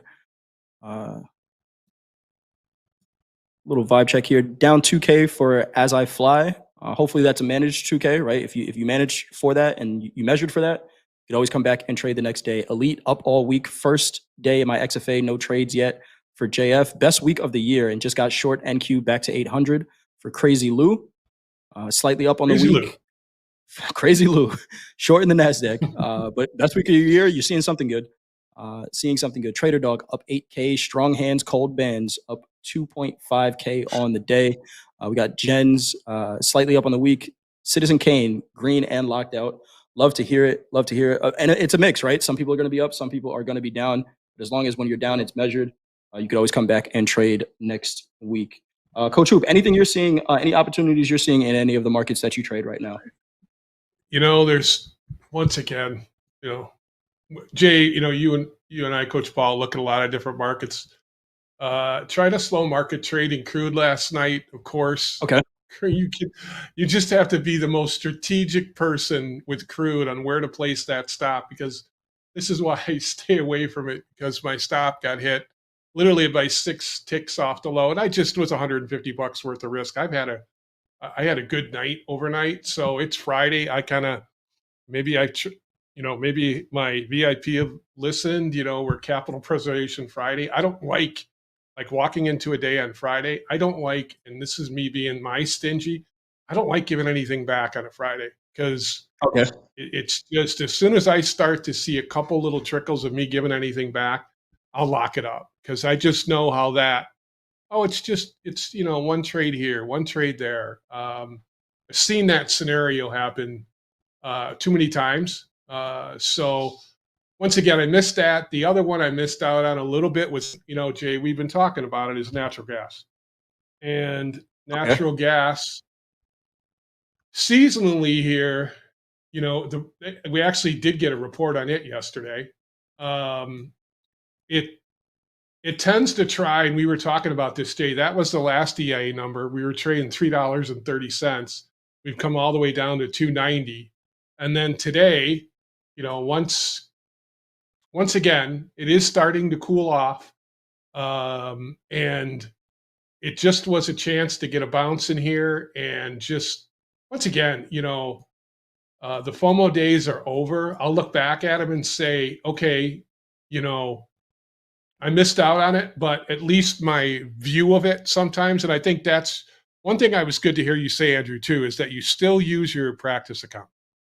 And I know it's not sexy to traders because I'm not risking any capital, but I think it takes a little bit of the angst out, man, when you see something, if you take it and it gets confirmed in a practice, so what, you don't make any money on it. At least the way you were looking at the market and, you know, what your strategy was, you know, I think it gives you a little bit of just relax in terms of, hey, you know, I saw it right. Yeah, I should have probably taken the trade, but I'm okay. I'm still seeing the market pretty good. Right. So that's how I kind of look at those two trades right there. Because Jay, you and I were talking about it like the other day in an opening call, like $56 in that area was kind of the bottom of the range with crude. So once again, this business is all about managing risk. So Absolutely. And trust me, it takes me a lot to get in a stupid crude trade. So I did call it stupid, Jay, too. We are potentially seeing the markets getting ready to take out these initial balance highs, make new highs on the session. 24,960.75 is the high in the NASDAQ. Seeing a 50 lot here at 24,953. Let's see if we go take that out. Took out a partial, traded 17 of those contracts there, and the market rejecting. Again, we saw some size up here earlier in the S&P. NASDAQ trading 24,943. S&P is 66.91.5. Gold continuing to sell a little bit here. Maybe going to make another low of the day in gold. We are trading 42.37.40, and gold is off of its all-time high. Made a new all-time high last night, 43.92, and we are down $150 from that high. It's an insane market. Yeah, who sold the high up there in gold? We have also, for our At the Buzzer viewers, what's that white line on my charts? 200 moving average on the 30-minute chart down at 42.20.20. Let's see if that is where gold wants to go. We haven't traded that 200 moving average in a couple of days now, but it looks like a nice target to the downside here, 42.20.20, if gold wants to continue to sell. Musalem still with some comments here. Tariffs will work through economy into middle of next year. To the middle of next year, right? So we're already seeing some prices increasing. Tariffs will work through the economy into the middle of next year. Tariff impacts are still flowing into the economy. It's premature what to say comes with FOMC meetings after October. We know there's a Fed meeting coming up. I believe it's 11 days from now, where it's expected that we're going to get a 25 basis point cut. But after the October meeting, it's premature to say what comes. We are in a particularly uncertain moment. I don't make decisions on one data point amid broader shutdown. So these are all coming from Musalem right now. Purchasing power is still an issue for many Americans. So getting comments out of the Fed Musalem right now. Markets looking like they want to push these highs of the day in the equities. Let's see what happens here. Andrew, you were saying you embrace this volatility, right? Every once in a while, you know, we hear traders just like, man, this is what we wait for, right? This is exactly what we're. Have you always been that way? Did you have to do any adjusting in your process to trading markets that move this way?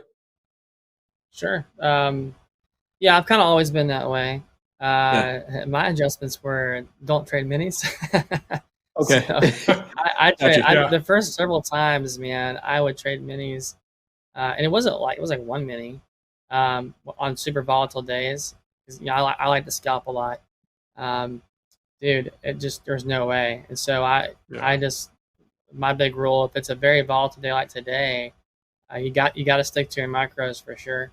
You know, and I think scalping it just fits me. I know some guys will stay in trades all day long. I can't do it. So I like to get in. I kind of like to get out. And I really. What's a scalp look like for you, Andrew? Right? Like how much? How many points is a scalp for you? Just curiosity. Man, so if you're scalping in a mini, it's no more than 10. Yeah. I'm looking at 10. close to 10 points. Figured. And a micro, it's a little bit different. I mean, you can go 20 points on a scalp, right? I mean, micros, you got a little bit of room to run. So, yeah, we're getting close to this IB high here. I kind of want to see if the price action finds resistance or if we break out of this thing. It is creeping up there. I did see real quick, Andrew. I did see a 200 lot that stepped in on the bid right under the market in the NASDAQ, right around 24,947. That got filled instantly. And we're seeing some follow through buying, just taking out this initial balance high here. Top. Yeah, there's some big under the market here. Yeah. Let's see if they get any follow through. We just took out that IB high by a couple of ticks, made a new high on the day in the NASDAQ, 24,966. So what we do here? Gold making new lows on the day as well. Everybody's green right now. And NASDAQ continue to push highs here. 24,972, half new high a day in the NASDAQ. S&Ps haven't taken out that high of the day yet, but 66.95 last trade here. There is about 250 contracts offered at 6,700 evens in the S&P. Nice push here. So first part of your trade idea here, Andrew, confirmed, right? We took out that initial balance high. Took out the high. Now, is this high support or resistance? What's it going to be? Got you. I'll come in. I'll give up trade location a little bit for it. Confirmation, absolutely. And I like that idea because if it's going to fail, there's so much room to the downside that you don't have to try to call this high if you're going to take this short, right? No. Whether you go short or long, this is right. You're good either way, right here. Right. You can be tight. There is a ton of room. What's gold doing? Gold is making a new low of the session, 42.23. New low of the day in gold. Last trade here, 42.30. 42.30. So about a $7 bounce. Again, these ranges in gold are pretty crazy. $7 bounce off that low of the day. That's happening in about 30 seconds or so here. That 20 area might have been a good area in gold, Jay, just to limit risk there, right? I mean, I know it's volatile as hell, but even on one micro, I had something sitting there at 26 and it's running away from it, but I might get a shot at it. Yeah. Maybe a falling knife, but at least I can manage the risk. We didn't get there yet on that 200 moving average. No, not a touch of it, and we might not, right? But 42.23 new lows. All right. NASDAQ falling back inside of this initial balance now. Give it some time here. No need to rush into a trade. Like Andrew said, I could sacrifice trade location for confirmation of a failure. That's the first look above the initial balance high in the NASDAQ today. I want to point out something that Courtney, shout out to Courtney in the chat. Love the way Courtney views the markets, reading the volume in the S&P and not so much in the NASDAQ, but in the S&P, we had a VWAP from the all-time high. That is sitting at 66.86 half right now. It's been a resistance so far today. Once we rejected off of it, let's see if we use this as a support now. See what happens here in these markets. 24,942 last trade in the NASDAQ now.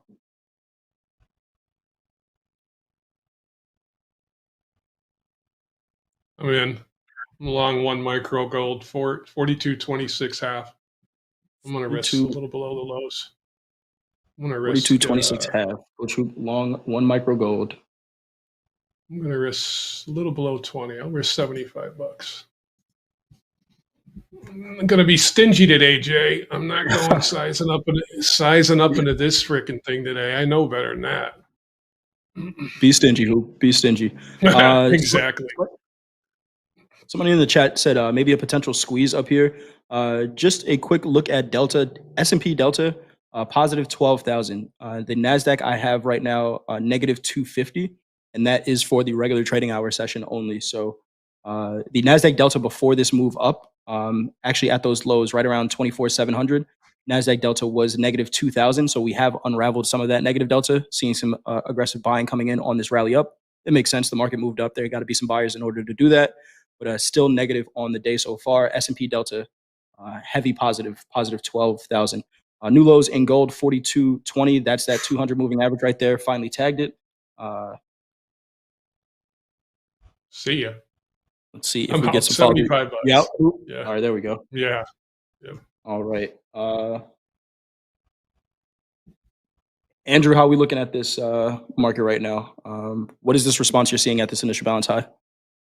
So we peaked above the IB high, came back down. We're struggling.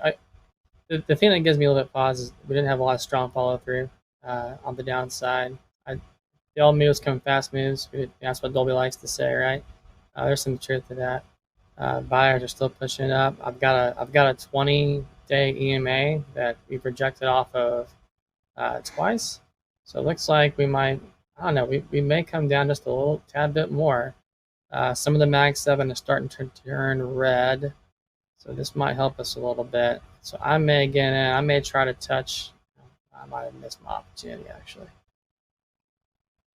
I was going to see if we have one more touch in that EMA. I might jump in, but I might have missed my shot. And if I did, that's okay.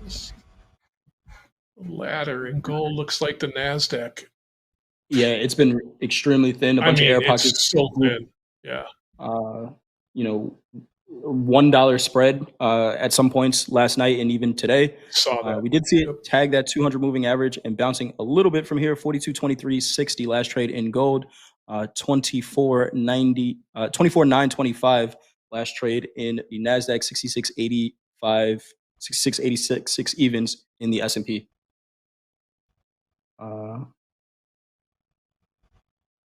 Right here, Andrew, if you'd let us get into anything, let us know. But again, no need to force any trades. Capital preservation over everything right now. Shout out to whoever called out platinum. Platinum this morning. Platinum was down 5% while we were doing the opening call. Now down 7%. Biggest percentage mover to the downside. A huge move in platinum today. Hopefully, if you called that out this morning for us during the opening call, you took part of that move. Silver's down almost 6%. Yeah, almost. big moving, big moves. Wow. Yeah, big moves in a lot of these markets. Like Hogue would say, this is good though. If you're a bull, you got to get some pullbacks to sustain it. Oh yeah. Absolutely. Need a pullback in order to go higher. I think that's what gold is doing right now, to be honest. I find it hard to believe that this gold rally is over. It looked like it was going to be over a couple days ago, right? October 9th, we had that huge sell-off, and we bounced right back up from it. So this range in gold today, it is extensive to the downside. Highest volume daily candle we've had. Highest volume daily candle we've had all year in gold today, and the day's not even over yet. So this is going to be a significant candle to watch, but again, we had a very similar candle October 9th. We held that low and we are up 10% from that point. So, map this out. I'm not going to be the first one to say that the gold rally is over. I know that. No. You start taking out some weekly structure or something like that, then you can talk about it. But one day is, as traders, we have to be able to clean that slate, walking into each day. So. It is a pullback. Back up at this initial balance high here. I like the patience, Andrew. I like the patience. Yep.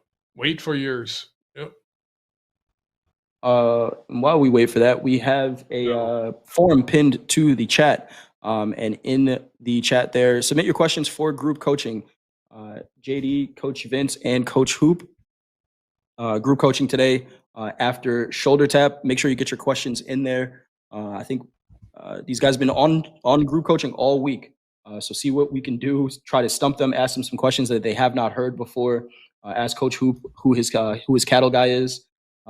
Get your questions in there for group coaching. Again, coming up after shoulder tap. Yeah. Oh, Jay. Right. Oh, look at that nice graphic. Look at that. With the coach's whistles, gold whistle. That gold whistle got to be pretty expensive. Yeah, that's got to be pretty expensive, that gold whistle. Might need to melt that down. Costco sell those? Right. Maybe Costco sells a gold whistle. That'd be cool as hell. Right. Might need to melt that down and save it for an investment. All right. 24.939 last trade here in the NASDAQ. What are we seeing, Andrew? Well, I definitely missed my entry. on that IB high there. That retest of it was a good shot to get in. So that was on me. I missed it. So I It's will all just good, wait hey, and see man. what happens here next. There's Sorry, I always was another kind one. of zoned in, waiting on it. Oh yeah. Oh, yeah. you know, I mean, you're right. I saw you locked in there. So you're looking at a 1,000 tick chart right here. Do you Yeah, I get like down the to price 1,000? action movements. Got you. Okay. Like the price Let me action, ask a question. Hey, Coach Hoop, can you talk about your daily loss limit and profit? Thanks. Jay, this is always, I think, hard for Hogan I to try and, Michael and MP, we talk about, how leveraged our world was. So becoming a screen trader for me, the discipline of being under leverage, which is so cool because I know Andrew knows I've shared some pretty over leveraged stories of different traders that I've traded with, risk as what that was like versus now. So I've really taken a lot of guidance. Coach Paul's my guy. We've known each other a long time, and I know I love watching you, Jay, you and him wrap it up at the end of the day. But he's very good at talking about a budget, what your percentages should you risk, and I think it's sometimes in my career I would tend to be when I was on the floor I'd be loose with it. What's your pain? I use much more generic terms. What's my pain threshold? How much is enough? Now you have risk settings on your platform that say, okay, if I lose more than $750 in a day, I'm done and I need to live with it and accept it. The biggest one for me, Andrew, and I think I shared this with you guys, is the quantity of trades. Because I'm a scalper and and we used to talk about this, right? We sit there and say, oh, I just take a scalp here and I take a scalp here. And I always used to know when I hit that, certain quantity level, coach is starting to get and not necessarily taking the right strategy, but just taking a trade to take a trade. So I use the trade quantity a lot for me as a risk setting, but typically I kind of follow along with Coach Paul. I might go a little bit more than I would probably say most people at 10%, 10 to 12. I'm probably go 15, but it's a lot better constraint for me on a day than what I did earlier in my career. So use the risk settings in the platform. I mean, Andrew, is that like we've seen that with guys like Annie Up and traders early on that, the risk settings in there are, the things that can keep you from blowing a day, right? Absolutely. Yeah. I mean, that's part of how I said yesterday. I broke all my rules. That was one of my rules, Coach. I didn't have my risk settings where I should have had them. I do the trailing daily loss limit from your profit, and that's part of why I've been able to keep the account because it saves me a little bit. Yeah. Definitely use those. I didn't do it yesterday. I paid a price for it. So. Andrew, I got to say, I do like, I love the patience on waiting for this initial balance to break. I know you didn't get into the trade, but this is one of those ones where, like Coach Hoop was saying, the read is right. So, maybe the next time you take it, but a nice read here. We looked above that initial balance high. We failed and we are trading right back through it. So here's what I like to do, right? When I feel like I missed a trade location, where's your target? Where would your target be if you took that trade? So if I had taken the trade, I'm probably looking. I would have been right around 24.62, 60. I would have been looking probably those 930s for a profit target. Got you. So it would have been a 20-30 point, which for micros that's a decent little scalp right there, So it would have been something like that. Little base hit, love it. Yeah, the base hits, yeah. That's a good mentality to have, for sure. It kind of changed a lot of things for me. I've been on here before and talked about I was 500 away from losing the account. I switched the mentality to get base hits. It was a big, long grind to get back, but it worked, right? So I got to be hands off, period, right now because I'm frustrated. So that means I'll hit the button, and I don't want to do that. So the read was right. Well, call the trade out, but It's you the didn't take market it. So state. that's on me, Yeah. man. So Different market states call for it too, right, guys? I mean, and it's the summer and, the ranges are compressed. It's one thing, but when we're bouncing around like we are now, a couple micros, you hit 3 or 4 base hits, you're up $400 or $500 in a day, move on to the next, right? So they all add Absolutely. up, Coach. I mean, Yeah, I've had 100%. days where I locked out with $30 just because I didn't like. I was fortunate, and I didn't like the market. And you can say that $30 is nothing, but there's somebody out there who wishes they locked up with $30. So I kind of look at it that way. Yep, 100%. Seeing some selling coming in here into the equities now. 24,899, 897 last trade in the NASDAQ. S&P 6677. Crazy Lou. Look at the Called out ES that short. pullback. Crazy Lou. Crazy Gold Lou. making new lows. 42.1790 last trade here in gold. Again, that was the first look above that initial balance high in the NASDAQ all day. The S&P did not look outside of that initial balance. It is OPEX options expiration day as well. So not too surprised to see much of a range-bound market right now. But yeah, NASDAQ falling back into this range. If you are... So I would have to ask Hogue on this, right? Hogue is the initial balance expert, where he says if we have a failed auction, right, and this would be a failed upside auction in this case, the target could be the other side of the initial balance, new lows gold here. I'm looking at 50% of the initial balance here at 24,817. That's right around where VWAP is for the New York session as well. So I'm curious, right? And Andrew, that's why I was asking that question, right? If you didn't get that trade, you're looking for 20 points. So, hey, you got 40 points at that point, so you can't chase this. But if somebody was looking for 100 points and you feel like you missed trade location, I think sometimes there's a case for maybe scaling down and, getting into the trade if you think there's more room, right? The bad part about that is you sacrifice some of the trade location. But if I think there's 100 points available and I didn't catch the exact high, there might be an opportunity for me to get into the trade if it still presents itself. But for right now, no trade is a good trade. Looking for that 20 points. The NASDAQ is going to present another 20 points to you if you want it. And if not, it's all right. No trade day.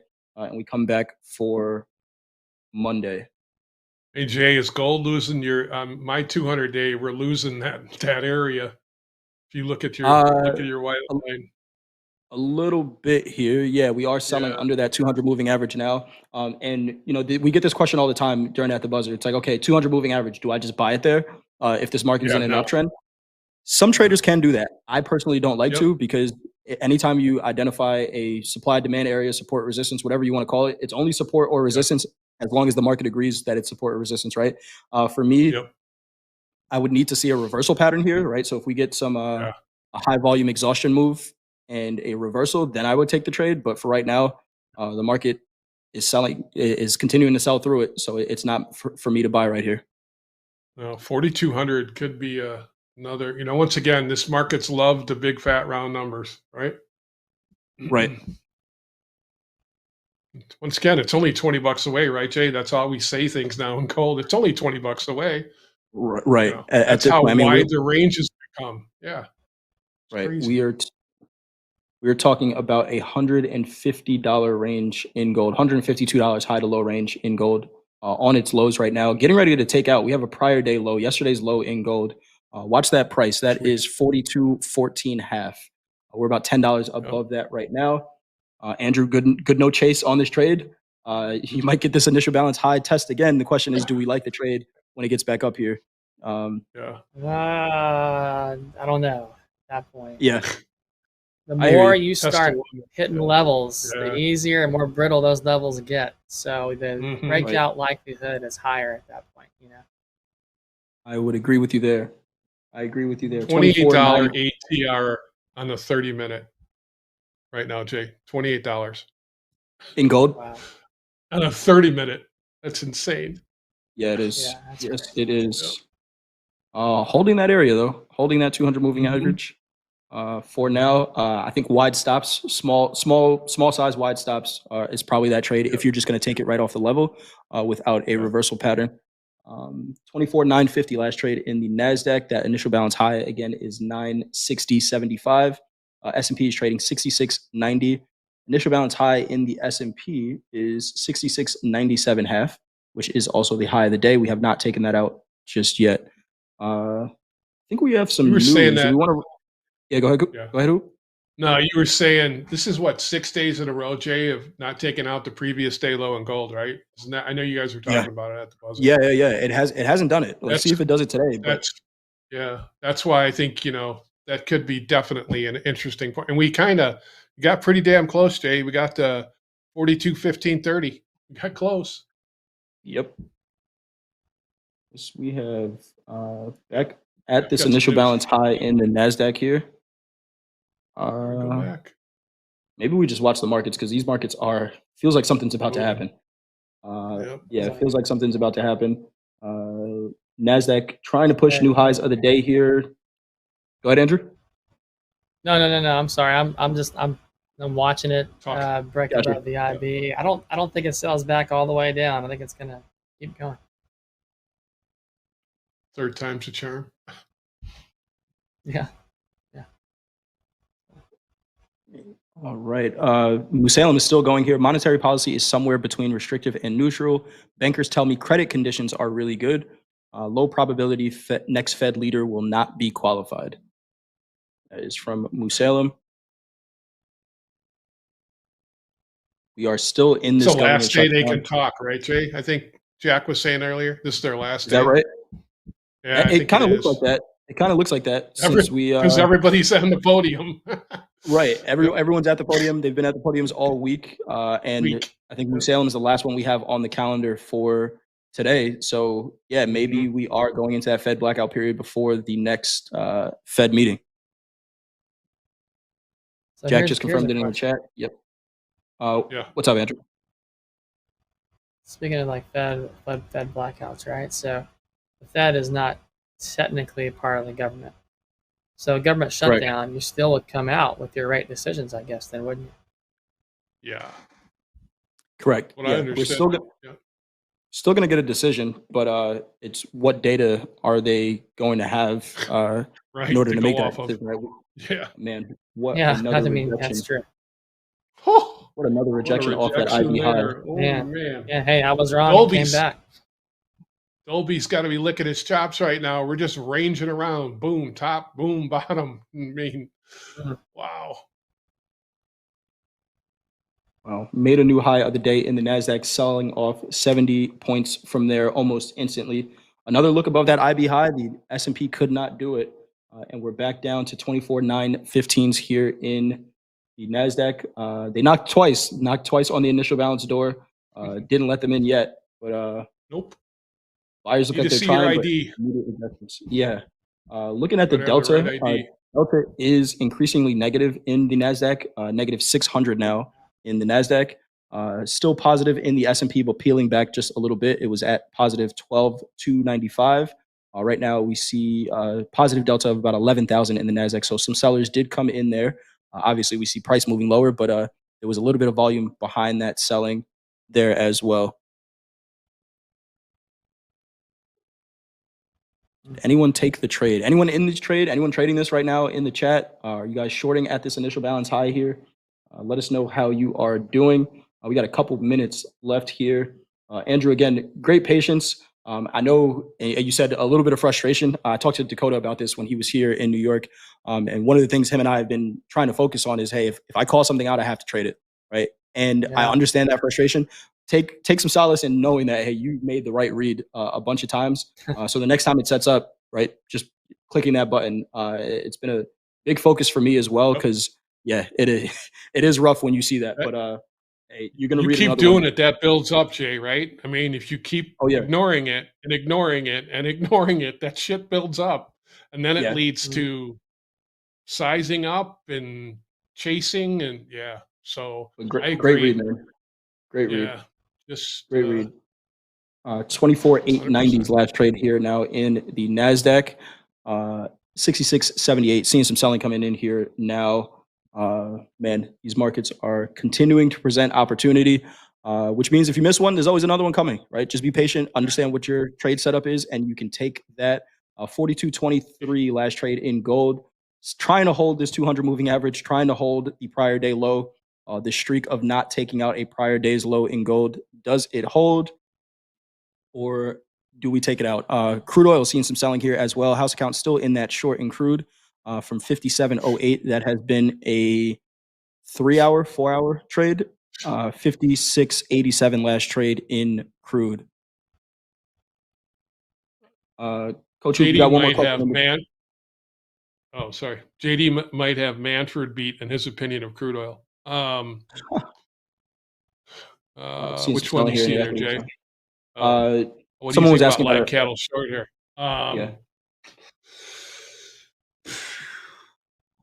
I think so. The way I look at cattle, and once again, feeder cattle isn't one. It is an integral part of the cattle market. We don't trade it here at Topstep. It's kind of the supply line into cattle, so it's limit down right now. It's down 927 points. So that's going to have an effect on the basically the live cattle market. So we're only about 125 points from limit down in cattle. You're at an hour before the close.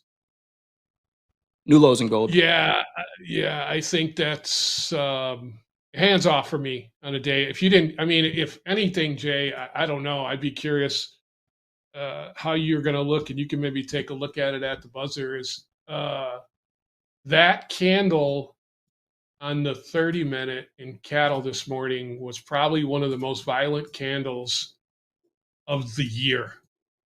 Okay. I'll have to take a look at that. Trump news came out. You'll have to take a look at it. I mean, this is why I also tell traders, if you are going to trade this market, stay out of the first 15 minutes and at least wait for a little clarity, because it is not an equity. So if there's a lot of business that needs to get done, it's going to get done. And our little 1 lot or 2 lot in there is going to get caught in that mess. So let it play out a little bit. And once you can see it had a huge, and once again, it opened up like 350 points lower. You can see the gap, and it came right back, filled it, and then just rolled over. So this market, Jay, you and I have talked about, it's like gold. It's been on a complete tear, but it is not, the difference of cattle is it's a fundamental problem. There's not enough supply. It's not like gold. There's still plenty of gold. More cows. Exactly. More cows. You can't print more cows. So real quick, this could continue. Yeah. Gotcha. All right, we will take a look at cattle for sure during At the Buzzer. That is a pretty aggressive sell-off, 2.5% down. We got to get out of here. We got to make some room for shoulder tap. I see Aaron in the back. Jack is coming in as well. Andrew, great call, man. Great patience. I know yesterday was a losing day, so that maybe we adjust our trading plan. But great read on the markets and consistency in that XFA, again, open since December of last year. And if you ever do lose that account or not, you paid yourself from it. So you won that account, like Jack would say. We did see gold take out that prior day low, 42.16.5 last trade in gold. As we go into this break, 24.888 last trade in the NASDAQ, 66.78 in the S&P. Stick around. We got shoulder tap coming up, Aaron and Jack. And then after that, group coaching form is still pinned to the top of the chat. So make sure you get your questions in there. 3 more hours until the weekend. Make sure you stick around because we got a great power hour lined up. That reversal challenge is sure to be a show. If you haven't done so already, hit that thumbs up button, like and subscribe. Tell your friends and family too as well, and hit the bell notification for when we go live. This is Topstep TV. Let's go. Soybeans, meal, oil. You want to buy some soybeans? Soybeans. Who wants soybeans? Hey, friends and traders. As always, please remember to like and subscribe.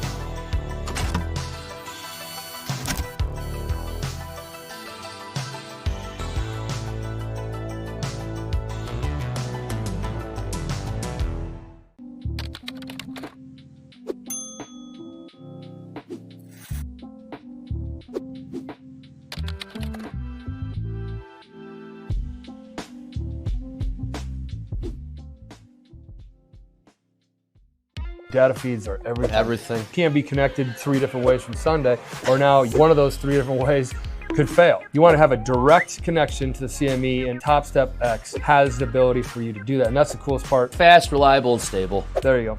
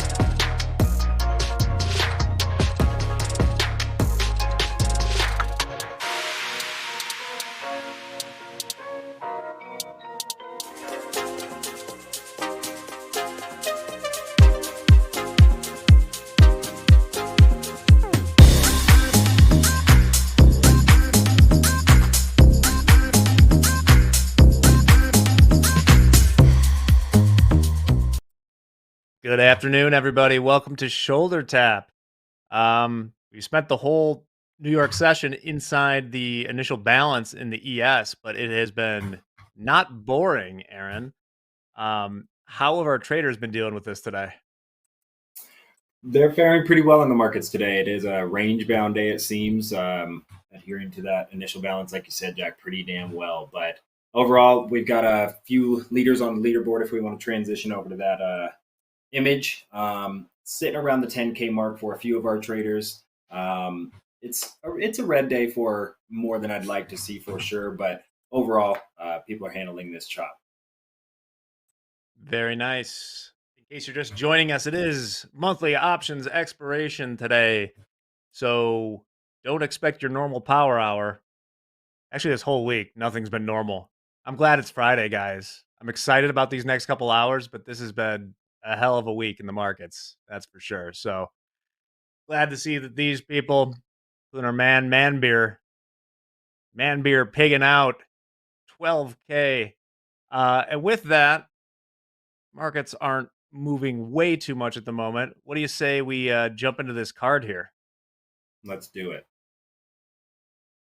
So today we are looking at Rodney coming to us from Ackworth, Georgia. Sure, the weather down there is much nicer than it is in colorful Colorado right now. I woke up to almost freezing temperatures for the first time. So, yeah, hope it's warmer where Rodney is than where I'm at. But nonetheless, looking at the metrics on this card, Rodney's been performing extremely well. Much nicer card to look at today, Jack, than we had yesterday for our anonymous trader. Don't remind me. Rodney's got about a $340 average daily P&L, exclusively trades the MNQ, so focuses on those micro products and has been profitable doing it. 71% winning days, 60% winning trades, a 1-to-1 risk to reward ratio, about $100 to $100. But the hold times is pretty impressive. You know, he's getting into these, whether it's a winner or a loser, holding on to them for about an hour, trading the day or trading the account for about 42 days. But what I wanted to focus on, looking at the trade report specifically here, Jack, is where he gets out of these trades.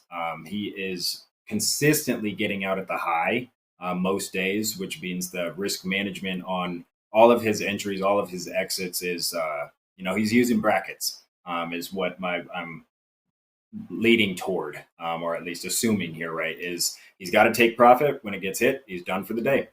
So averaging a 2 lot for his positions is something that has been a recipe for success.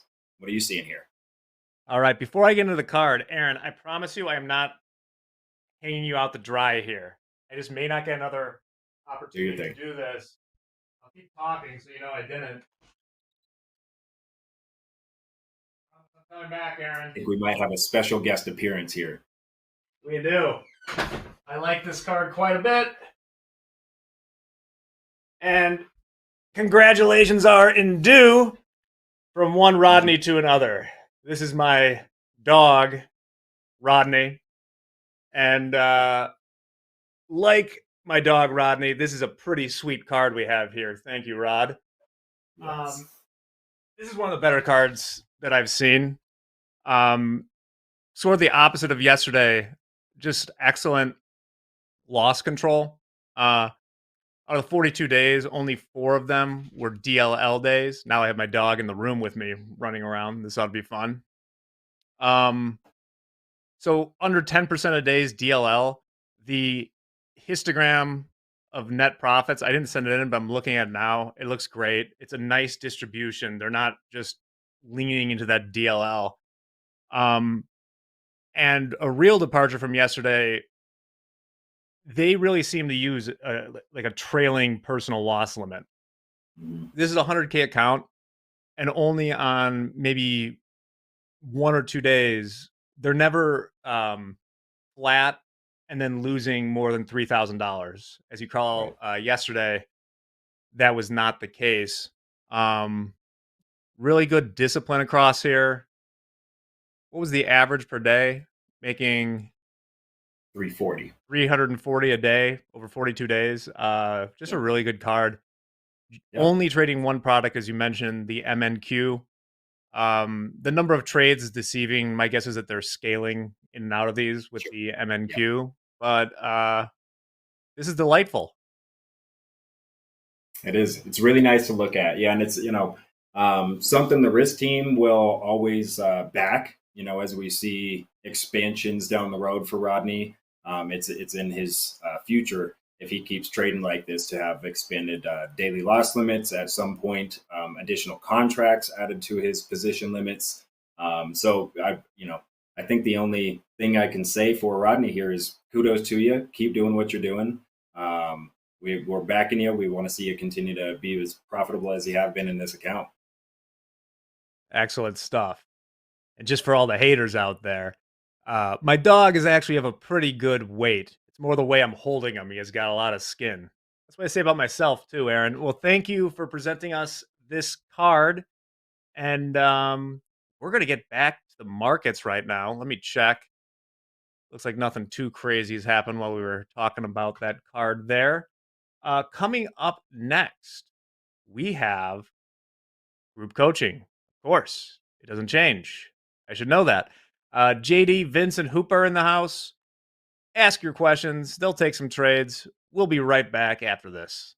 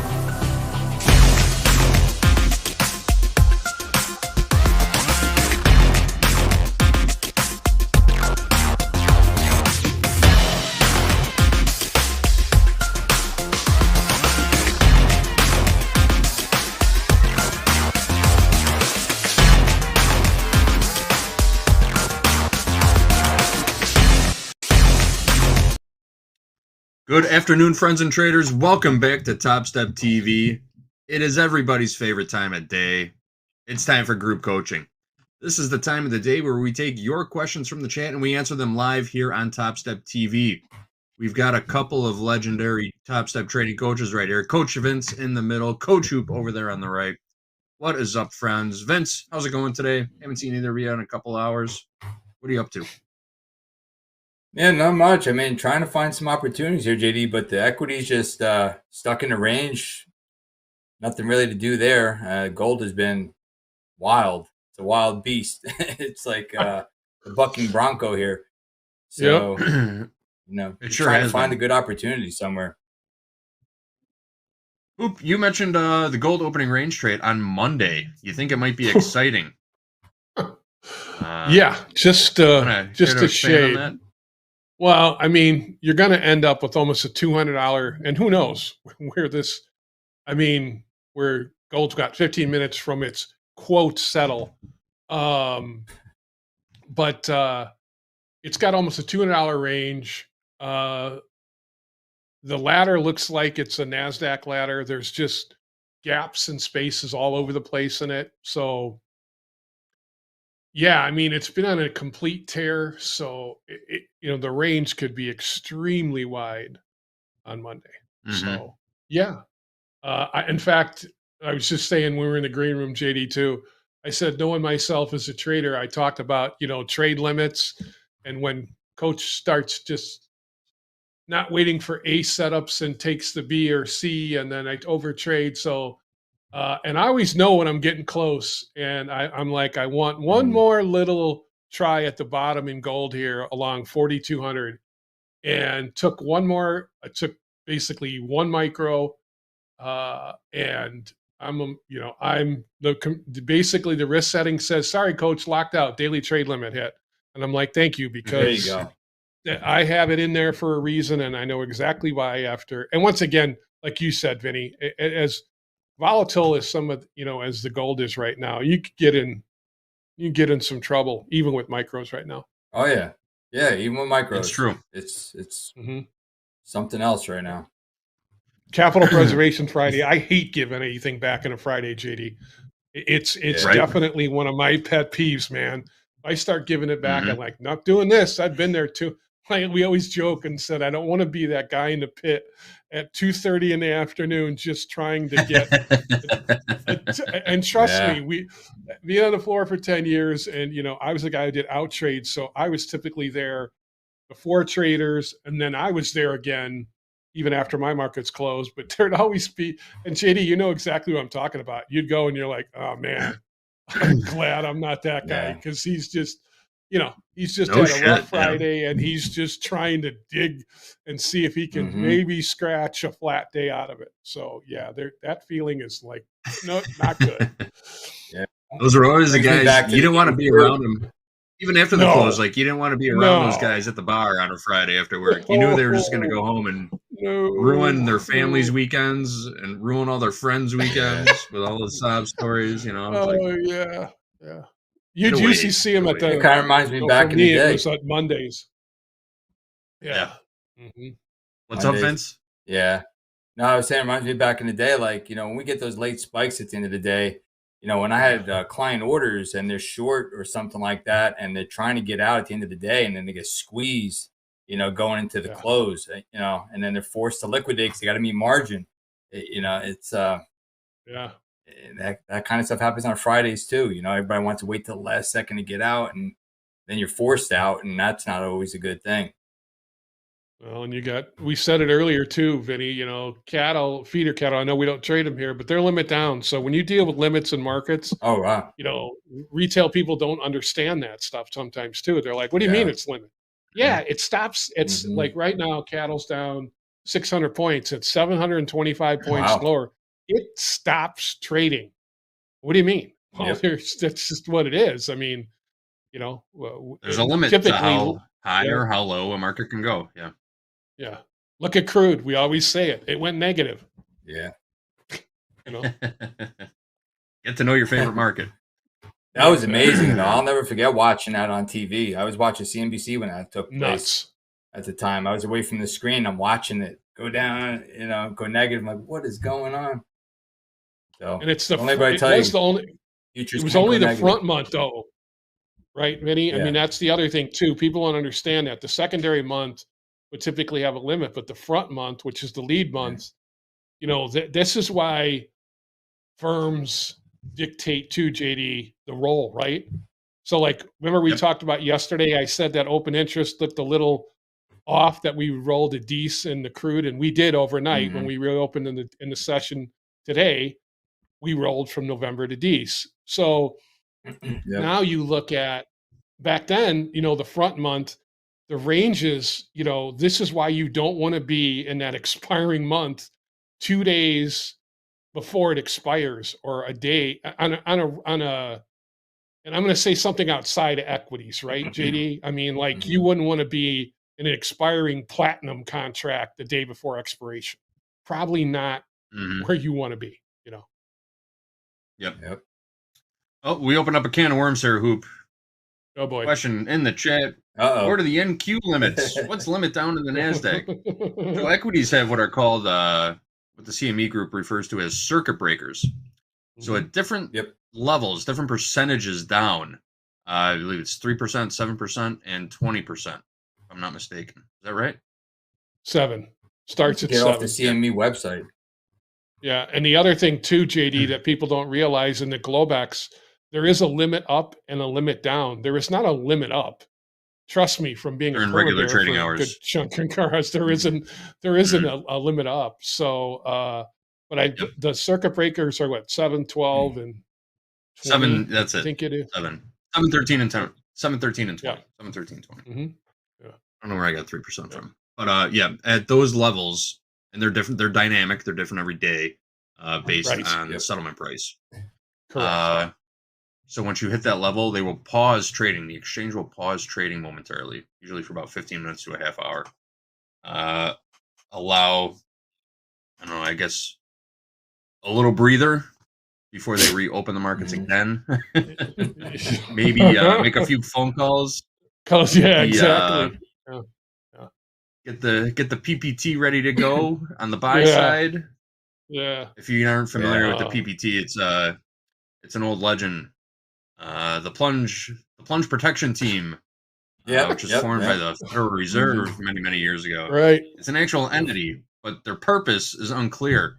Are they the ones in the market buying it up on every single dip? There's some conspiracy theories when the market used to shut around that one. Oh yeah. Remember when the market used to shut at 3:15 and then reopen at 3:30? 15-minute shutdown just to adjust all the orders and Yep. A 15-minute shutdown every day. Yep. And once you get locked at one circuit breaker and you reopen, there's usually a pretty heavy chance that you're going to the second circuit breaker, right? At least that's Vince, how it have you works ever in some heard? other markets. I know JD's heard it. Have you ever heard Ben Lichtenstein's call of the market? You've heard that one, right? Yeah. We were recording them somewhere. Yeah. Have you ever heard of any? Yeah. Look at it on YouTube, traders. So. It's an absolute classic.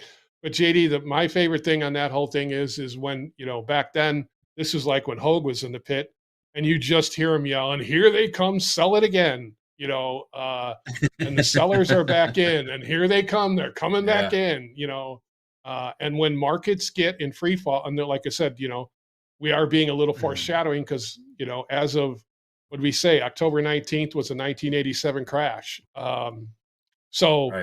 Yeah, it's the markets and how efficient they are to control downside now. Yeah, it's really good for as many traders as there is. It's made the markets, but man, 7% down. Think about that. Although now at these lofty levels, it probably wouldn't feel like a whole hell of a lot. But no, it really wouldn't. Very true. We're getting a nice little rip in equities right now. Yep. Gold too. Yes, just gold too. S&P just bounced off a settlement price. Crude oil still in a holding pattern, doing absolutely nothing. I knew it was coming. We've been on this gold is absolutely nuts. We've been on this trade for 4.5 hours now. Yep. Well, and it hasn't moved an inch. Wow. What's it waiting for? What is crude oil waiting for? Waiting for. Yeah, the capital.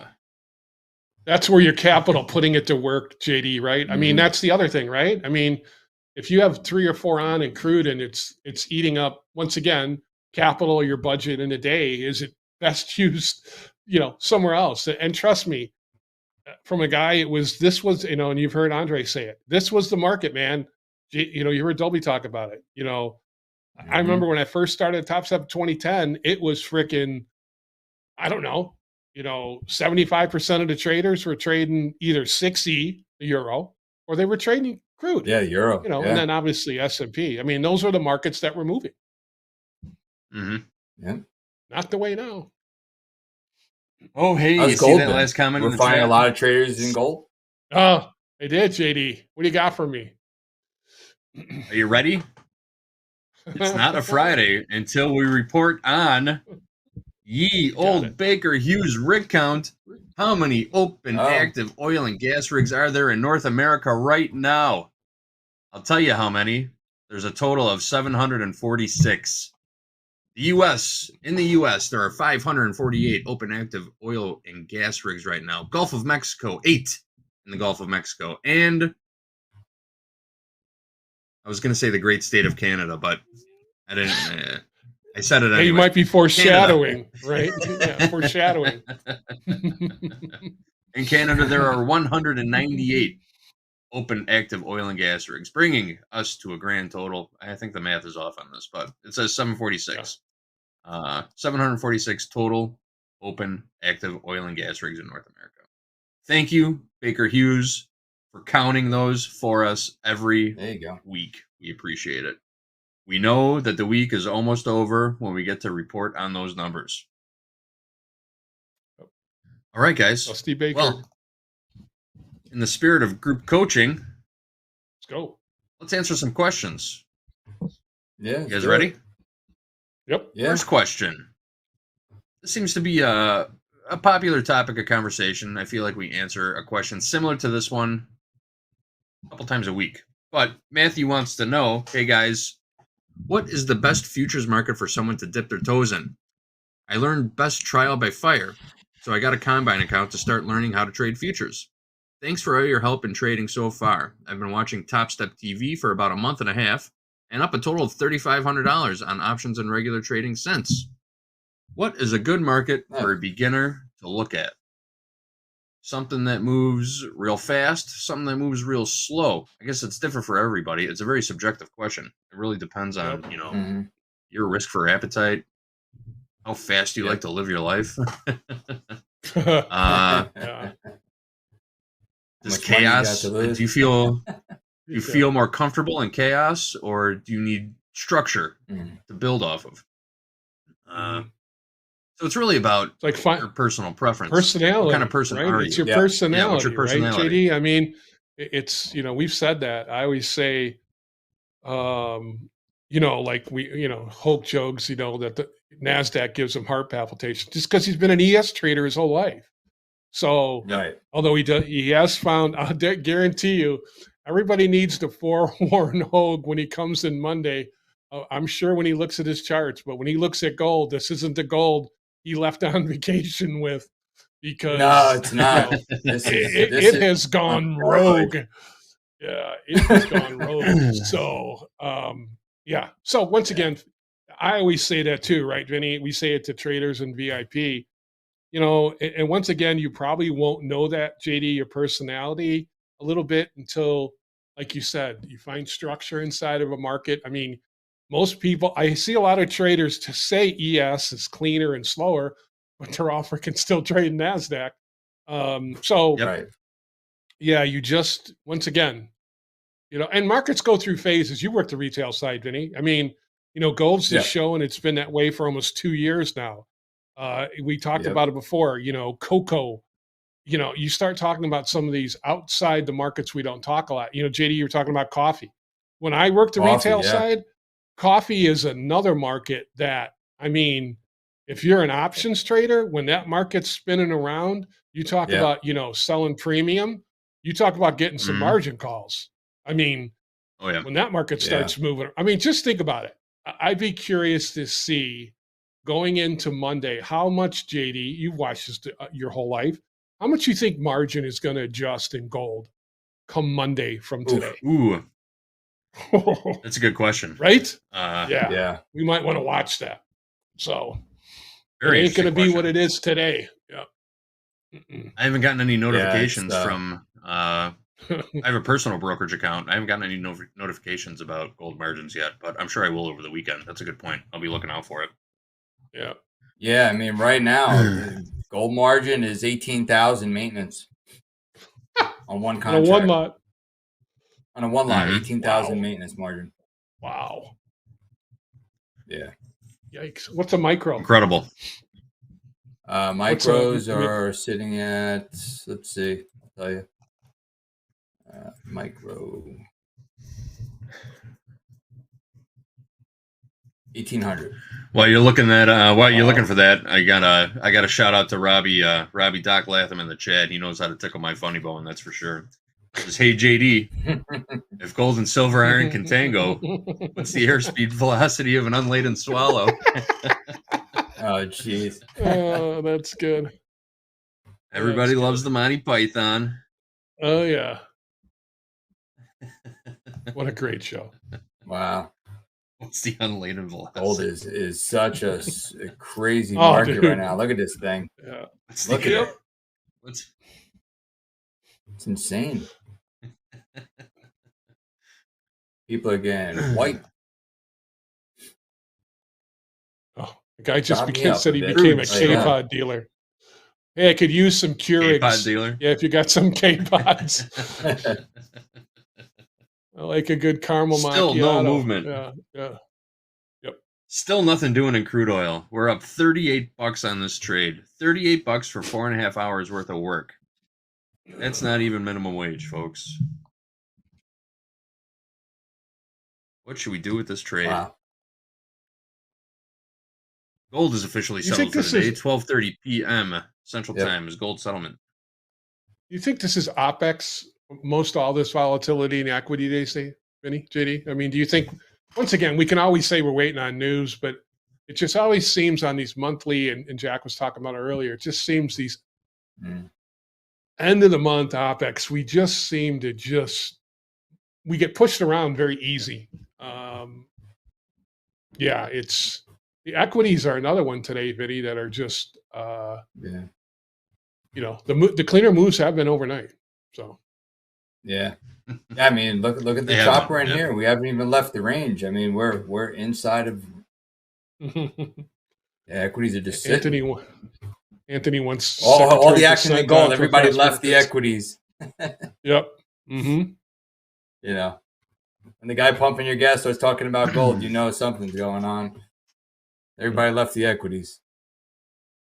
They forgot about it. Do they forget or do they just move on? Yeah. No, they Like a moved to bad gold. breakup. That's where it's going on right now. All the volume is piled into gold now. Well, and there's no numbers, right? I mean, we're not getting. I mean, like JD, we were thinking we might get something today. I mean, are we? You know, last time I looked on the 24th, we're supposed to get PPI, right? I mean, that's the rumor, but I'm looking that far ahead. Yeah, it's on the calendar for October 24th. If that's Yep. the actual date or if they're CPI, just yeah. throwing it up there. CPI. Well, yeah. and that's the other thing. We right? don't Yeah. know. Right. I was looking around when I saw it the other day on the calendar for the 24th. I looked around for some confirmation. I couldn't find it anywhere. No. The Bureau of Labor Statistics website is pretty much useless right now. I don't think anybody's even there running it. Their calendar doesn't make any sense. Everything on their calendar has been canceled, but it's still on their calendar. You know, as a source for. If you want to be a reliable source of information, you got to update your website, especially during a government shutdown, right? Let the people know what's happening. 100%. Yeah. Just faking It's like the people market doesn't even realize that we have a government shutdown, though, if you think about it. Yep. I agree. The market is getting numb to a lot of things, I feel like, you know? It's just numb to everything. That's not good. We're still seeing algo programs and whatnot shutting off at 7:30 and 9 o'clock Central Time in anticipation of economic news releases that aren't coming, you know? And that's faking a lot of traders out too. Once those algos start producing bids and offers on the market, it thins out real fast. And the spread gets real wide. and it makes people panic. Well, Fortunately, though, and I think what's up, Hoop? I think in the overnight, JD, that's sometimes what traders don't realize too. Like, I'm just looking at come Sunday night, you got Chinese retail sales year over year. With no American numbers out overnight, could that move gold? Could that move the yen? Could it? I mean, once again, being aware whether they happen or not, is the question right now. But just being aware as a trader of these outlying things, because all of a sudden, you just don't want to get and look at the market bounce right there. I mean, this is, the ES just rallied 10 handles in the blink of an eye. So, see money, take money times again, boys. Are we going to new highs in the ES? Hey, scalper's dream right now. Yeah, 100%. Just wait for a good trade location, right, Vince? Yeah, that's it. Location. It's a location. All right, guys.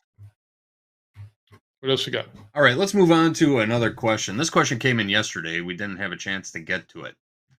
Question came from Nathan. Nathan wants to know, hey, I have a good system. It works well works well for me. My problem is sizing.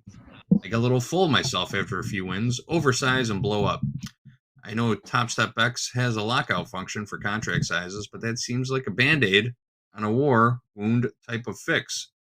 I'm looking for something to help me long-term. Thank you. Nathan's got a little problem with self-control, it sounds like. All right. So, can you say that one more time? Nathan has a problem with sizing up. He goes on a little bit of a win streak, loads up, and blows out of his accounts. Okay, loads up. Taking on a little too much risk, a little too much leverage. Sizing up doesn't sound like it's working for Nathan. How do we stop Nathan from sizing up when he's on a win streak? Or what's the best way for Nathan to size up when he's on a win streak? A little more context would help, Are you going from a 1 lot to a 5 lot when you're sizing up? Yeah. I need to know. Are you going 15 or, you need to. Yeah, like how much I agree with that, JD.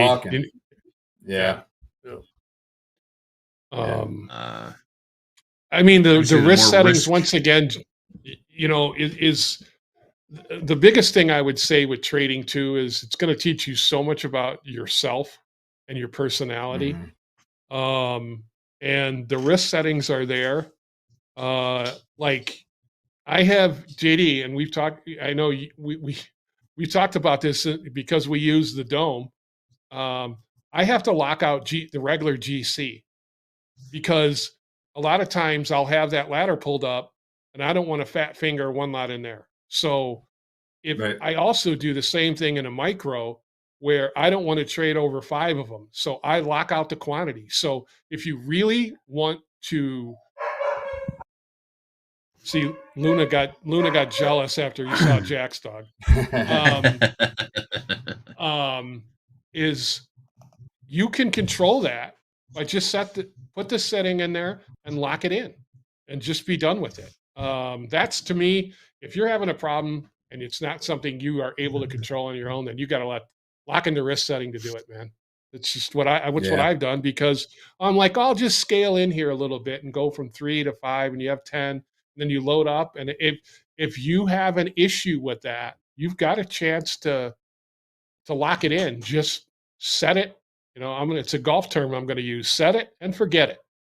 So, yeah. Vince, how do you stay out of your own way? What's the best way to do it? I mean, I'm not one to put on huge size. I try to stay out of the greedy lane if I can, because every time I try to get greedy, bad things happen. So I try to just keep my size accordingly, and I can scale up if my account grows, right? But just because, I'm on a hunch and I want to throw on big size because I'm being impatient, I want to get to the finish line fast, I'm not going to throw on huge size like that. So it sounds like you just need to leverage down. And, I know you probably want to get to the finish line quick. You want to get paid out. You want to get rich, buy the Lambo. I get it. We've all been there. But just try to keep your size down, especially in high volatility markets. Look at the ATR, right? Look at your average true range. If it's very, very wide span, you got to leverage down. So maybe use the ATR to give you an idea of how much size you should be putting on a trade.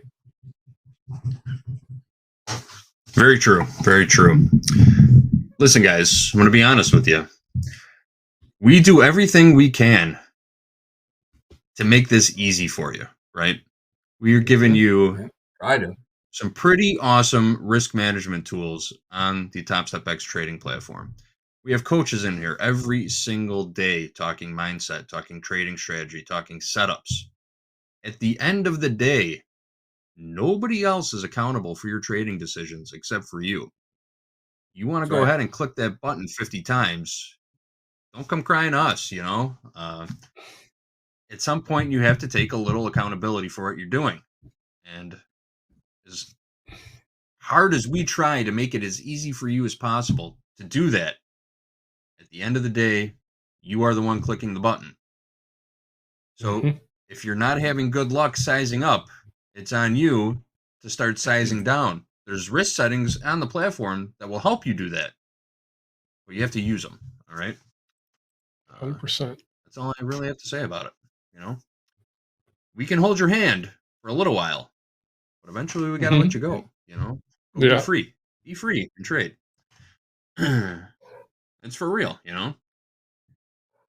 If you ever find yourself in your own personal live brokerage account, and let's face it, if you fuck up, no one's going to help you, They don't care. You lost 20 grand because you... Right. Because you started revenge trading. It's like, they don't care. They're not going to give you your money back, Right.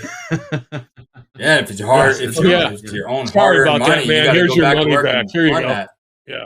Yeah, it doesn't work that way. Yeah.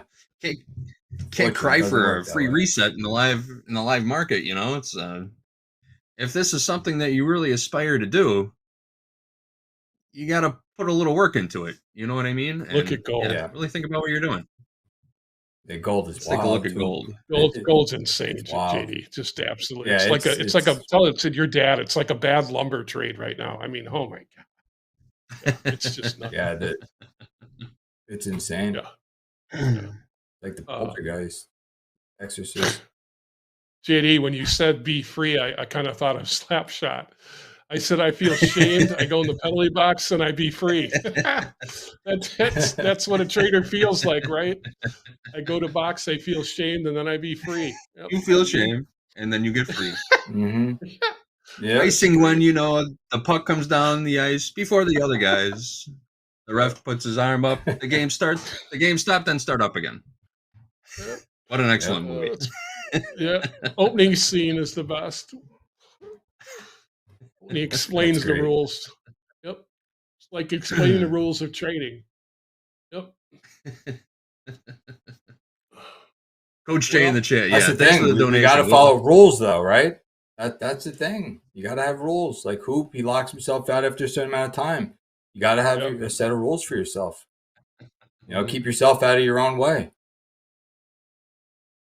Exactly. How do you stay out of your own way?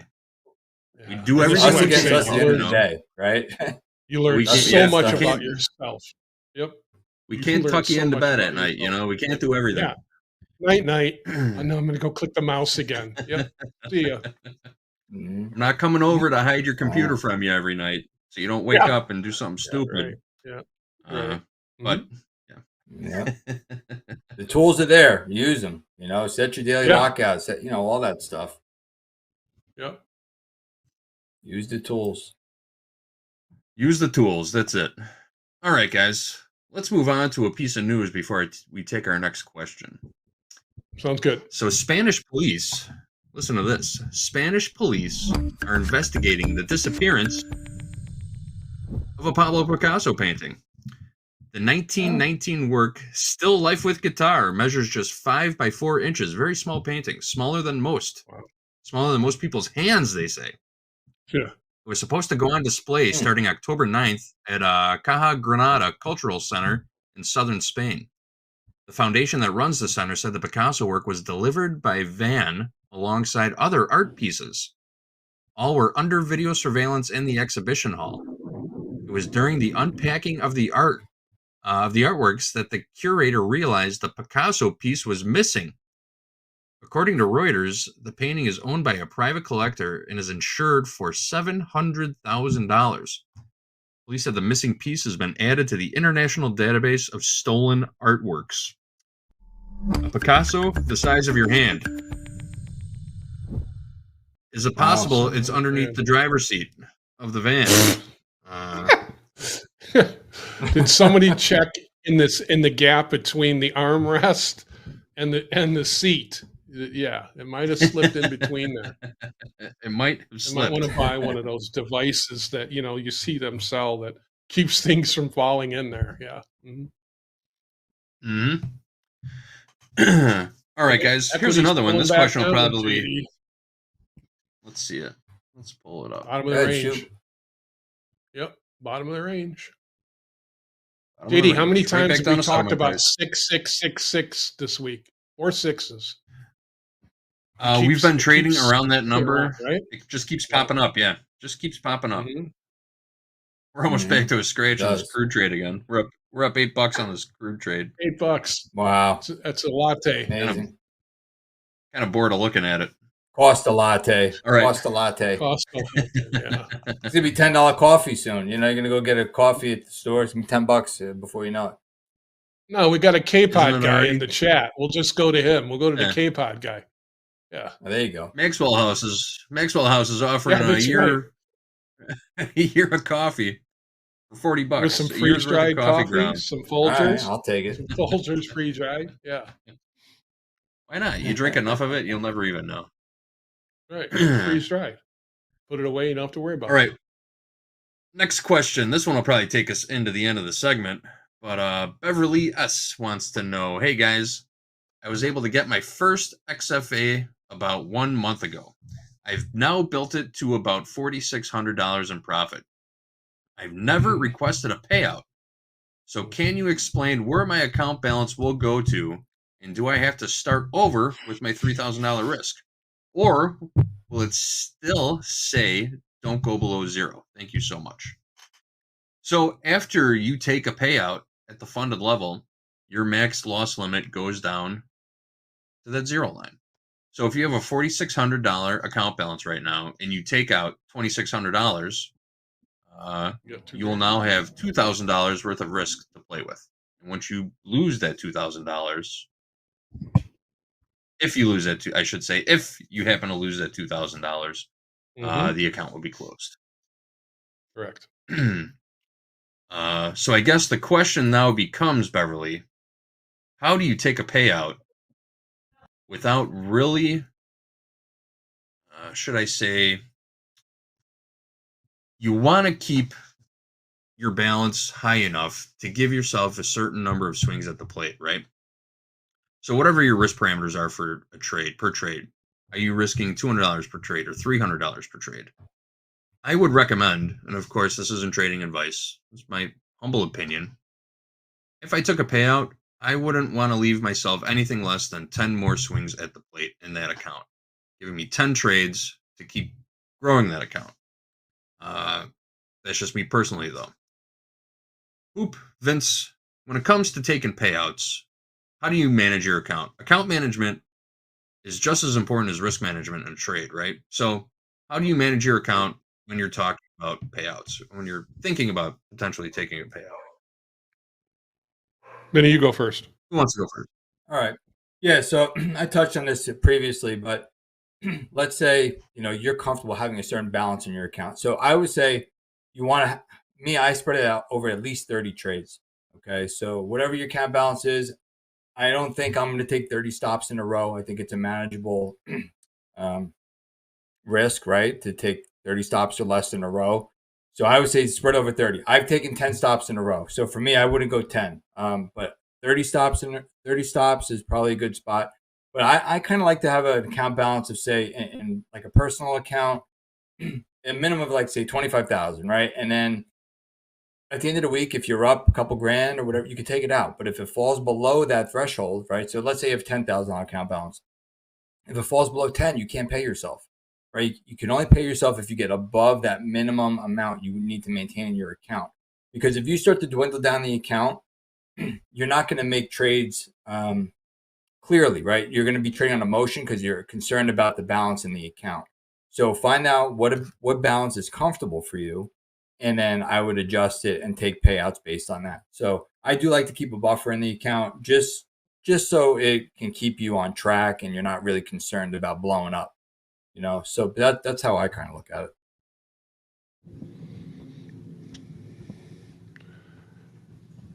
Go ahead. Yeah, I mean, I'm sure you got an yeah, I mean, so I think it's because I've traded both sides of it, just like you were talking about, Vince, where I've traded a personal account of my own and then trading in the prop space. And this is what I always tell people. You have to understand that, the firm is taking all the exposure, right? And it's a great environment to learn in. And the rules, I mean, once again, to me, the one-step rule is the best. It's the easiest. But to maintain it is it creates a very, like we just talked about, the guy who leverages in. You can get to the level, but the question is okay, once I get to the XFA, everybody starts to trade a little tighter or they trade different. My belief was I'm going to treat it in the way I look at it is I'd like to build that account, if I'm going to take anything out, to be back at where I started. So if I have $3,000 in there and I'm trading 100K, then I want to leave it at that level. So I want to really grow the account because, once again, I think traders find they can pass the combine, they can't keep the XFA. I'm fighting with that with some of my VIPs right now. And they try, and then they size up. And so if you let the account accrue a little more and stay patient and don't over leverage, I just think you have, like Andrew, the guy who was on here before, he said a thing a year. And like he said, he's a new trader, guys. And some of the things that he's developed already, like, hey, I made $30 today. It's a notch on my belt. There's a lot of people that wish they made $30 today.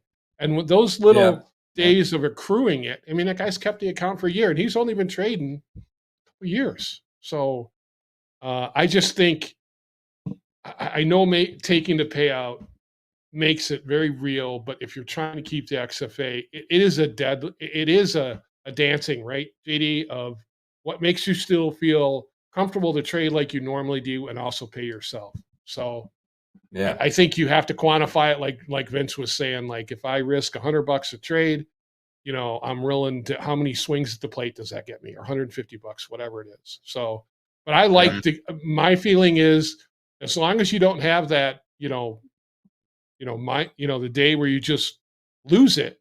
And I think that's what happens to people. People grow the account and then they have the meltdown day and it's gone. So the biggest thing is you over leverage. That's why I say build it up. That's why I say build it up. That's why I say, if you don't need to take it, just keep letting it accrue. So if that, I call it jelly leg moment, hits you, and like Andrew said, I've been great for 12 months, and then all of a sudden, you're going to take a payout, and it's just, I say just let it accrue a little bit, and then when you get there, then pay yourself. But yeah, if you're trying to keep it, man, everybody knows kind of, once again, it's knowing yourself too, where you feel comfortable in taking your executions. Well said. Well said. I agree. So, as far as that question goes, hope that helps you out, Beverly. Keep the questions coming in. Follow-up question. Right back up. What should be the expected risk to reward to be long-term profitable and scalable in the markets? Again, another subjective question. We don't know what kind of size you're trading. We don't know what market you're trading. It's different for everybody, man. But just as important as risk to reward is having, if you're trading, 2-to-1 R on a trade, you got to have the right win rate too. So take a look at your strategy. What's your win rate on your strategy? You can adjust your RR around your win rate. Do some testing at least. You guys have any last words? We got 2 minutes left. Let's talk about risk to reward. I'll give each of you a minute. Planning out your risk to reward. just looking at lots of traders through this space, if I were going to put a number on it, I'd say 1 to 2, 1 to 3, to be honest with you, for, you know, too many break evens. Once again, there are traders that make it. Mandy's perfect example of that. She's an anomaly, guys. I mean, it's a very high win rates, come with a lot of mental capital. A lot of things come with it. So if you've looked over the time that we've been on, TV here, 50, 55% win rate with, 1 to 2, 1 to 3, that's where, a lot of traders that are finding success in the prop space, to be honest with you, is what I've seen.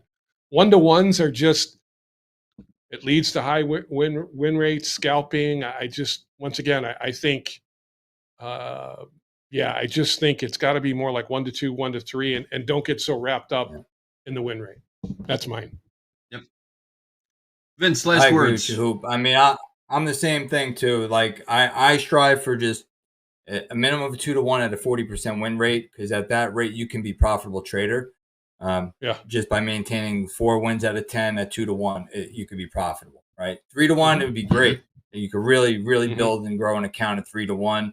2 to 1 is probably a little bit easier to get than 3. But I try to stay away from the 1 to 1 opportunities, because you got to be right more than you're wrong.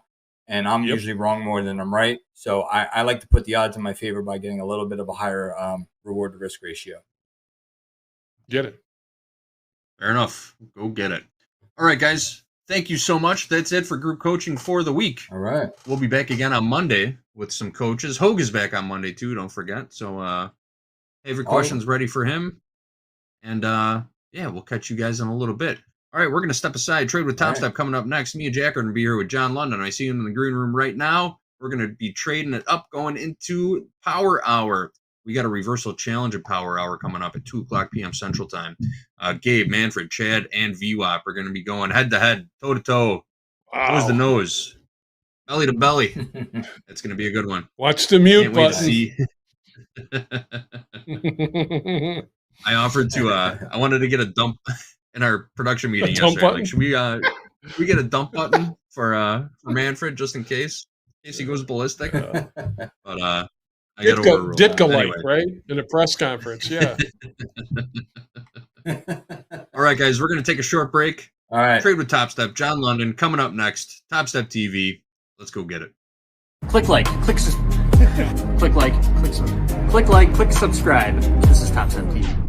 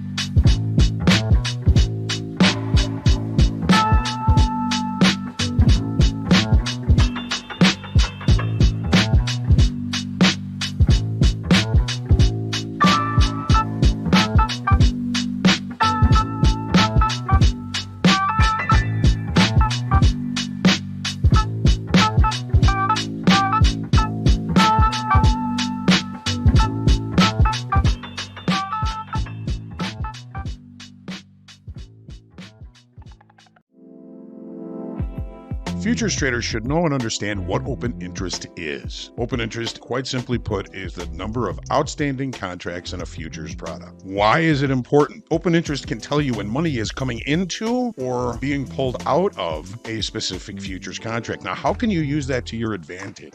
When price is rising over time and open interest is increasing, that says that money is coming in to the long side of the market. It's a strong move to the upside. Open interest starts to fall off in that direction, maybe the market's running out of gas a little bit. And the same is true in the opposite direction. If price is moving lower over time on increasing open interest, money is coming into the short side in that market. But if open interest starts to fall off as price continues to go lower, maybe the downside is now out of gas. I hope this simple explanation of open interest is going to help you trade well.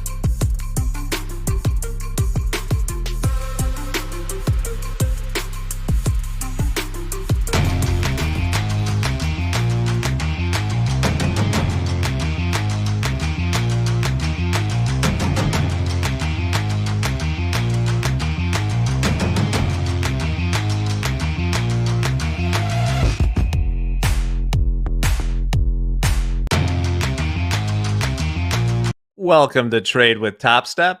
I'm Jack, joined by JD for a third hour in a row. And John London is in the house. John, how's it going? It's going good, man. We've had a pretty good week. A lot of craziness this week with news, but yeah, it's been fun. We're up on the week, which is good.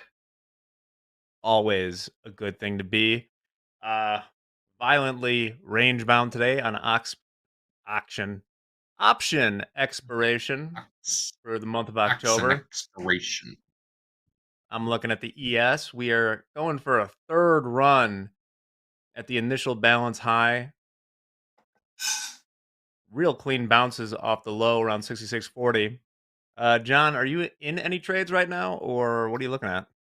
No, so I'm looking for like a 900 pullback. If we could pull back to like 24.9, I'd like to go long and see if we can go test that 25,000 level. I think that's a big whole dollar number, right above the highs of the day. So we probably get a test of it if we get close to it, I think. But I was thinking about doing this maybe 10, 15 minutes ago and just missed it. We dipped right down to 24.9. So we'll see if we get it again. And yeah, we'll try to take a couple trades, hopefully, if we get a pullback. I'm also worried we might range, though, so I'll start small and then add to it, I think, if we get some good movement. Sounds good. JD, welcome back. You'll be taking any trades for us this hour. I will. I got the micro NASDAQ up. I'm going to be taking a look and seeing what John Lennon's doing. Maybe we'll piggyback a trade.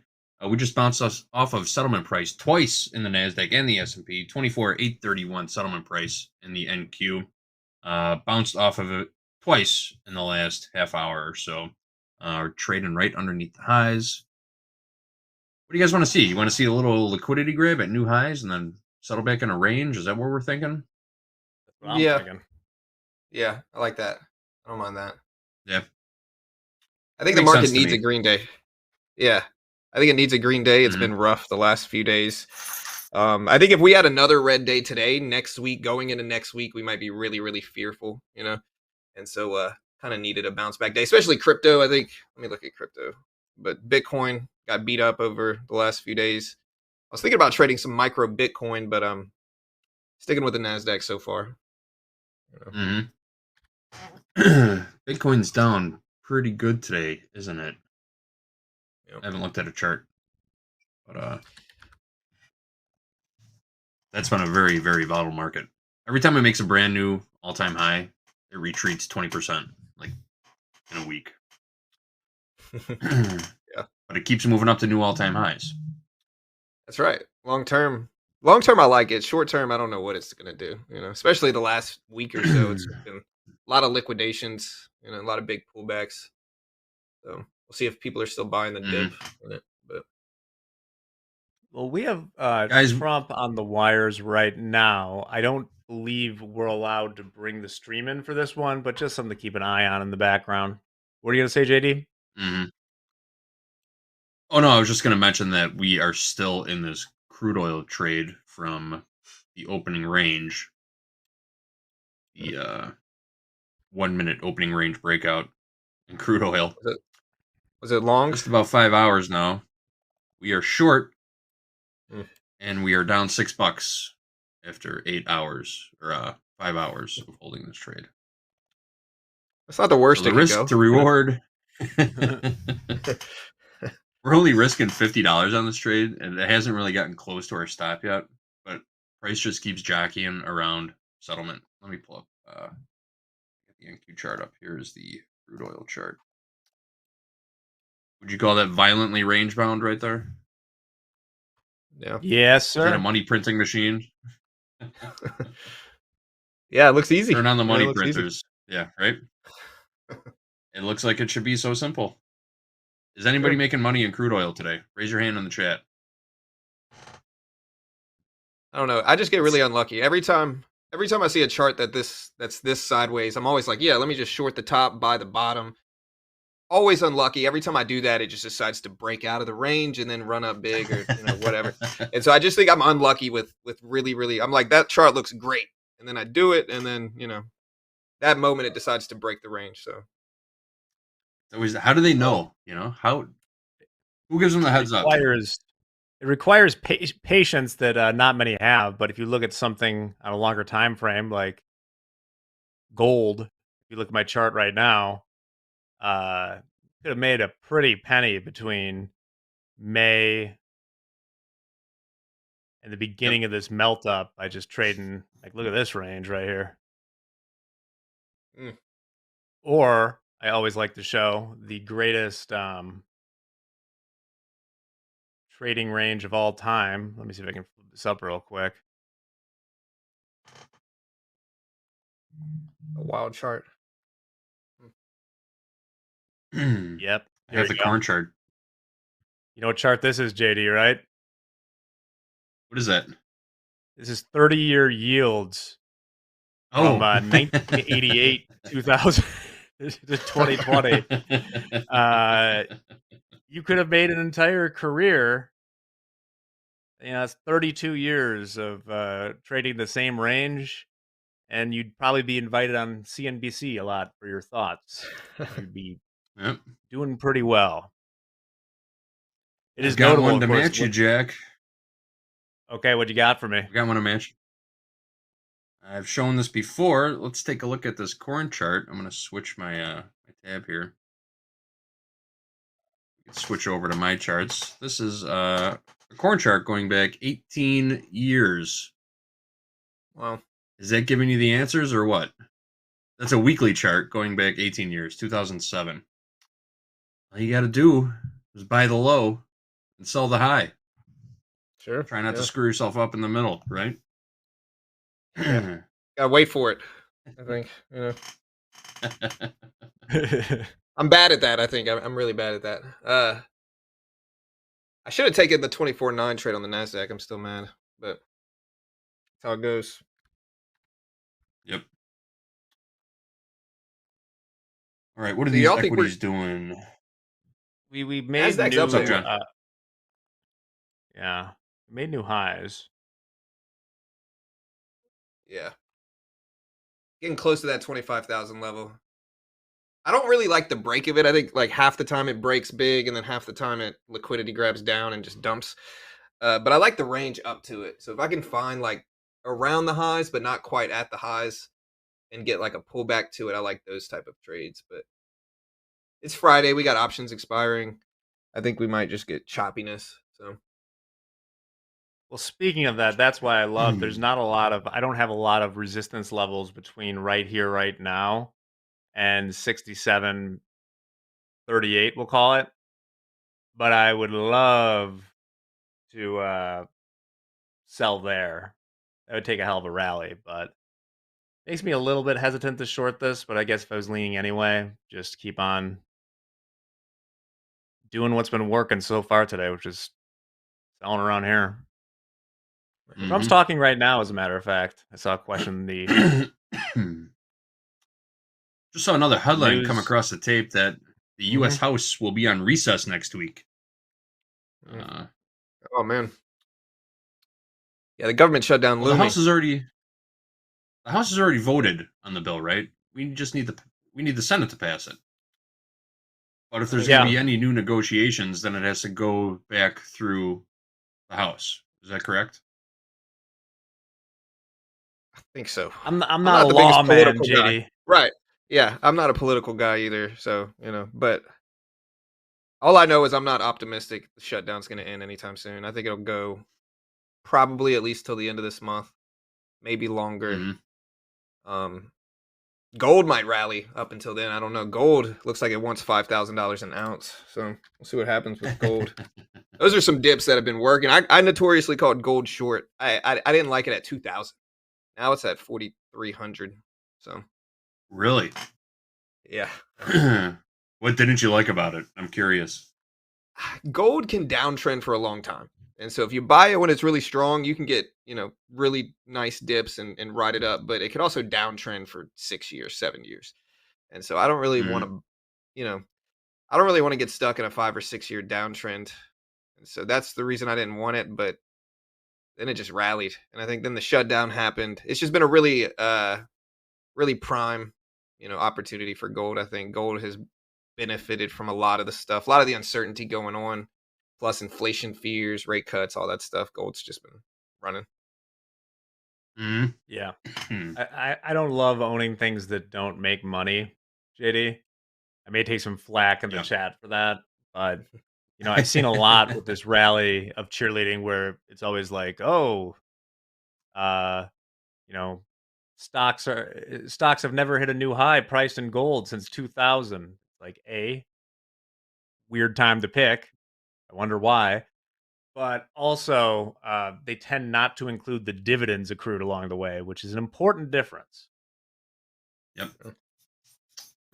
No, that makes sense. Yeah. Look, we're getting a dip to my 5 level. It's such a large dip, though. I'm a little nervous about it, but I'll try 2 micros here. See if we can get a retest of 25. I think it, If not, it's okay. We'll add to it if we get more in the green. So we just bought 2 at this 950 level. You just I'm get a in little worried. short? No, I What'd you just do? bought long. I want to see if I bought long. It bounced exactly Okay. at 950. That's the level I originally wanted. It's rebounded pretty quickly. I might add another couple in here. I just want to see if it goes up there and tests 25. Okay. What's your entry price? It is 54.25. So 24.9, 54.25. It's small. It's Friday. I'm keeping it light.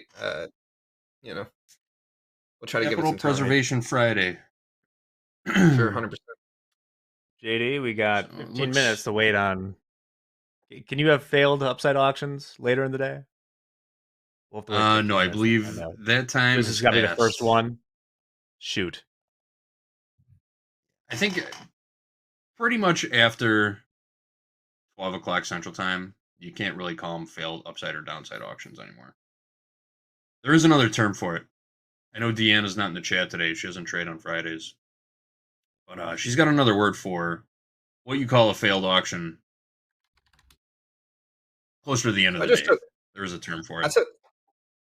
I'm up about 100 ticks, so I just took about one of those micros off just to make it so that it's not going to be a red trade. And we're testing the highs of the day in the NASDAQ, so I didn't want it to reject at the highs, and this way I'll at least profit a little bit. I can hold the rest pretty close to break even and see if I can get 25,000. I'd love 25K, but got to be careful. But we bounced exactly at 950, so that's nice. Very cool. Well that was an excellent played. trade. Nice little snipe. Nice little snipe. It's quick. It's small, but yeah. Just got word that the press conference at the White House has ended. White House press Someone in conference chat has ended. said that Trump dropped an F-bomb in there. I thought you should know, JD. Oh, yeah? If that's true, can you please give me the context in the chat? Because that's funny. Yeah. It is. It is. Yeah. It's not really abnormal. I think, No, it can Isn't it- happen. And also, most presidents have notoriously foul language. You can see all sorts of stories. Behind closed doors, yes. Yeah. You think Very LBJ aggressive people. afraid of?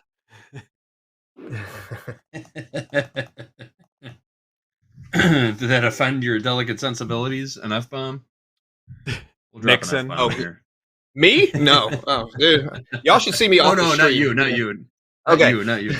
I was gonna say my wife hates it if I curse. My daughter hates it too. I curse way too much. I try not to, but that's how it goes. I'm sure let's that see if we happens get to 25. a lot of us. Yeah. I actually made Someone's a big dog effort, dropping JD. F-bombs back there. Yeah. After What's that, Jack? having been in the trading industry for a number of years, I kind of had to. I've gotten better about just not constantly swearing, as was in vogue at the time. Oh, It's yeah. I still let it Go slip ahead. every once in a while, and it's force of habit. Old habits can be hard to break sometimes. Yeah. Sitting in traffic, that's how it goes, I think. Yep. All right, so we're right at the highs. We're kind of slowing down a little bit though. But I might shorten my stop a little bit. I think I'm going to cut it if it breaks under 62 now. We got a couple little isolated highs up here. I don't want to see it just come back down and start ranging. Sometimes we'll get really close to a big milestone level and then everybody starts taking profit, and so we get a quick drop. So, but we're up like 120 or 130 from this one. So New highs coming. More new highs. What's the S&P looking like right now? Yes, on the highs also. What a move in the S&P. Again, just a bounce off settlement price, straight up to new highs. Yeah, the Dow opened up really red this morning and then just rallied. It's super heavy. It was at 45,600.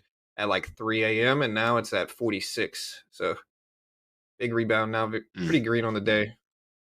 It's been interesting.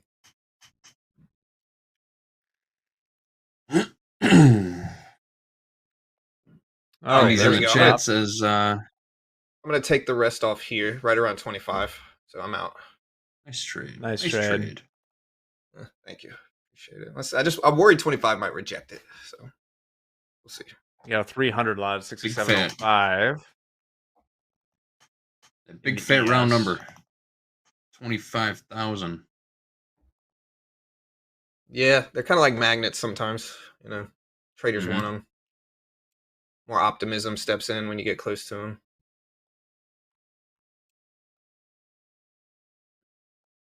I don't trade the Dow that much though, but it looks interesting. What's the per tick on the Dow? Is there a micro Dow? No. Oh, there is a micro Dow. There is a $5. micro Dow. The mini is $5, so the micro would be 50 cents a tick. Gotcha. Okay. And we're still breaking highs. Let's see if we keep it up. What's all-time highs in the NASDAQ? It's like 25,390 or something like that. Let's find out. Well, we might be getting sucked up to the 6,700 in the SPX right now. Glad we didn't I know that. short. That was the other option, but no, it's pretty clean. We broke that resistance, popped some stops. All-time high in the NQ. D's contract, December contract, 25,394 last Thursday. 94. We could go yesterday. Gotcha. Yeah, it could be running. The president said they are getting along with China, is one of the things he said. So maybe that's causing optimism. A lot of the drops were from fear of that relationship. So NVIDIA is also running back up a little bit. Could be driving the NASDAQ and indices higher. But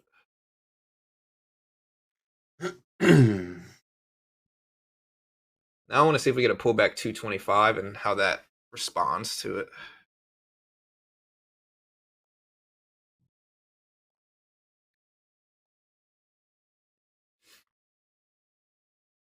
Okay.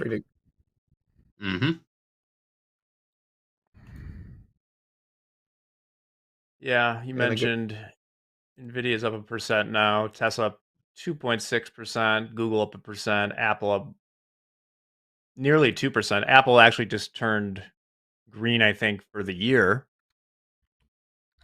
Oh, really? Oh, yeah, you're right. For 2025. Yeah, they're not a they've lagged a little bit because they're not really AI forward, you know? Sure. That's what you need. They're more hardware, right? And hardware can come with AI, but some of these other companies are really into AI software. Well, they have a new chip coming out. It's like the M5 chip or something like that. I was talking about Apple this morning. My computer crashed again. It's Windows forcing updates and then are unstable afterwards. So might buy me an iMac next. I don't know. Ooh. Are you an Apple guy, John London? No, I'm really iPhone? not. I've never had an Apple computer. I have a Samsung phone, but Windows. I hate Windows right now, and so I think now might be the time. You know, Windows forcing updates every 3 days, and then it's unstable for a few days afterwards. So. Yeah, I use Mac stuff. Chad says, "Don't Just go to the force dark ahead. side." I'm trying. I'm trying not to. I have one of those desktop. What's it called again? Like Mac Pro. Like I have a Mac desktop, and it's pretty sick. Love this computer. Yeah. Is it the iMac? That's what I was thinking about getting. Is an iMac. It's like the big monitor. Well, those are Apple. Those are good too, but I was lucky that work. So when I used to be like streaming everything out of here, it was too much. I originally had an iMac, and so we beefed it up a little bit. Gotcha. What do they call it? They said a Mac Mini. I don't know. I don't know Apple. No. You know. It's not one of the $10,000 ones. It's I'm blanking on what it's called.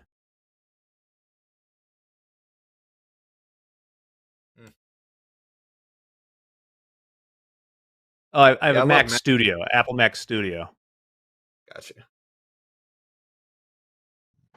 It probably works well for editing and stuff, which I kind of need anyway. You know. Yeah, I just got hooked because I used Logic in college, and so I just kind of stuck with Mac from there. Sure.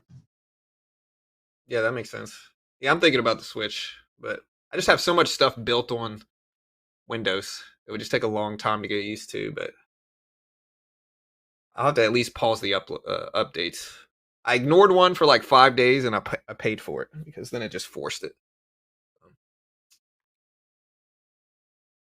Yeah. So, what are some John, levels y'all see on? Oh yeah, go ahead. real quick, what's your P&L so we can update the screen there? Oh, I'm up. I think 130. That was the first trade I've taken on this one today. I think it's 130. Yeah, see exactly how much. It's 80 plus 30. Yeah, it's about 135 on the day.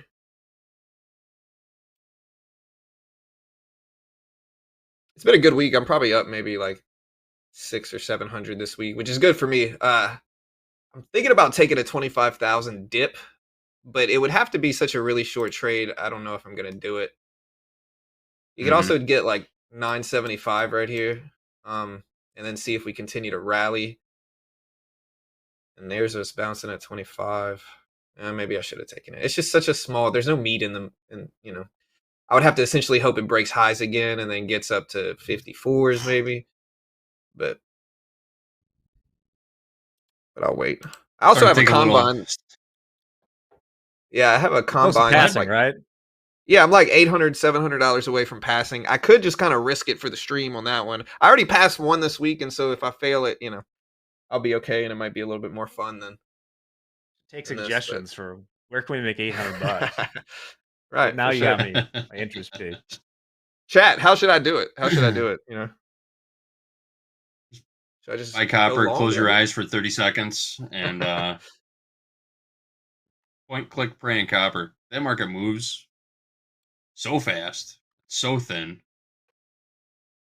Yeah, you can try and flip a 10 lot of bonds. Sure. I've never traded bonds. How is there slippage there? It's so heavy. Okay. Okay. No. So heavy. The opposite. The opposite of slippage. It's thick, girthy market. Very girthy. But actually, you would need 3 points on 10 bonds probably to pass it. It's $30 or $31.25 per tick. Gotcha. $31.25. You're some going to be people at the end of the queue. Yeah. There's going to be 2,800 bids in front of you, and they all have to trade out before you get yours. Gotcha. I don't think many of you out there trade bonds, but just in case you don't know, when you start getting into that stuff, the queue position is actually very important. So I know I've talked about how we're trading ES or NQ. I don't put a profit target sitting in the market because, you know, who knows, a tweet could come out or something. In bonds, your queue, you want to leave your position in there longer because you'll eventually get closer to the front of the queue if it does trade there. Because there's nothing worse than not getting your fill if that's the top. Yep. Gotcha. Yeah, I don't know about that. That seems a little intimidating for me right now. So I might just go to gold. I think gold might be a better option. Just, well, you can find it quick there. John, yeah. When in doubt, buy gold. Maybe. I don't know.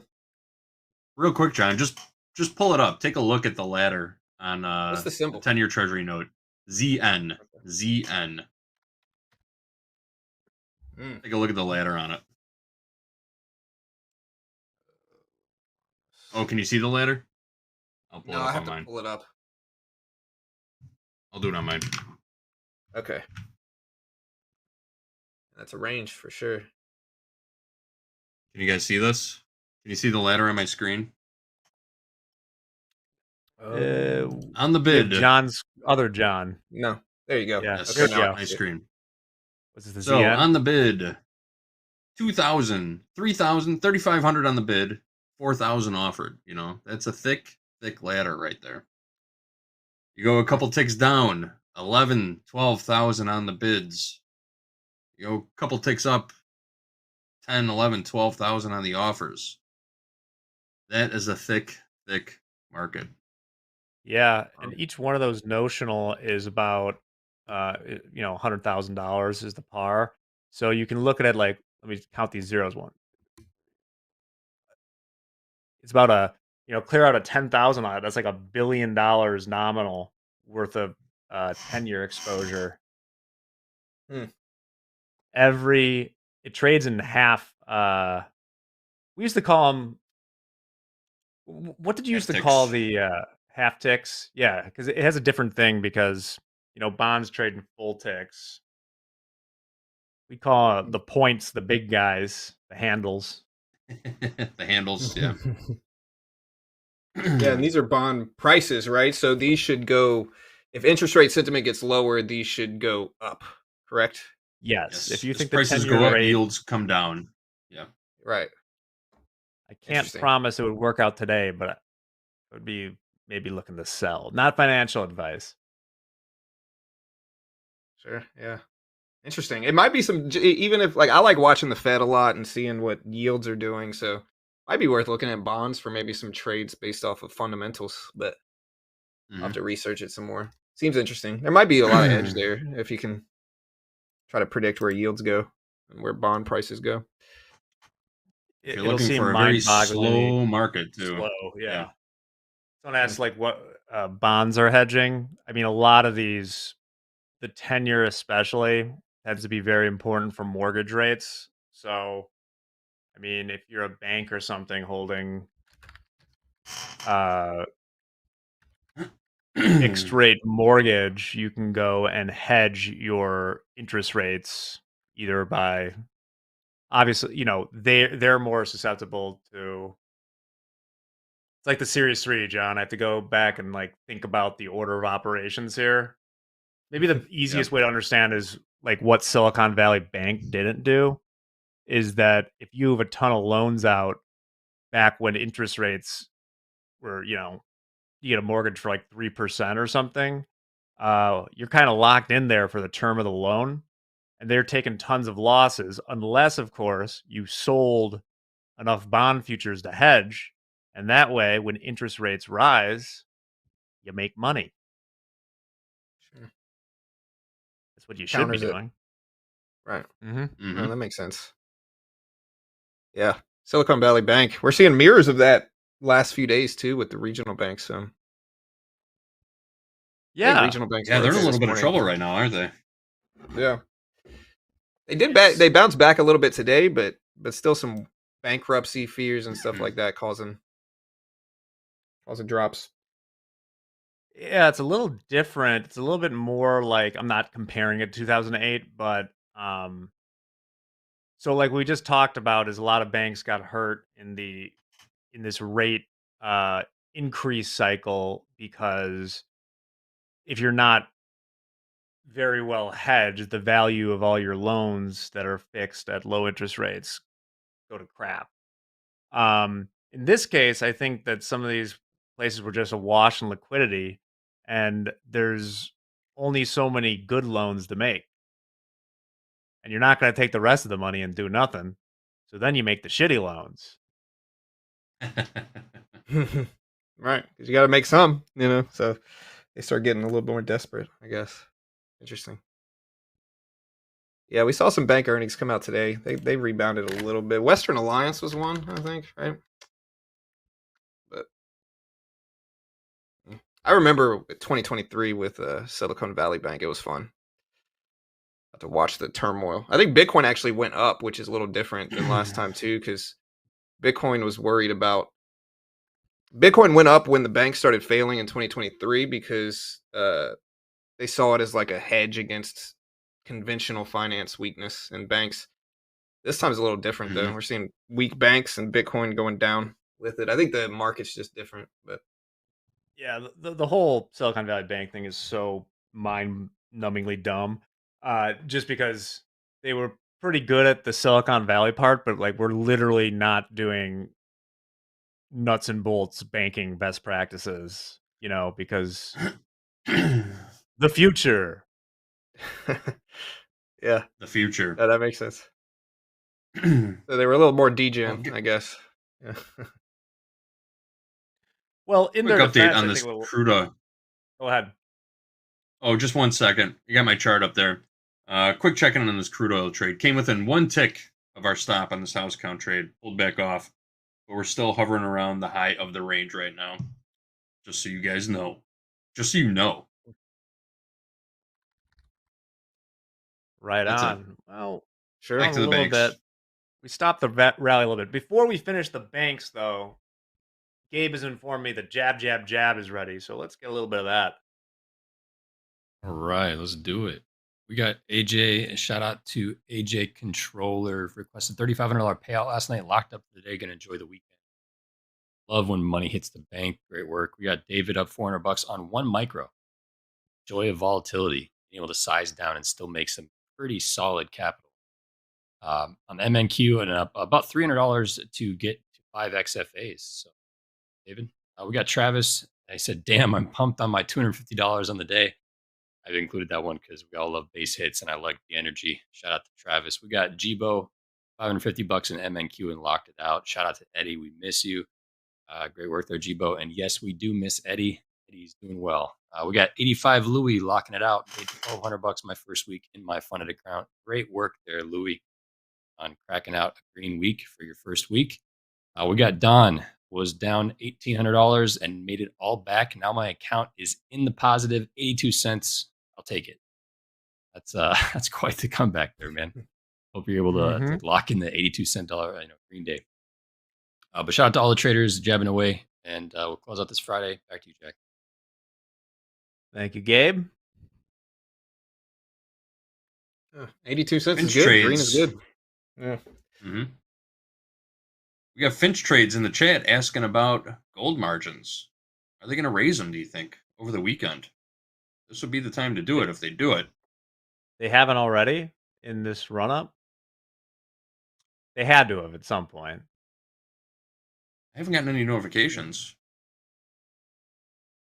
So they just kept the margins the same while it ran like 35% up this year? I'm going to go back through my email.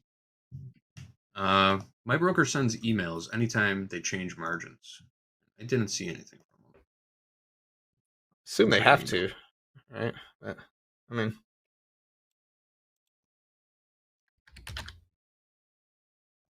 yeah, I asked this question this morning. Do y'all think gold's going to correct when the government resumes? Come back down a little bit?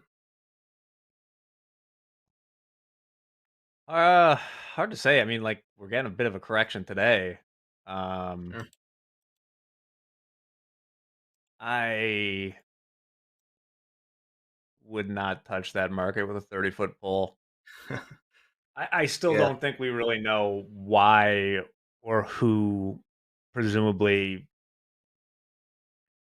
I'd love to know which governments are driving this the most and the why. Sure.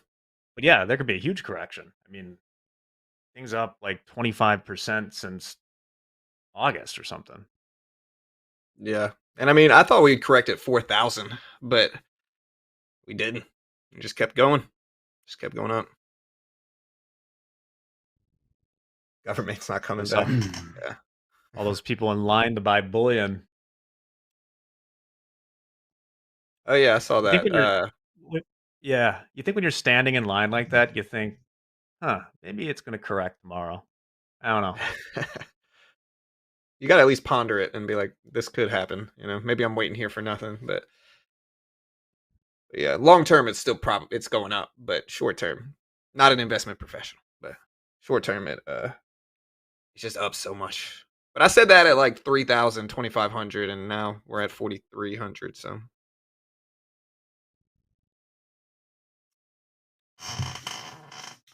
Yeah, ugly day candle. Mm-hmm. All right, let's get back. We gotta find you 800. I just scanned through. That's right. I just scanned through about a dozen emails that I got this week. And none of them mentioned gold margins. Yeah, I could go gold with this combine. I could go, I don't know, chat, long or short? What should I do here? I'm tempted to short it and see if I can get a range for the rest of the day. And it's a combine account, so it won't be the end of the world. But I'd like it under 25,000, I think. If we're doing the ES, I like 66.95 as a target if you want short. Although with one ES, that won't get you $800. Yeah, I'd have to take a two couple. would do it. Yeah. But you do the MNQ. You do you. I don't know. If I need $800, I don't think I'd go micros. I'd probably take up to 3 regular mini contracts. I think I'm green on the day already here, so I got a cushion. But I think I'd like it under 25. Too worried 25 is going to keep holding it up, and then it's going to get liquidity the farther the day goes on and push up some more. But yeah, chat split on it.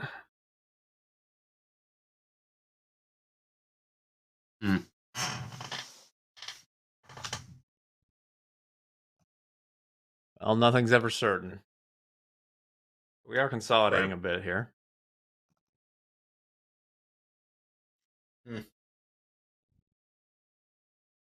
I'll give it some time, but yeah. Took a little heat in the chat for scanning through emails. My apologies, guys. JD's F-bomb said. JD's F-bomb, my counterpart in the chat. Thanks for scanning through emails on air. Riveting TV. That's how it goes sometimes, though. That's how it goes. Sometimes you got to scan emails.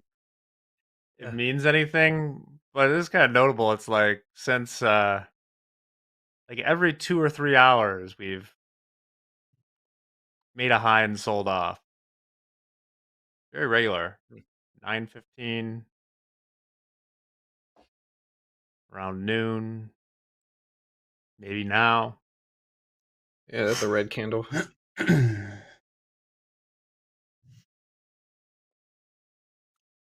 Ready to get in? A little bounce. I'll try to short. It's a combine account. I'll risk it for the stream. If we get a little bounce, I need just a small one.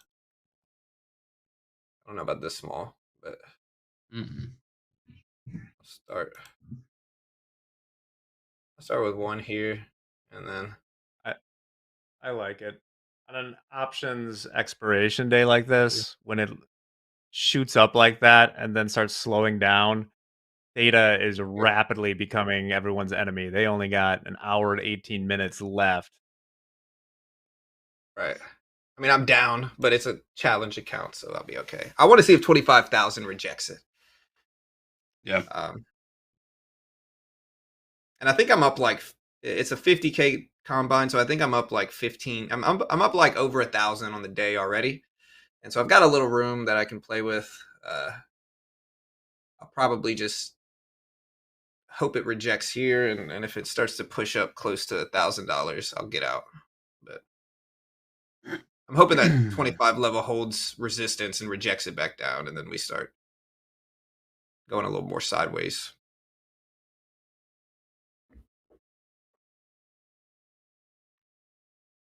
Yeah, it could be a reclaim. Here we go. There's a rejection at it.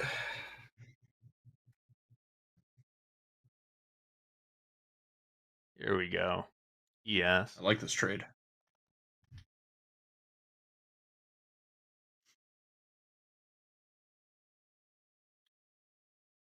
Crude came back down a little bit again. We're only down $10 now. Came with one tick, one single tick of our stop. One little ticky. It's always good not getting stopped out by one tick. Makes you really respect the stop, you know. I'm rooting for it, you know. I like cheap Looking gas. good so far. Yeah. Yeah, for sure. There we go. What are you paying? What are you paying for a gallon of gas in Oil Town, USA these days? Oh, honestly, I didn't even look at the price the last time I got gas, which was like 3 days ago, to be honest. Let me see.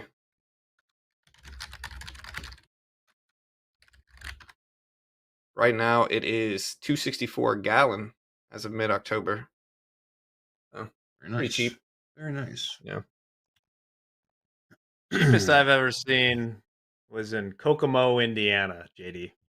I guess there's pipeline or something I guess goes if through you know, there. you know. If you know, Is you there- know.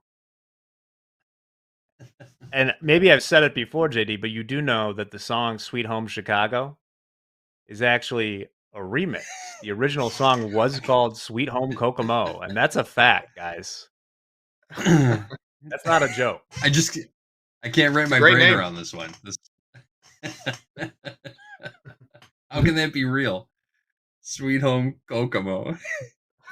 It does rhyme. You know. So, I mean, It's also. Is anyone from Kokomo in the chat? 'Cause we're not talking. This is not what the Beach Boys were singing about. Were the Beach Boys talking about Kokomo, Indiana too? Yeah. In the context of the song, that would be weird, but who knows? Brian Wilson was a weird guy. Aruba. Why? He JD, was. I'm getting Yeah, called. he was. I'm getting called again by Invesco QQQ. Ooh, margin calls, sir. Hello? He answers on air. I love it. Here we go. This is TV, folks. It's a All call-in right, I show. want to hear what they say. I want to see what they say. Yeah. They didn't say anything. What'd they say? They just hung up. I'm getting ding dong ditched by. You get prank called by Invesco? Disrespect, man. Yeah. I would have put it on the speaker, but Oh no. my God, he answered. I bet maybe they're watching Some kind Topstep of- TV right now. They just wanted to see if you would answer. Yeah. I like the queue too, you know. So. Mm-hmm. Oh. All right, we're now over 25. Let's see if we get rejected here.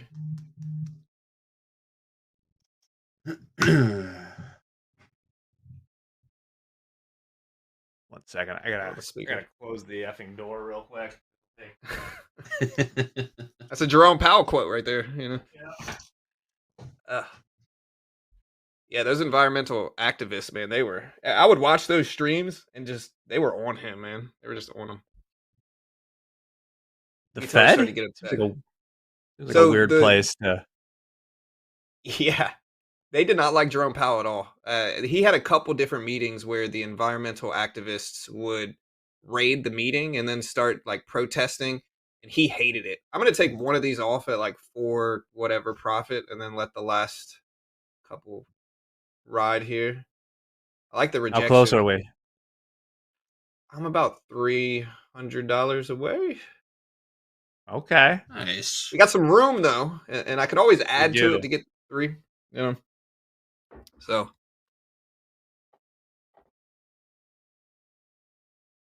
I'm tempted to take profit here, but I got to remember this is for the stream, so I'm just gonna let it roll here. You know. We got the previous highs right there. We'll be close if we get down to this.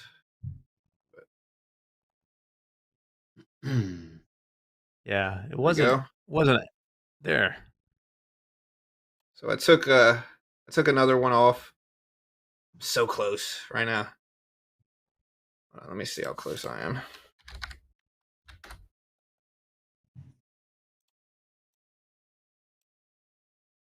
Okay, yeah, we're like 750. So we're up about 200 on the remaining. Yeah, I'm gonna add back on this little bounce here, and then see if we can get another rejection back down.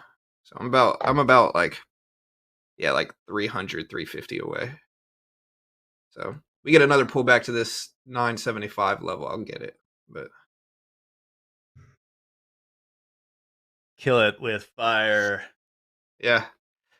I probably should have taken that one off. I probably should have just left it. I might have actually gotten it, but old habits.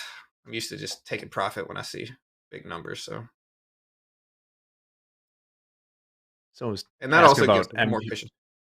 MP calling. Back in the early days of TopstepTV, I feel like there were times when MP would call while you were on air. Yeah. While you were on air. To give you feedback about the show. Sure. No better time, you know. Yeah. Oh, I'm not doing anything else. We once had a guest on that had a sort of a spotty internet connection. And I think MP was on air at the time. We were about to bring this guest in. It was like just crackling. And he's yelling in his microphone. Kill it. Cut it. I said cut it.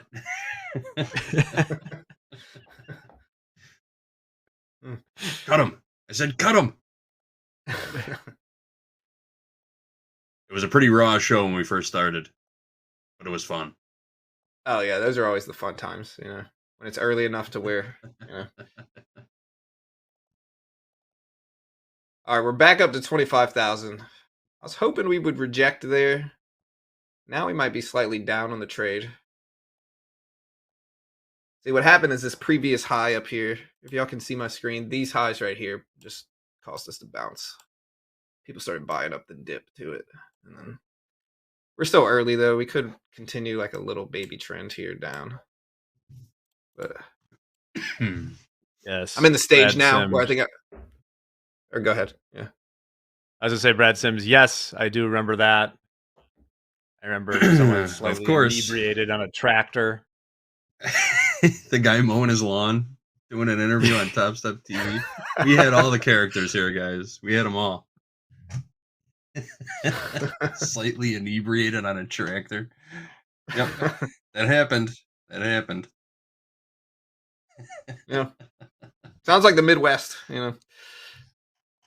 Yeah.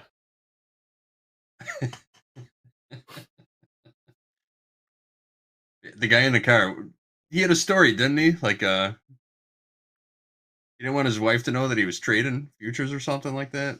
So he went out to the car with his cell phone. The wife was probably right, really. You know, let's just be honest here for a second. Yeah. Slowborough. Dre took so much flack for that.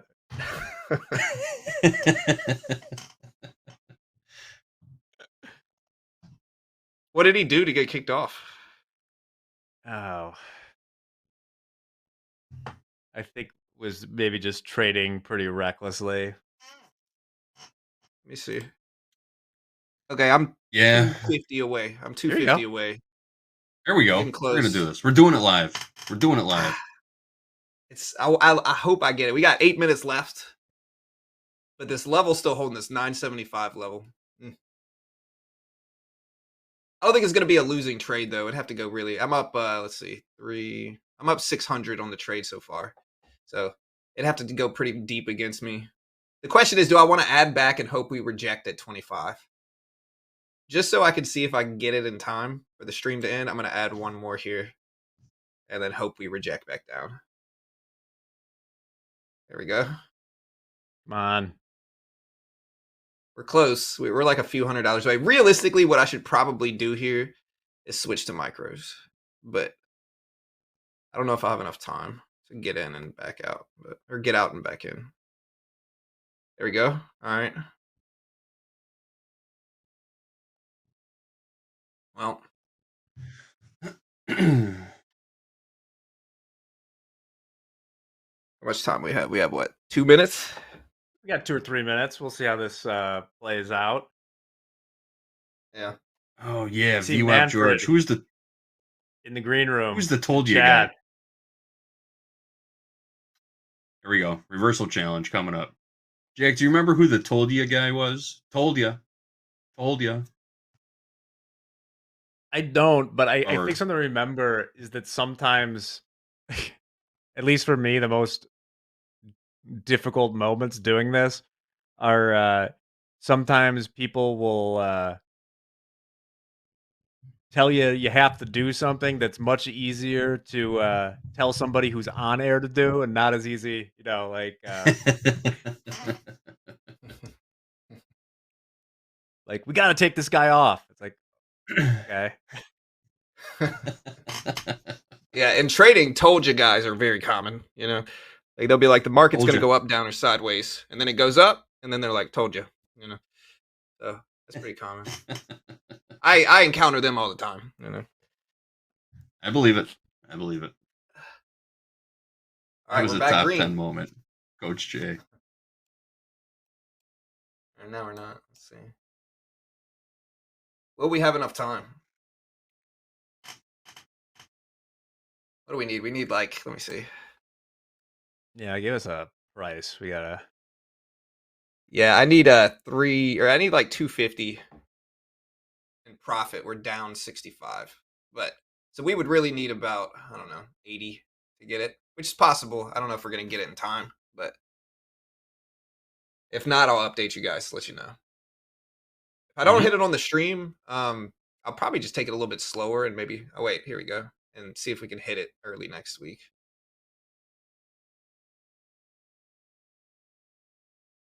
Come on. Just a little drop, just a small drop, Here, keep looking at the trade. I'm just gonna start giving the outro stuff so we can set the reversal challenge. Oh, there's VWAP George. What's up, my man? What's happening? He's back. I love it. Welcome. As you might have heard, we have Power Hour coming up next. Reversal challenge. We got Gabe, Manfred, Chad, VWAP George, Andre will be back. You can ask him questions about what's going on behind the scenes. I'm sure he'll be happy to answer. See him back there as well. John London, we'll just assume that if we sell off a little bit in the NQ, you pass that combine. Thanks for joining us today. Of course. Hey, I appreciate you guys. Thank you all. I'll see you guys next time. All right. Well, we've come to the time. 1 hour left in the day, which means it's time for Power Hour. And, if you got kids watching, maybe throw in some Winnie the Pooh in the other room for this next hour. It was a real toss-up after dark here. So we'll be right back with the Reversal Challenge. This is Topstep TV. Let's do it.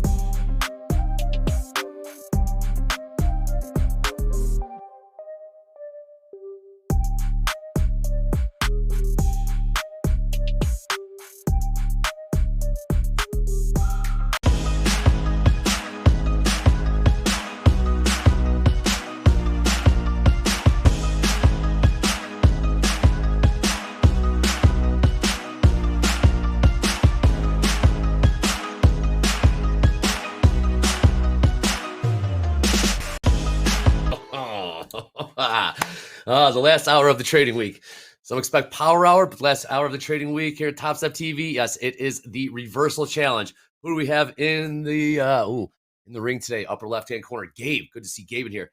Beneath him, making his reversal challenge debut, Mr. Manfred joining us from Germany.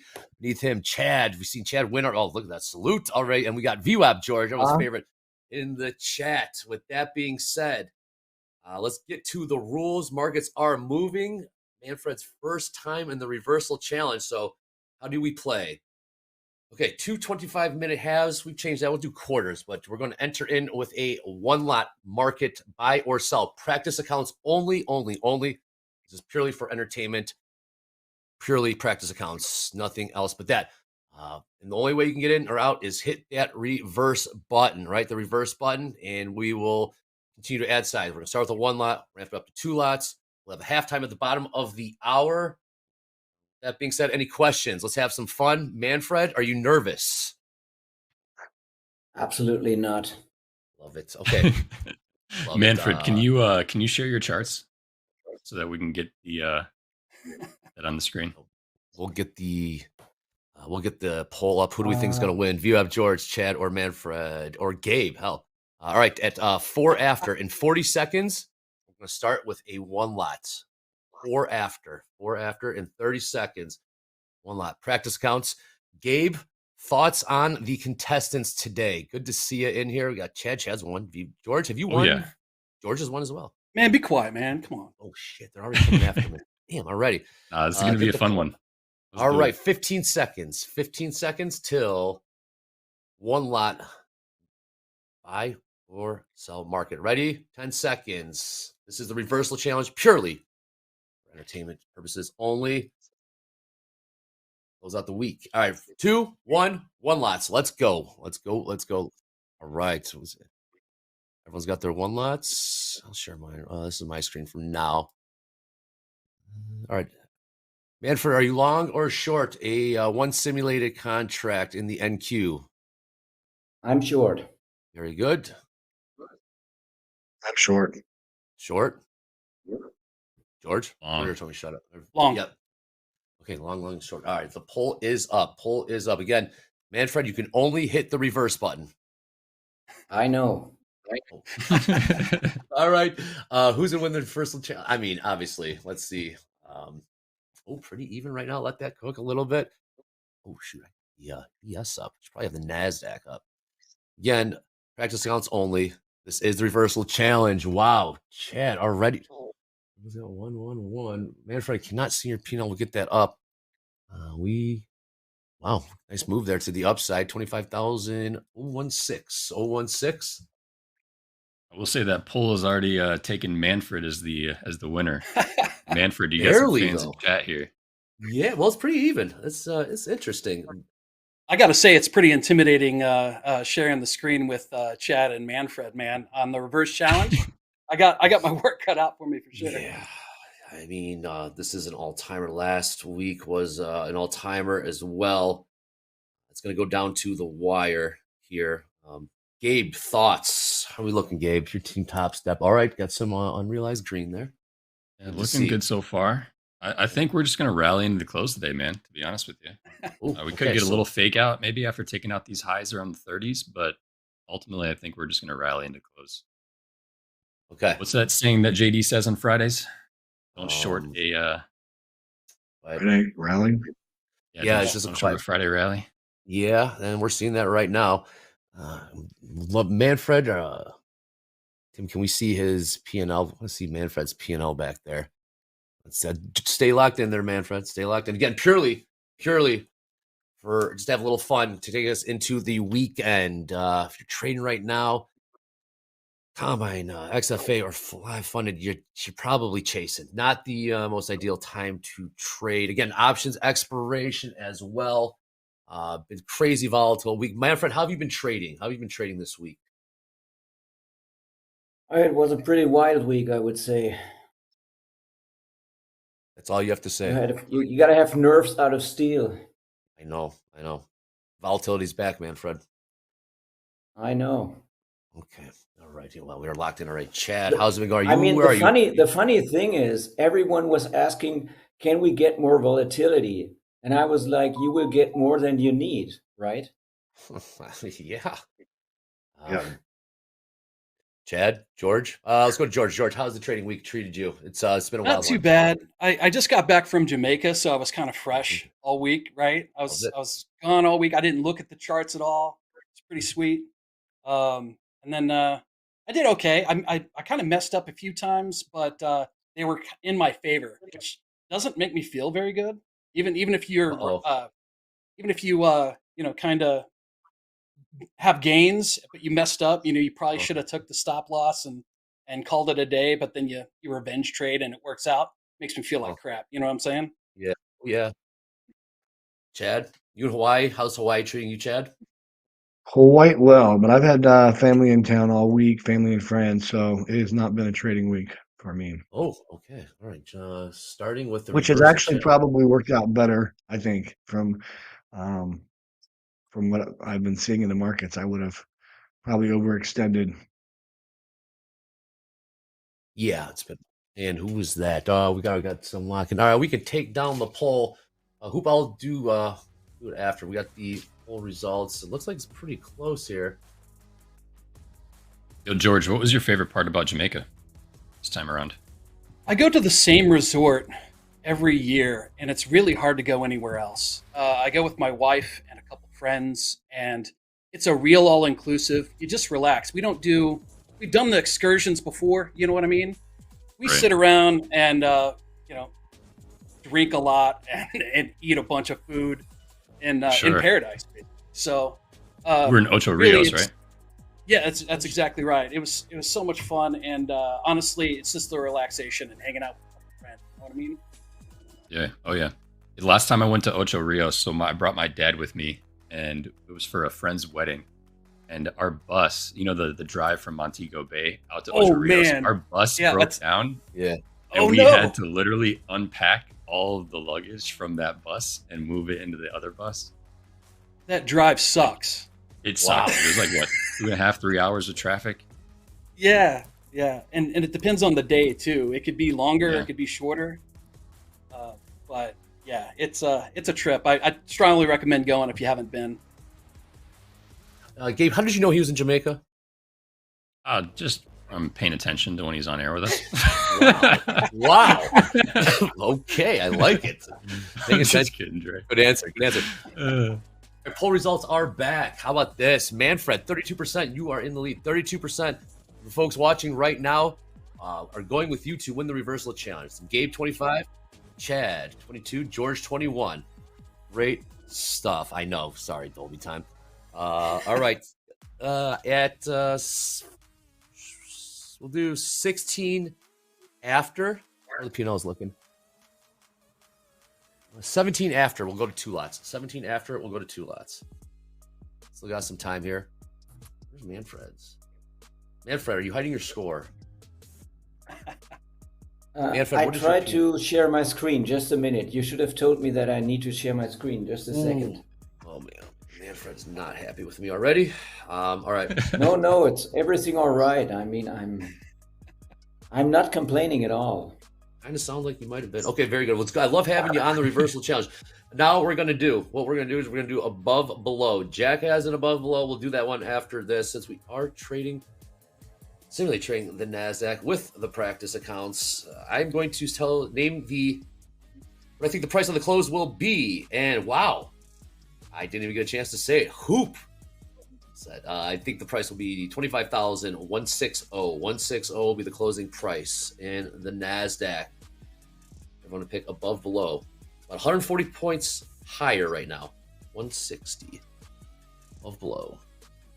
I'll say above. All right, we got the music here.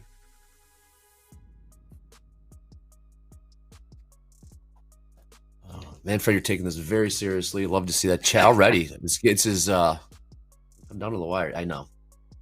Also, I need to publicly apologize to Rodney, Jack's dog. You're a good boy. You're not fat. I fat shamed him in chat. I apologize. No. Okay, we are pushing higher here.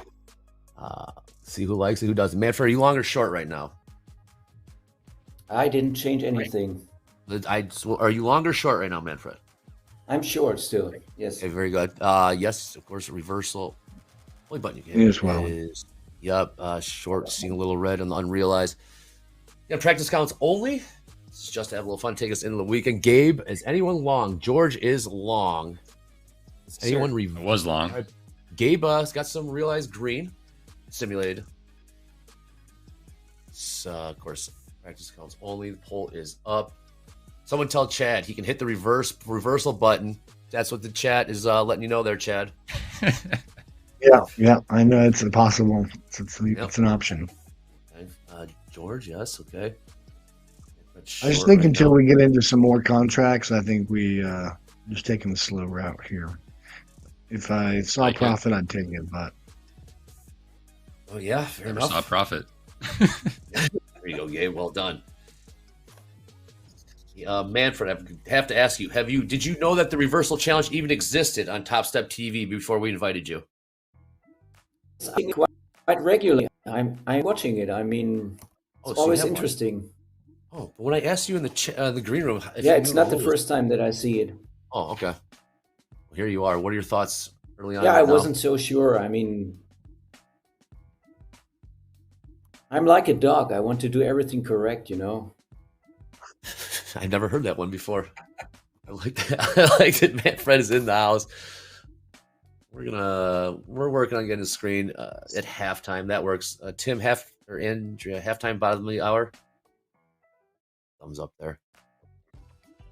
Yeah, on the hour. Getting called out in chat here, Dre. We got Trading with Brad. Said, dude, you just talked about not shorting a Friday rally and look at your position. Well done. I got short the highs because I wanted to see a little bit of a well down done highs, but so far we're holding above pretty. Take down that poll. We're gonna do another poll as well. 55% are saying below, and we got Jack's. Well, never mind. Jack's price is way down there in the ES. All right, in 3 minutes we're going to. All right, who did it? It was me. Yep. Okay. Locking in some. Yep. Well done, Gabe. Locking in some as well. George, it's difficult. What color is that for realize? That is not green. It is brown. I'm colorblind, man. I mean, is that true? Yeah, I had no idea. I thought it was the right color, to be honest. I gotta ask. No kidding. How do you find out you're colorblind? Yeah, so I was like in third grade, and I don't know, the teacher thought I didn't know my colors or something. Like I was no kidding. Right, so they give you this test. It's kind of like a flip book with numbers in it, and the numbers are full of colors. And I don't think I got one right. So that's how you find out. Okay, well, yeah. Oh, well, awesome. Yeah, that's fine. I know Dakota as well. Well, all right, fellas. So in 17 after, we're going to 2 lots. 17 after, less than 2 minutes, we're going to 2 lots. That's the all-time record. Who has the all-time record? Right? We've had so many of these now. I'm kind of we have. Here we go. Everyone on Topstep TV are utter goblins. Minus Gabe and Mick. Appreciate that. Have you said that one before? My bad. That's not Chad. What else is about that even? How are we looking here? All right, it's taking a little heat again. This is a slow build up. Until the fireworks really get started. Again, we're going to take these simulated contracts. We're going to take it into MOC. You see the countdown clock, lower right-hand corner? 44 minutes till the closing bell. Means 34 minutes till MOC. A lot of this game is just about surviving into MOC. Yeah, goblins. What's a goon to a goblin? Okay, a little red there, a little red. Okay. 30 seconds. We're going one more. 17 after, going to 2 simulated contracts. Yeah, I haven't seen it in the chat yet either. Has anyone said it? No one said this is stupid. Yeah, no one said stupid. We had a couple of them, Dre. Okay, did we? All right, good. All right, everyone. 10 seconds. Somebody said this is a waste of time. Hey, Andre, I'm sharing my screen now. You can. Okay. You can All right, check if Manfred, you we're can going to see 2 lots here in 2 seconds. 2, 1, 2 lots. 2 lots. 2 lots. Yes. Very good. Yes, I appreciate that. We'll get on that in the back there. Okay. Okay. Everyone's got a position on. Yep. All right. Sounds good. Let's take a look here. Chad, are you long or short? Staying short at the moment. Okay. George? Your brothers. Short or long, rather. Sorry. Long. Manfred, are you long or short? Short. Okay. What's your realized simulated P&L? Simulated realized P&L. 505. Positive. No, my negative? realized P&L is minus $2. Okay. Negative Yeah. 600 now. Okay. Still holding that short. I mean, Short, check yeah. if you can see my screen because I'm sharing it now. Okay. Yeah, well, Andre, we got it now, Manfred. Yeah, we got it. All right. Yeah, they just want to get that up. All right. Thank you. Thank I'm you. sure they're All working right. on it, Dre. Yep. Sounds good. Thank you. Let's see, chat. Indeed. We got that. Chad, what time do you get up in the morning? I've been to Hawaii once and I loved it because of the time change. You know, you get up at 5 a.m. Central and it's like, what, 10 o'clock in the morning there or something? Yeah, 3:30 a.m. is market open, so I usually tend to skip all that. I get up around 6, 7, and I usually trade lately after hours, Oh, okay. which is it reopens at 12, Wow. which is usually margarita time. Ooh. It's 5 o'clock somewhere, Chad. Right, Jimmy, above it. Now, Chad, better question for those margaritas. You going on the rocks or frozen? On the rocks, no salt. No salt. Yep. No salt indeed. Let's take a peek at gold. Okay, who's that? It was me. Switching. Okay. Manfred, I must ask you your thoughts on gold. The volatility, all-time highs. What's going on over there? Is this about safe haven, inflation? What are your thoughts on gold? I know we're trading simulate NASDAQ right now, but gold is out of control, Manfred, and I can't figure out why. well, apart from the fact that I was losing a lot of accounts this week due to gold, I was shorting this fucking thing. I would say, fuck your mother. Oh boy. There it is. It's rally. Yeah, all-time highs, but you were shorting it. Well, I'll tell you what, right now, Manfred, we are looking at more selling here in gold. 42.28.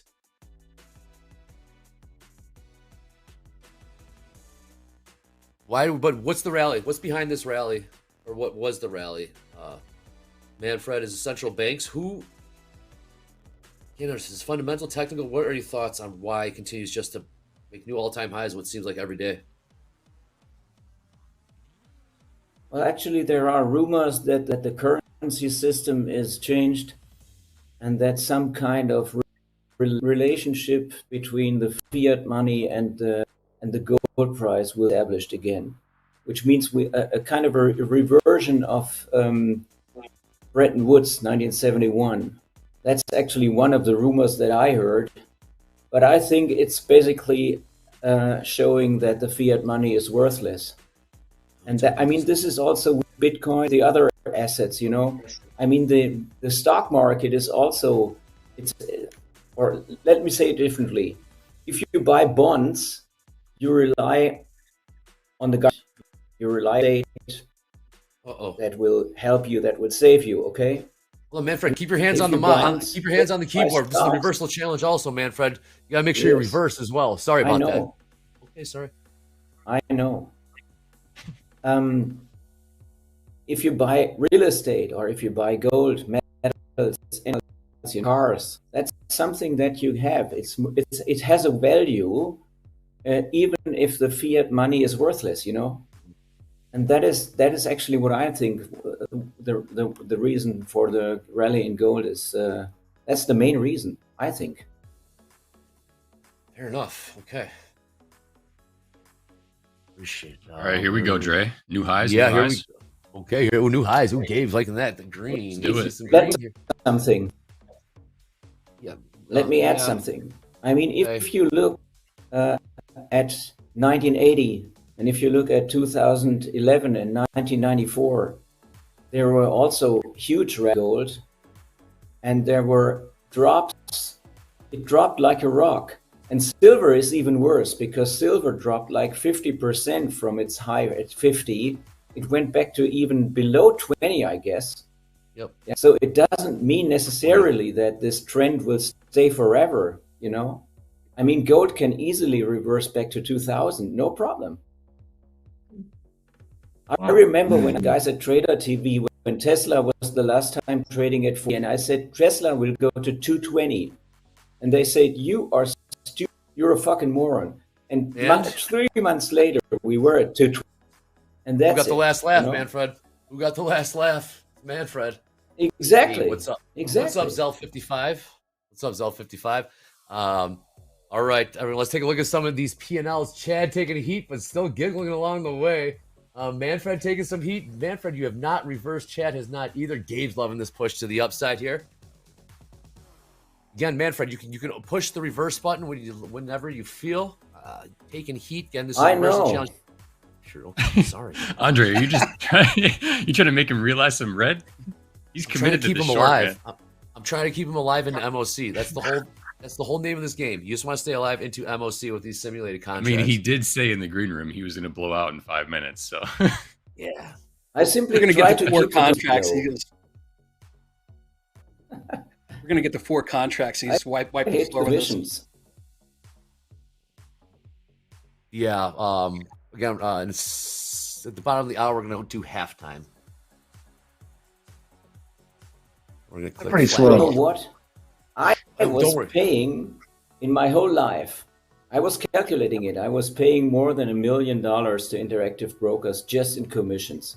More than $1 million. Which size were you trading? what was your trade volume? I have more Yeah, of commissions course, in a those month commissions. than my salary is for my 9-to-5 job. No kidding. How much size were you trading? I'm trading hundreds of lots every day. My guy, man. That's my guy. That's my guy, Manfred. Also experienced, so we all learn together. I hate the people who say you need to do 1 trade or 1 or 2 trades a day. I say, hey, and what are you doing the rest of your 10 hours or your 15 hours you're sitting in front of your screen? Well, Manfred, you've only Shaking made 1 your trade in the balls or reversal what? challenge. You've only Buying made more 1 trade in the combine. reversal challenge, Manfred. I mean, yeah, you haven't. I mean, I hear you. I have already done hundreds of real trades in my accounts today. No.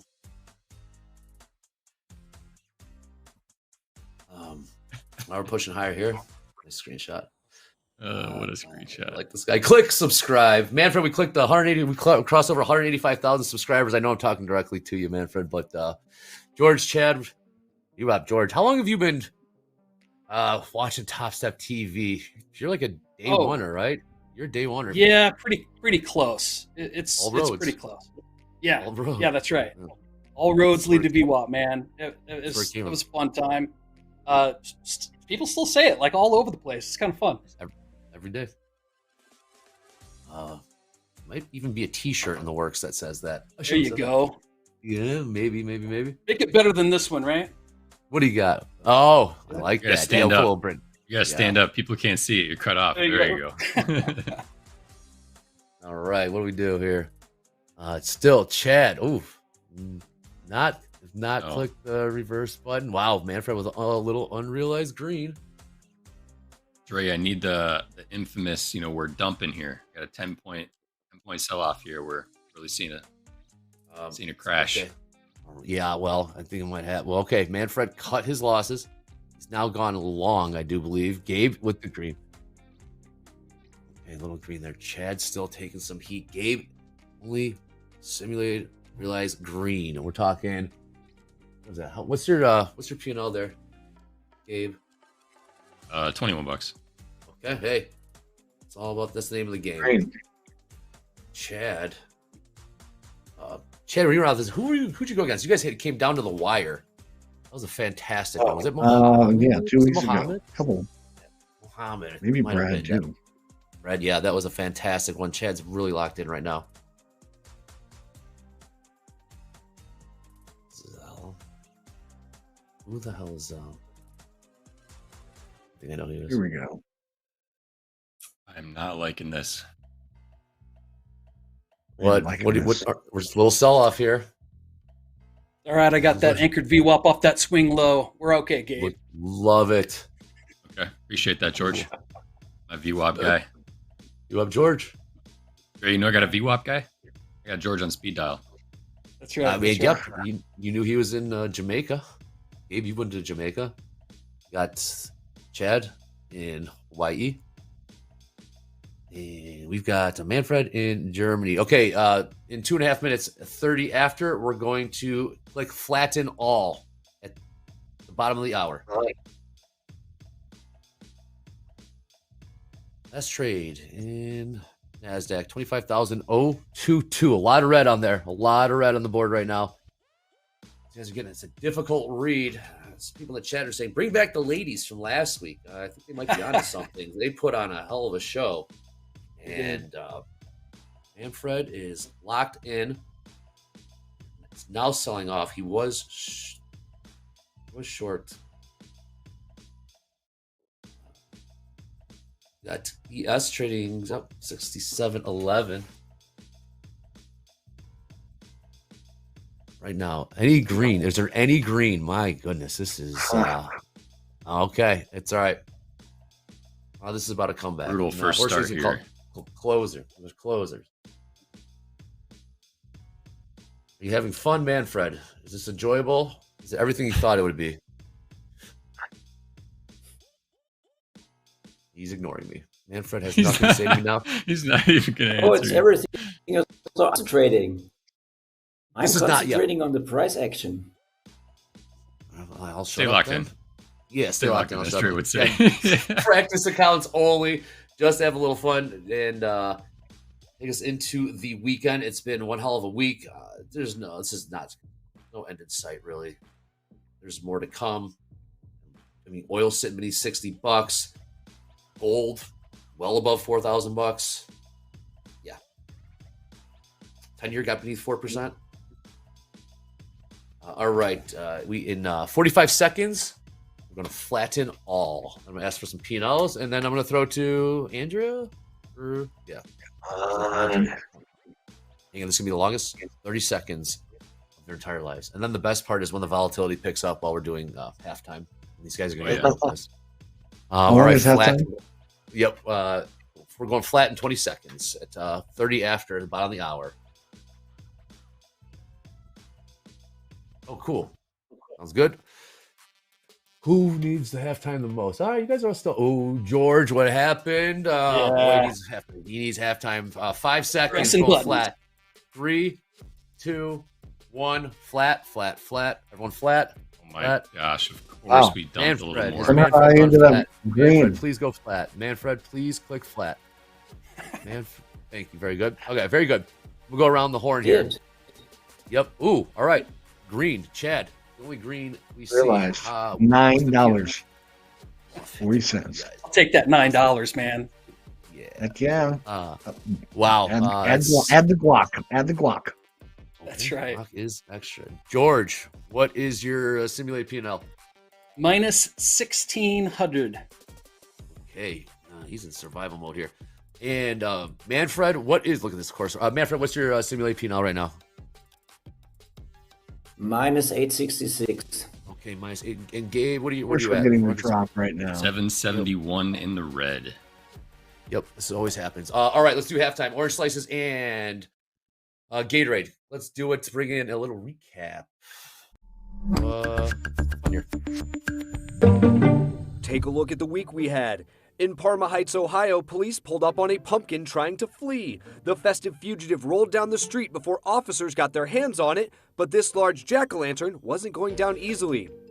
We're currently struggling with it right now. Police were finally able to wrangle and mostly deflate the Halloween decor, getting it into a patrol car. With the thing safely secured, officers drove it home so it could go on display for the rest of the holiday. 2, 3, 4, 6! Check out the new pound for pound Pumpkin King.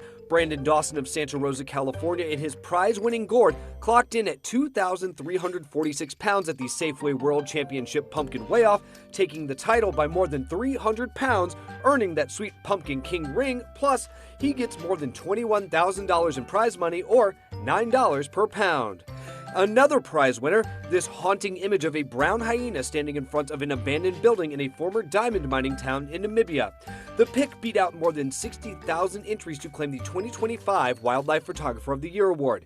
The annual contest celebrates the world's best nature photography and wildlife photojournalism. Brown hyenas are so rare, organizers say it took the South African photographer a full decade to capture one on camera. Here's wild video of a domesticated animal sparking trouble. The Chapel Hill Fire Department says the dog, Colton, gnawed on a lithium-ion battery until the thing burst into flames. He bit into it, and you can see it, he's surprised by it, and then he's like, uh-oh, what did I do? They posted the video online to highlight the dangers of leaving those batteries unsecured. Other than a bit of a scare, Colton is perfectly okay. The house only suffered some smoke damage and a burned rug. For Take a Look at This Week, I'm Patrick Cornell. Wow. Thoughts, Chad? I got a wow out of Chad. I got a wow. 34 after, so we got 60 seconds to kill here before we start up the second half. Chad, you said, wow, there we go. Let's get started at 30. Drop right at halftime. All right, is everyone good? Is everyone good to go? We can just do a two-lot market. I'll do a countdown. Yes, everyone good for? All right, ready? Because the markets aren't moving. Everyone good? Going to the two lots in 5, 4, Yes. 3, 2, 1. Two lots. We are seeing some selling coming in here. Okay. Manfred, need you. There you go. Are you in? Good. Okay, good. Here we go.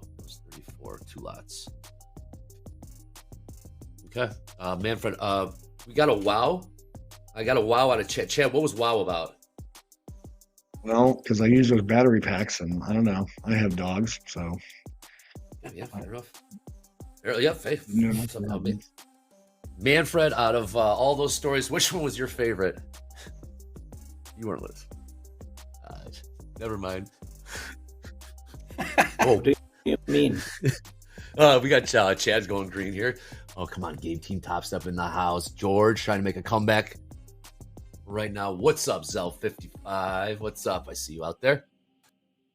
How's that cologne collection? Anyways, a little bit of selling coming in here. 25,000 even last trade in the NQ. And, Chad. We going to was it 3 lots next or 4? It's gonna be 4, but I just want this to survive. I want this to Yeah. George can handle it.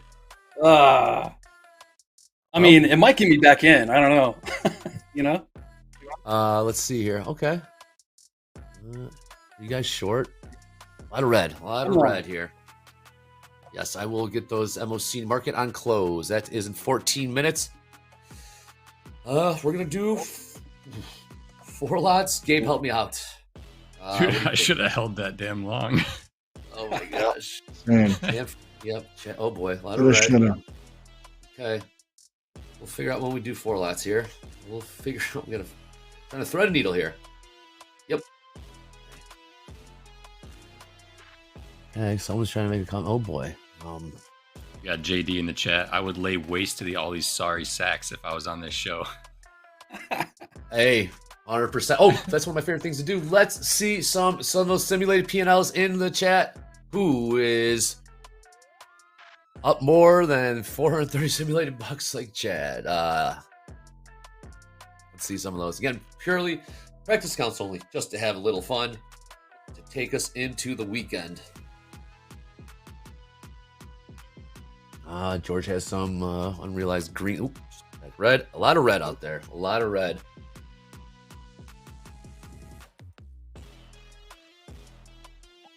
Okay.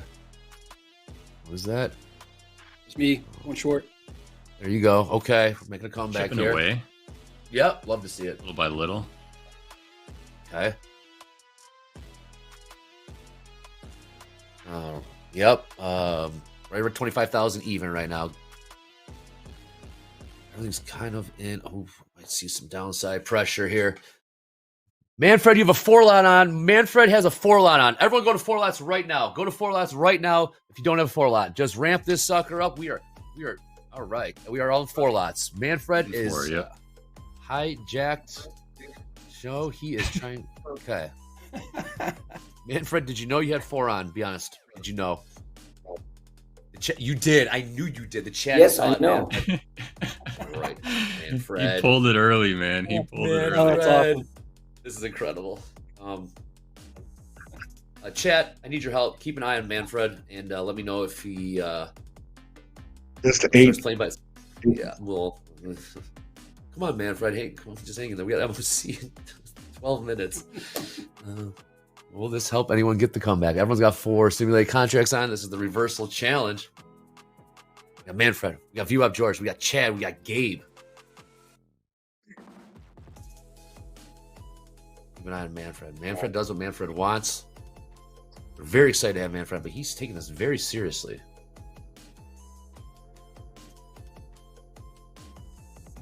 We got those, all right, a lot of red out there. Chad, green, Gabe. Just kind of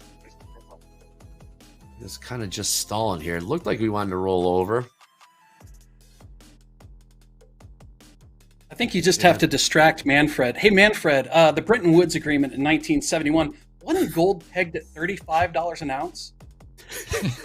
Who fed you that? Oh, what? I don't know the exact price of that, and to be honest. What did he say? Hold on, what happened? You said what happened? What happened there? Get out of this. Is he mad at us? That was a great question. Who fed you that question, George? Who fed you that question? All right, got 4. I love it. I love it. Again, Manfred, if you get to minus 4,500 simulated P&L, you're gonna get stopped out and you're gonna be done. So, also you gotta be conscientious of that. We got Chad taking heat right now. Ooh, George trying to make the comeback right now. Seeing some green there. This is when you think you have Manfred figured out, when we zig, he zags. Let's put it that way. And we got George. George. I got some work to do, man. We're on the comeback here. Everyone's taking a lot of heat on their positions. Everyone's short. George made them went long. I need to bail out of this short. I'm just trying to get a better fill. Well, yeah, we got 4 right now. Is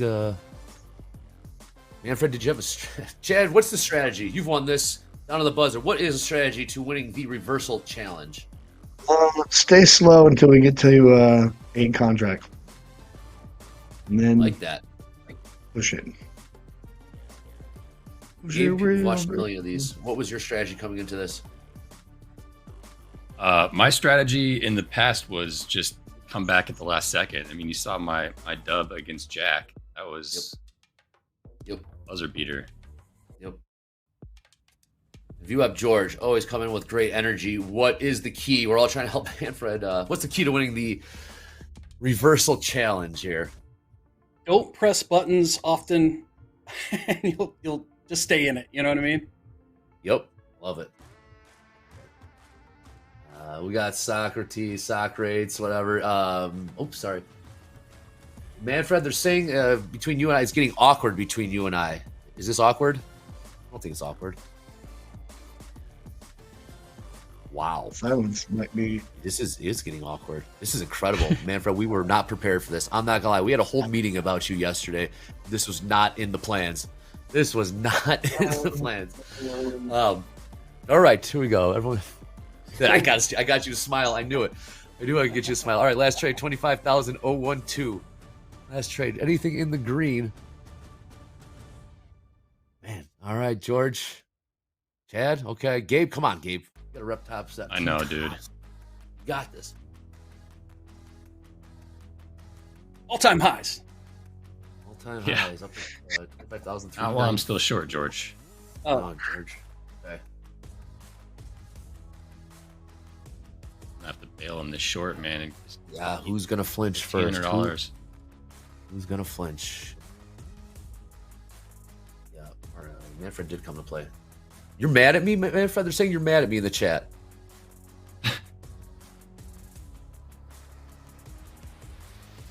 This is wild. All right, this is a silent treatment from. All right, hope you win. Then you have to talk. If you win, you have to give a victory speech. Just so you know, Manfred. So if you win, you're going to have to talk. There he is. Okay. I will. Oh, there you Just are. comes All right, in let's get last second with the laugh. He's just locked in. Yeah. Yeah. It's so weird. The best. All right, come on, guys. Let's get that comeback going here. Let's see if we can get some green going. Oh, it's kind of chopping around. 25,000. Oh, 1-1. Market. What will we see in the last 18 minutes of this trade? 7 minutes till MOC. What is MOC? Market on close. Simply put, volatility. Potential for volatility. Based on these orders in the stock market. When are it to be executed. contracts. What's up? When do we go to 8 contracts? Hell, well, last At time we what went to time? 4. You made the call. We will go to 8 contracts at 48 after. Chad's loving this. We will go to 48 after, Manfred. I'm watching you. Don't. Gabe, can we swing it? Okay. We can swing 8. I might need it, Dre. I might need Okay. it. All right. Encourage. All right. We have 5 minutes, 4.5 minutes till 8 simulated contracts. Let's see some of those simulated P&Ls in the chat right now. Who is beating Chad's whopping 428 simulated realized P&L? Hey, a win is a win.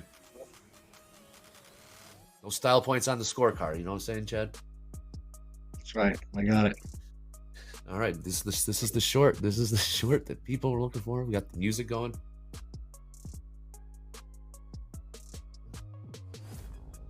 Manfred secretly wants to punch Andre in the face. No, we actually like each other. Yeah, he likes me. I know he does, whether he wants to admit it or not. Absolutely. That was very genuine. All right, 8 lots in 4 minutes. 4 minutes, 8 simulated contracts. You're always Let's take a look. amazing. I appreciate it. Not as much as you, man. Manfred, okay, you got this comeback in you, Manfred. I can feel it. George, a little. Ooh. It's like a real trade. I just want to be break even. Yeah. You're close, man. You're a lot closer than I am. Gabe, I think you can do this. All right, I think you can do this. Right now we're at 4. 4. George only green. Market is stalled out, stuck at 25,000. Again, practice counts only. Just to have a little fun to take us into the trading, into the weekend. You don't want to be stuck trading, trying to grind your way, dig yourself out of a hole. Okay, a little volatility. Ooh, something picked up Come on, there. buyers. Okay, there you go, Gabe.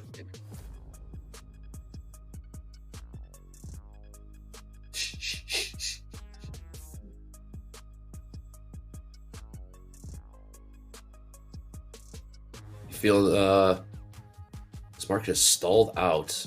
Chad knows how to navigate these type of markets. We saw him do it last time, but right now I think we are missed the ladies. Ladies really crushing. Maybe it's the market. Maybe it's the contestants. But right now, okay. That was an all-star cast for sure. It was. Oh, Manfred, a little unrealized green. Gabe, get in there. Oop. For the I'm shorts. hanging in there, man, but I got about Come on. $2,000 before I'm out Well, of here. We do 8 lots or no? I need it, Dre. I need Okay, it. okay, fair enough. Fair enough. 2 minutes till 8. All right, who is that? Oh, Manfred. See that? Oh, George just went positive. I see what's happening here. James, put that camera on. All right.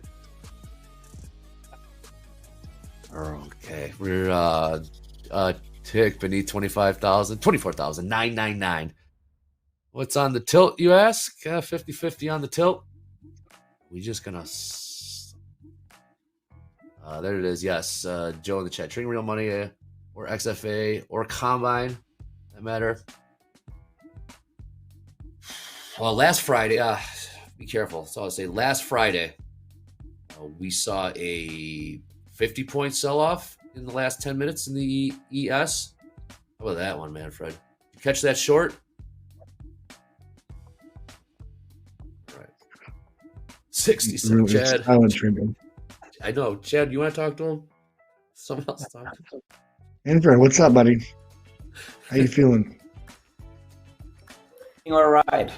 Oh, come on. Oh, that's brutal, man. All right. 8 lots coming up in 45 seconds. Wow. I'm not cheering for you anymore, Manfred. 30 seconds. 30 seconds till 8. 8 simulated contracts. Manfred, we're starting to see some green here. Okay, dude, George just went into the red. Yep. All right, buckle up. Be nice, Zoo. Be nice. 10 seconds till 8. 10 seconds till 8 simulated contracts. Everyone ready? Good. 5. Good. 3, 2, 1. 8 simulated contracts. Here we go. 8. Oh, Dre, this is it. Yeah, Manfred, there it is. Yeah. This is it, Dre. Oh. Okay, you're still in there. All right. So well, man. All right, well, fires are showing up. And there we go. That's all she wrote? Is that all she wrote? All she wrote. Okay. Damn, you didn't make it to MOC. You wanted the 8 lots, Gabe. I did this for you, man. I know. It was, hey, man, it was a full port moment to get me out of the red. That was... went exactly the wrong way. Oh, no. Oh, man. Chad, chilling? Hollow? George? Chilling. Okay. Good, man. I reversed a few times. Yeah, I see that. You're up 1,500 simulated bucks. Gabe, you've let the chat down. I know, dude. I know. Preach the world. God ministry. Yes, I have. That was the game plan coming into this. 100%. I got Manfred. He's a star. He's ignoring me. Gabe, you talk to him. Gabe, you talk to for real.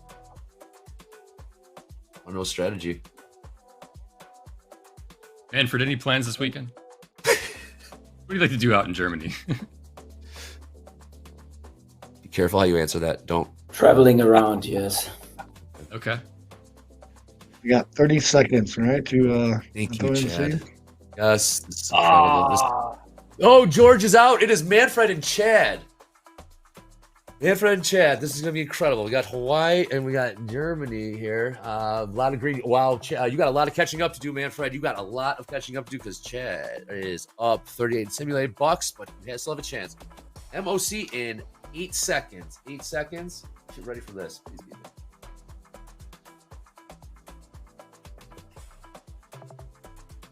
It is not. It's basically nothing.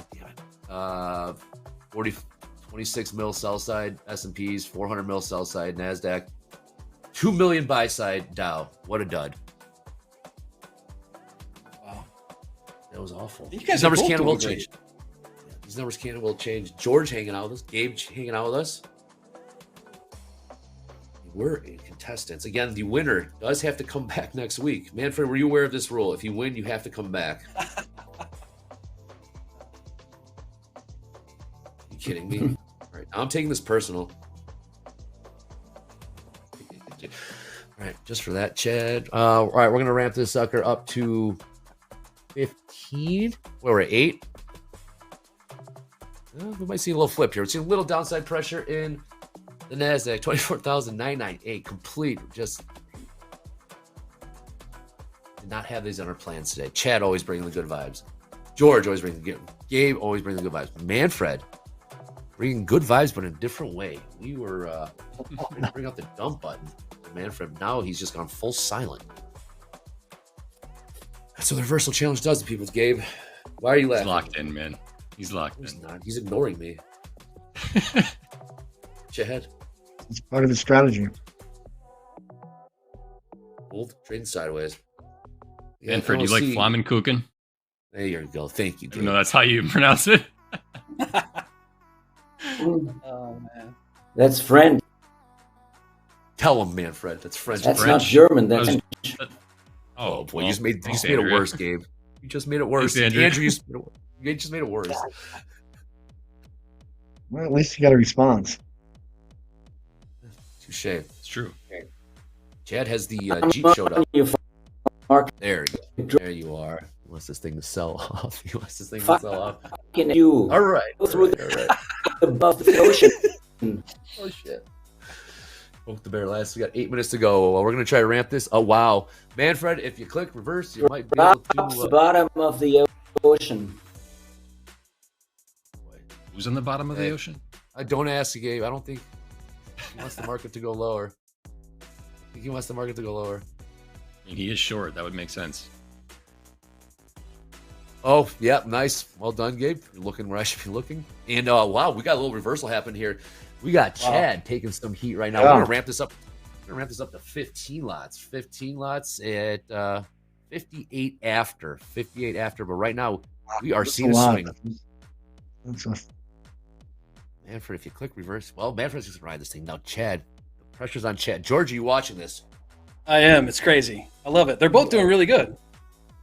Well, I mean, even being gonna flinch even at first? this point with Chad, he's fine. You know. Who's gonna flinch first here, George? Right. I don't know. It's hard to say, right? I mean, Yeah. Manfred has been locked in the entire time. Chad's smiling at him. I don't know. It's a tough call. Chad's been loving this. I've seen him smiling the entire time. Turkey sandwich, mayo, sourdough, Zell. Those margaritas, Dre. Yeah, wow. Manfred That's could have had against some. Germany. Oh, Against for Germany, sure, we're back-to-back World War champions. So. Oh, we are in Chad now. Chad, come, Chad. Oh boy. Almost bought that shirt. No, my wife told last, me no. So. Last. All right, we're looking at 8 lots. We're gonna be looking at 15 lots at 58 after. I love Germany.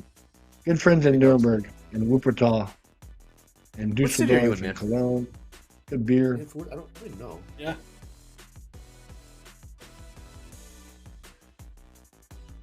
Conviction to this bit is incredible, Manfred. I have to give it to you.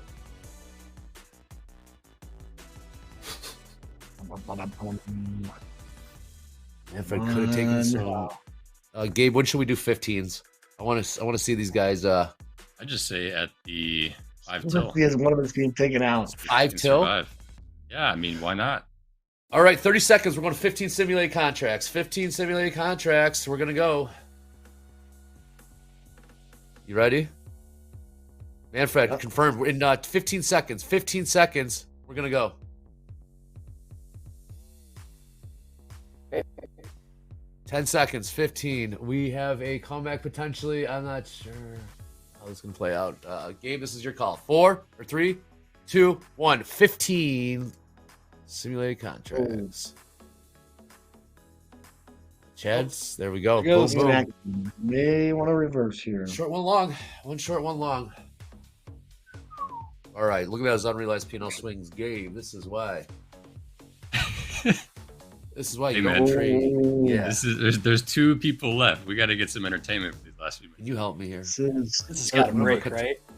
Yeah, one of our contestants won't speak to me, so this is making my job difficult, so I need some help. Chad's loving it. I quit smiling. Uh-oh. Manfred, if you click reverse right now, you might be in the lead. Wow. Spoke too soon. Manfred's got his own strategy. We got 4 minutes till the close. 15 simulated contracts here on the Reversal Challenge. Buckle up, everybody. We're in for a doozy. We already have been a doozy, let's be honest. Remember when I was up like $200? Yeah. You. George, I love you. Dude, you're telling me, man, I started off green. I was the first one to take $370 in profit, and I'm over here bleeding the rest of the segment. It's so crazy. The whole time. Well, this might come down to who's going to click reverse first. We have 3.5 minutes till the close. Again, victory speech. There is a victory speech. And if Chad gets it, he knows. If Manfred, if it is you, you have to give it victory speech. Well, I don't know how that's going to go. Solo on him. Got to clip it and put it on Instagram. Yeah, well, we got to run it by legal. I guess we have to run it by legal. Wow. Okay, here we go. It is on. Manfred is in. Has some green. Chad has some green. Wow. Taking some. Please, this could be incredible. Okay. Manfred. Okay, we have hidden the positions. Now we do not know their positions. It's gonna go down the wire, Gabe. It is. Chad's committed. Chad's loving it. Chad's been smiling the entire time. All right, Chad. Throw it up. Who's gonna win this? Who do we want to win this? Who do you think is gonna win this? Or is it the same? Well, who do you not want to win? How about that? Well, we got 2 left. Who was the results on the initial poll was Manfred, Gabe, Chad, and George. Show them wrong. Prove them wrong. Prove them wrong. There's James in the chats. Let's see. Manfred. WTF is going on. This is the reversal challenge. A little fun practice accounts only. Got 15 simulate contracts on. And Manfred's up 4. What did you do, Manfred? Look at you. Uh-oh. Taking some heat. This is going to be a good one. It is going to be a good one. I'm telling you, man. 15 lots from 5 till. I mean, they're surviving. You didn't expect that. No, not. And Gabe wanted to ramp it up to 4 lots before MOC, which we did. Yeah. Look at all that worked out. Yeah. All right, 90 seconds. 90 seconds. Good one. Both. I think Manfred's. I think he figured out how to ensure. I think Manfred might. Wow. Oh, okay. Here we go. This is gonna be. Oh boy. Is this gonna be who's gonna lose the least, or we have anyone in the green here in the next 60 seconds? What a nut of a market. What was my above below? Flatten? No, yeah, no. About a minute and 10. Oh, 60 seconds. Yeah. All right, Chad is fired up. This is a 1 to 5 chat. Rate Manfred's performance today. On how do we like this version of the Manfred? We not what? I don't want 1 to 5. All right, we're gonna rock here. 50 seconds. 50 seconds. Legal standpoint, or from a? Oh boy, that drop. Oh boy, 15. Wow. Okay, it's good. James, you're going right after the victor. Wow. Okay, wow is right. 992. Wow, they're giving it a 10. I guess 1 out of 5. They're loving this. They're loving this version of Manfred. But right now, they're locked in. We got Chad. Can Chad close here in the next? All right, we're going to click flat. And we're going flat in 15 seconds. Going flat in 10 seconds. It's going to be close. It is going to be close. Super close because Chad flipped. All right. Chad did flip. Wow. Whoa. Look at this price action. 2, 1. Flat. Manfred hasn't gone flat. Manfred, will you go flat, please? Manfred. I'm gonna throw the yellow flag. I'm throwing the yellow flag. I didn't know we needed to have a yellow flag, but I mean, all right, Manfred, you are the victor. The numbers don't lie, Chad. As always, you will be back. no. Right, well. All right, Manfred, victory speech. Go ahead, Manfred. It is all you. That's it. Nothing. And with that being amazing said, week, and this was the end of it. Let's go. Let's go. James, take us out of here. That was absolutely epic. James, let's go, baby. That was the reversal challenge on Topstep TV. That was crazy. Thank you to absolutely everybody who has been here. Thank you to VWAP, George, to Chad, to Manfred, to Andre, Gabe, and thank you to you, the chat, our lovely audience. Thank you so much for hanging around all day and sticking with us through the reversal challenge. Just a fun way to end the Friday, and my God, what a way that was. But hey, now we're all coming down off that high. Stick around. At the Buzzer's up next. At the Buzzer with Coach Jay and Coach Paul. They're going to recap the reversal challenge for you and probably a whole lot more. So if you want to get your market recap ready for the weekend, then there's only one place to be, and that's right here on Topstep TV with At the Buzzer, hosted by Coach Jay. That's coming up next. And then that's it, everybody. It's the weekend. Get out there, have some fun. If it is warm where you are, enjoy the weather. And if it's not, well, I hope you have something fun to do anyway. A lot of good stuff out there going on this weekend. But once you're done having the time of your life, be sure to be back here Sunday at 4:45 p.m. because Anne-Marie is going to be kicking off Anne-Marie's market kickoff. That's going to be 4:45 Central Time on Sunday. And then the market kicks off again. Slow Markets with Coach Dakota. We'll be back Sunday at 7:30 p.m. Central Time. Aaron Trades is hosting London Open at 1:30 a.m. Central Time Monday morning. D is back with Eurotrade 3:30 a.m. Central Time Monday morning. And then you know where we're going to be. We're going to be right here on YouTube Monday morning at 7:15 a.m. So we can't wait to see you there. But for now, stick around. At the Buzzers coming up right after this. I'm James Harden. You're the chat. And this has been one hell of a week on Topstep TV. Let's go.